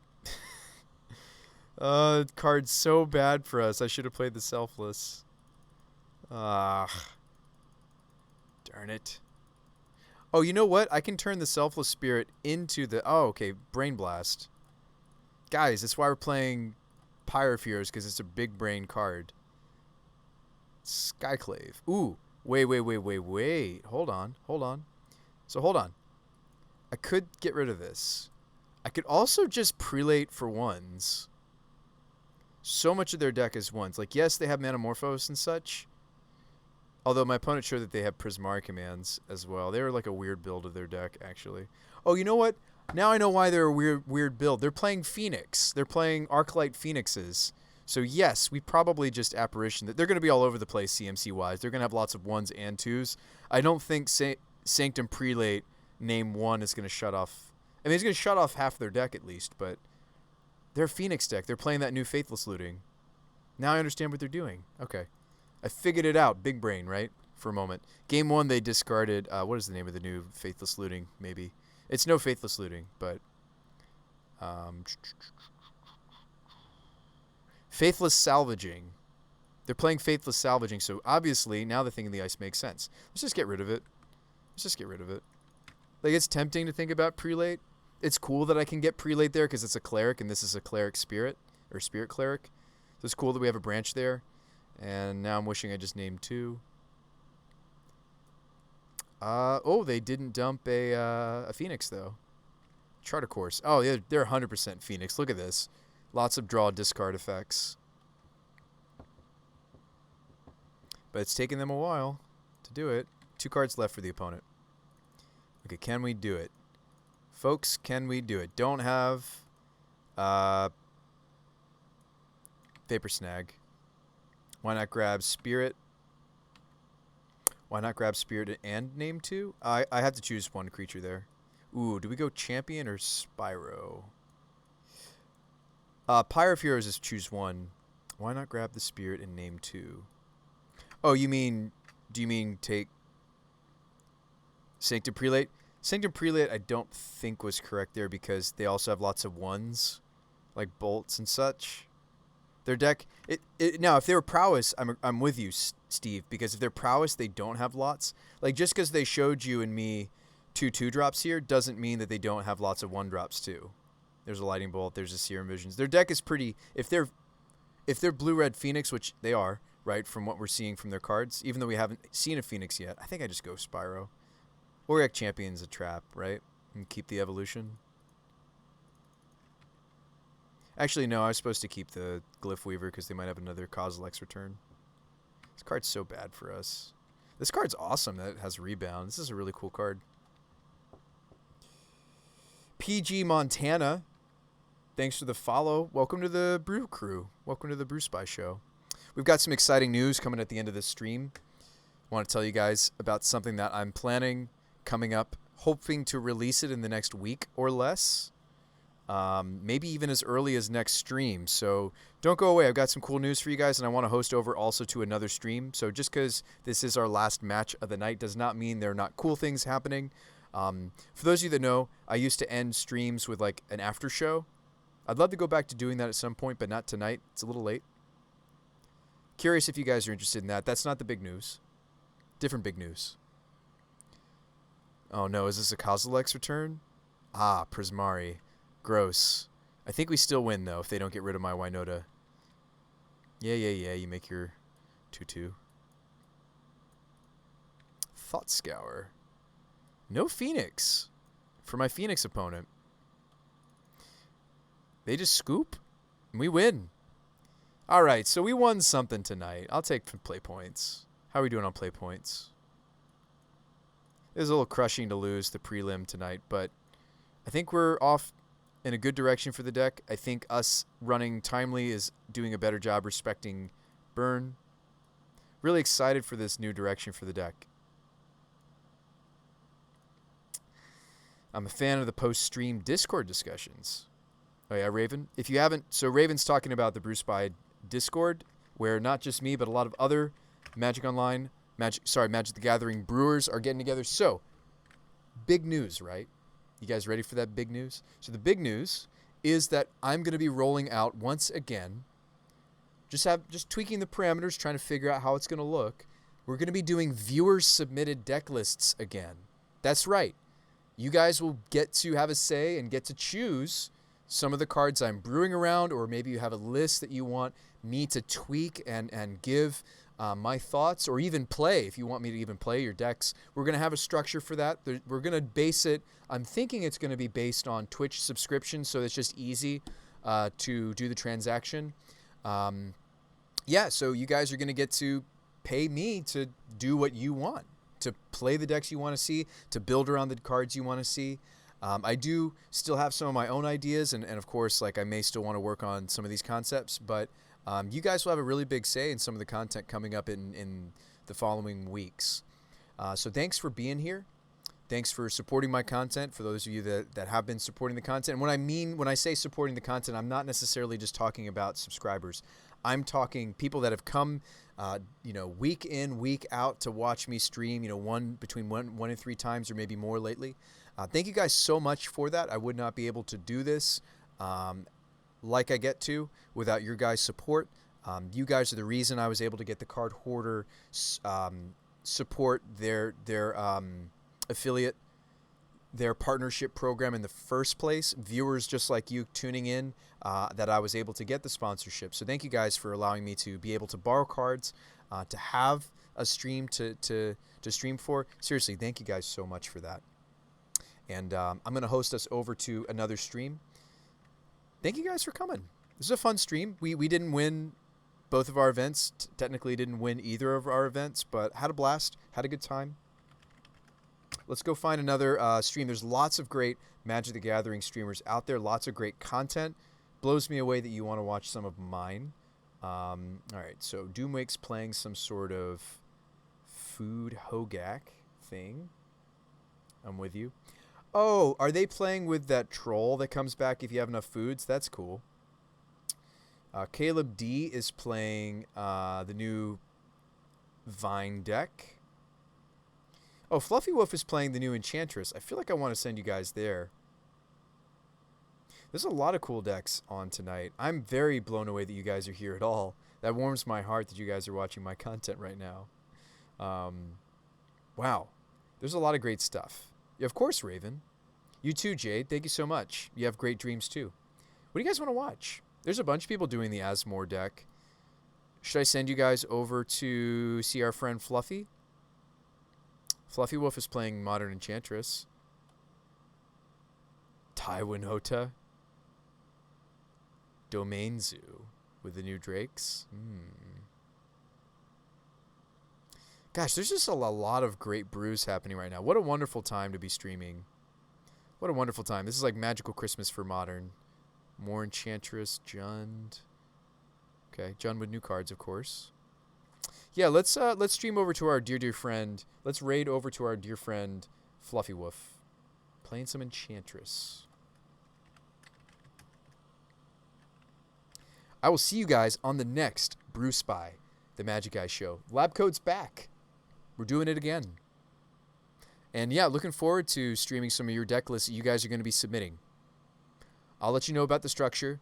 Definitely follow me on Twitter, Facebook, or just follow me here on Twitch so you know that when I go live. Lately, the schedule's been about 7 p.m. What has it been? Tuesday, Thursday, and then once on the weekends. But I have been streaming differently. You can see that right now I'm streaming on Monday night, Modern Monday. But anyway, guys, I'll see you on the next stream. Go say hi to Fluffy Wolf for me. Go say hi. Can we ride if there's no Garrix? Maybe. Hit that button. Hit that button. Let's go say hi to Fluffy. Come on, hit the button. All right, I'll see you guys over there. I'll say something to Fluffy, too. We'll talk for a bit.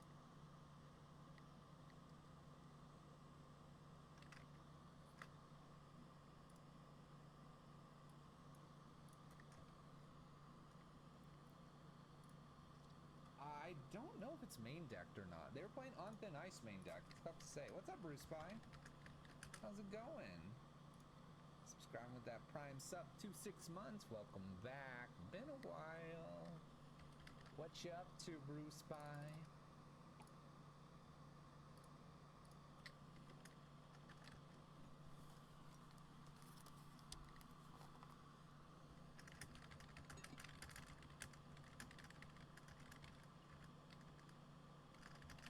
Sale slow confirmed.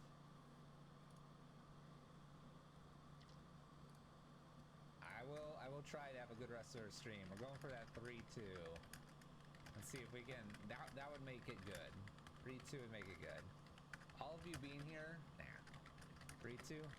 Oh yeah.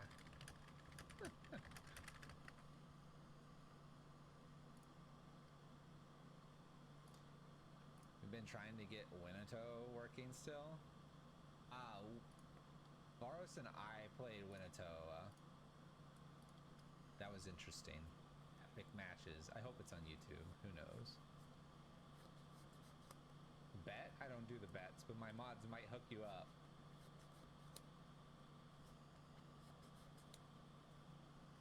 Thinking Unbridled's better? What about Oath of Nissa? That could be fun. Winota. Yeah, Winota. Not Winota. Winota. Why are you correcting me? It's Euro and Winota.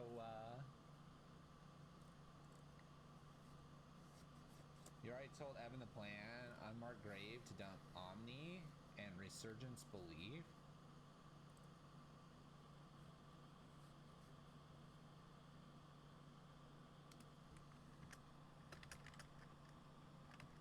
Suspend to return all enchantment cards from your graveyard to the battlefield.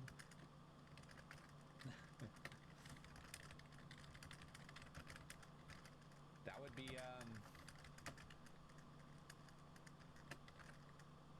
be interesting. What does brought back do again? It's from Battlefield, right? Battlefield, yeah.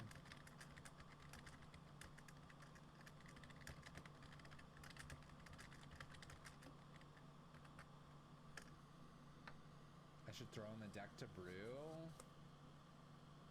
but I like to brew. There are a lot of streamers in here. There are a lot of us. All right, we're 2-2. My opponent's 1-1. Let's not run into the mirror, shall we? 2 lands here. Extra harvest hands. Not the greatest, but we'll take it. 2 blossoms a little higher on the curve. But the abundant growth will find a 3-drop. I am convinced of it. Let's go. Hopefully you got your channel points in. Overgrown tune. All right. Sounds good.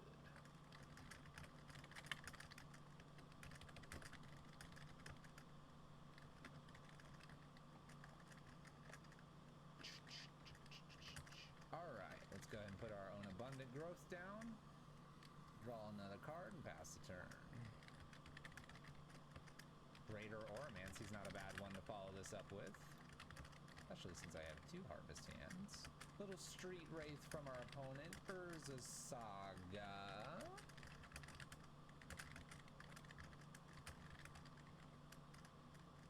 Alright, I'll play a Greater Oromancy here. I'm a little worried about what this Urza Saga means. Greater, Enchantress, Sithis. Go, go, go, go, go.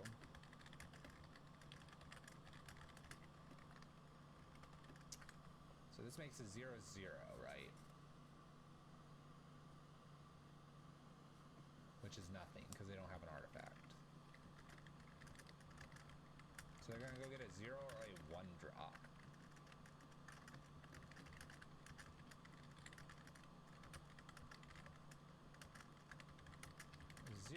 Or a 1-drop. Let's go ahead and play a Harvest Hand and then Abundant Growth again. This allows me to draw a card.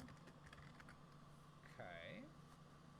Sterling Grove and Greater Oromancy. We're getting there. They make the construct. Okay, this goes down and they get a 0 or a 1-drop. What are they gonna go get?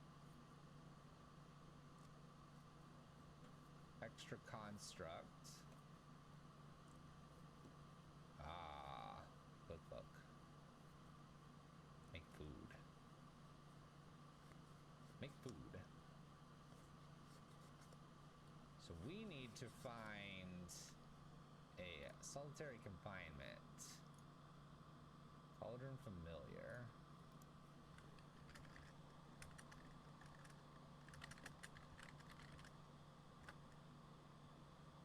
I have 3 mana that I have here. Sterling Grove could find my solitary confinement. Probably what I have to do here.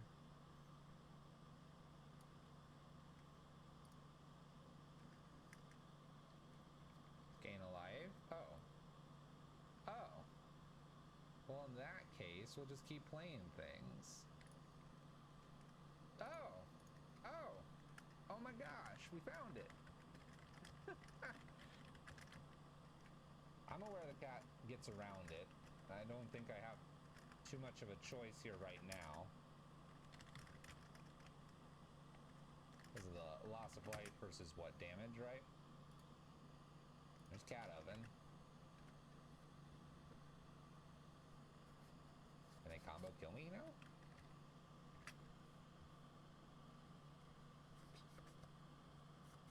Well, block 6 damage.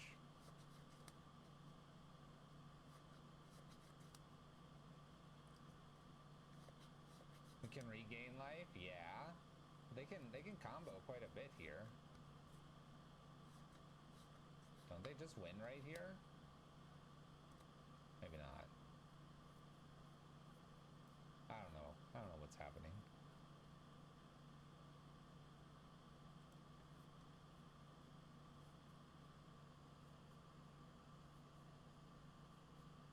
I have 1, 2, 3, 4 mana here. Clearly I have to play Solitary Confinement or I die, so down it goes and we'll pass turn.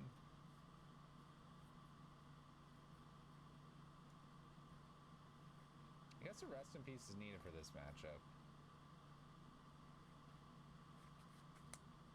In play it is. So I can play Sithis plus a Greater Oromancy here. So they sacrifice, they have 3 food tokens here.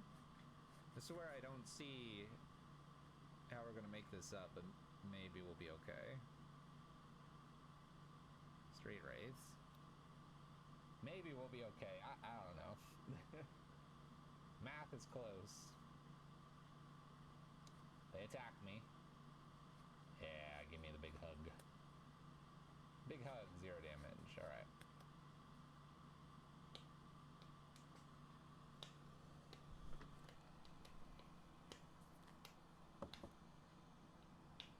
Plays a Blooming Marsh.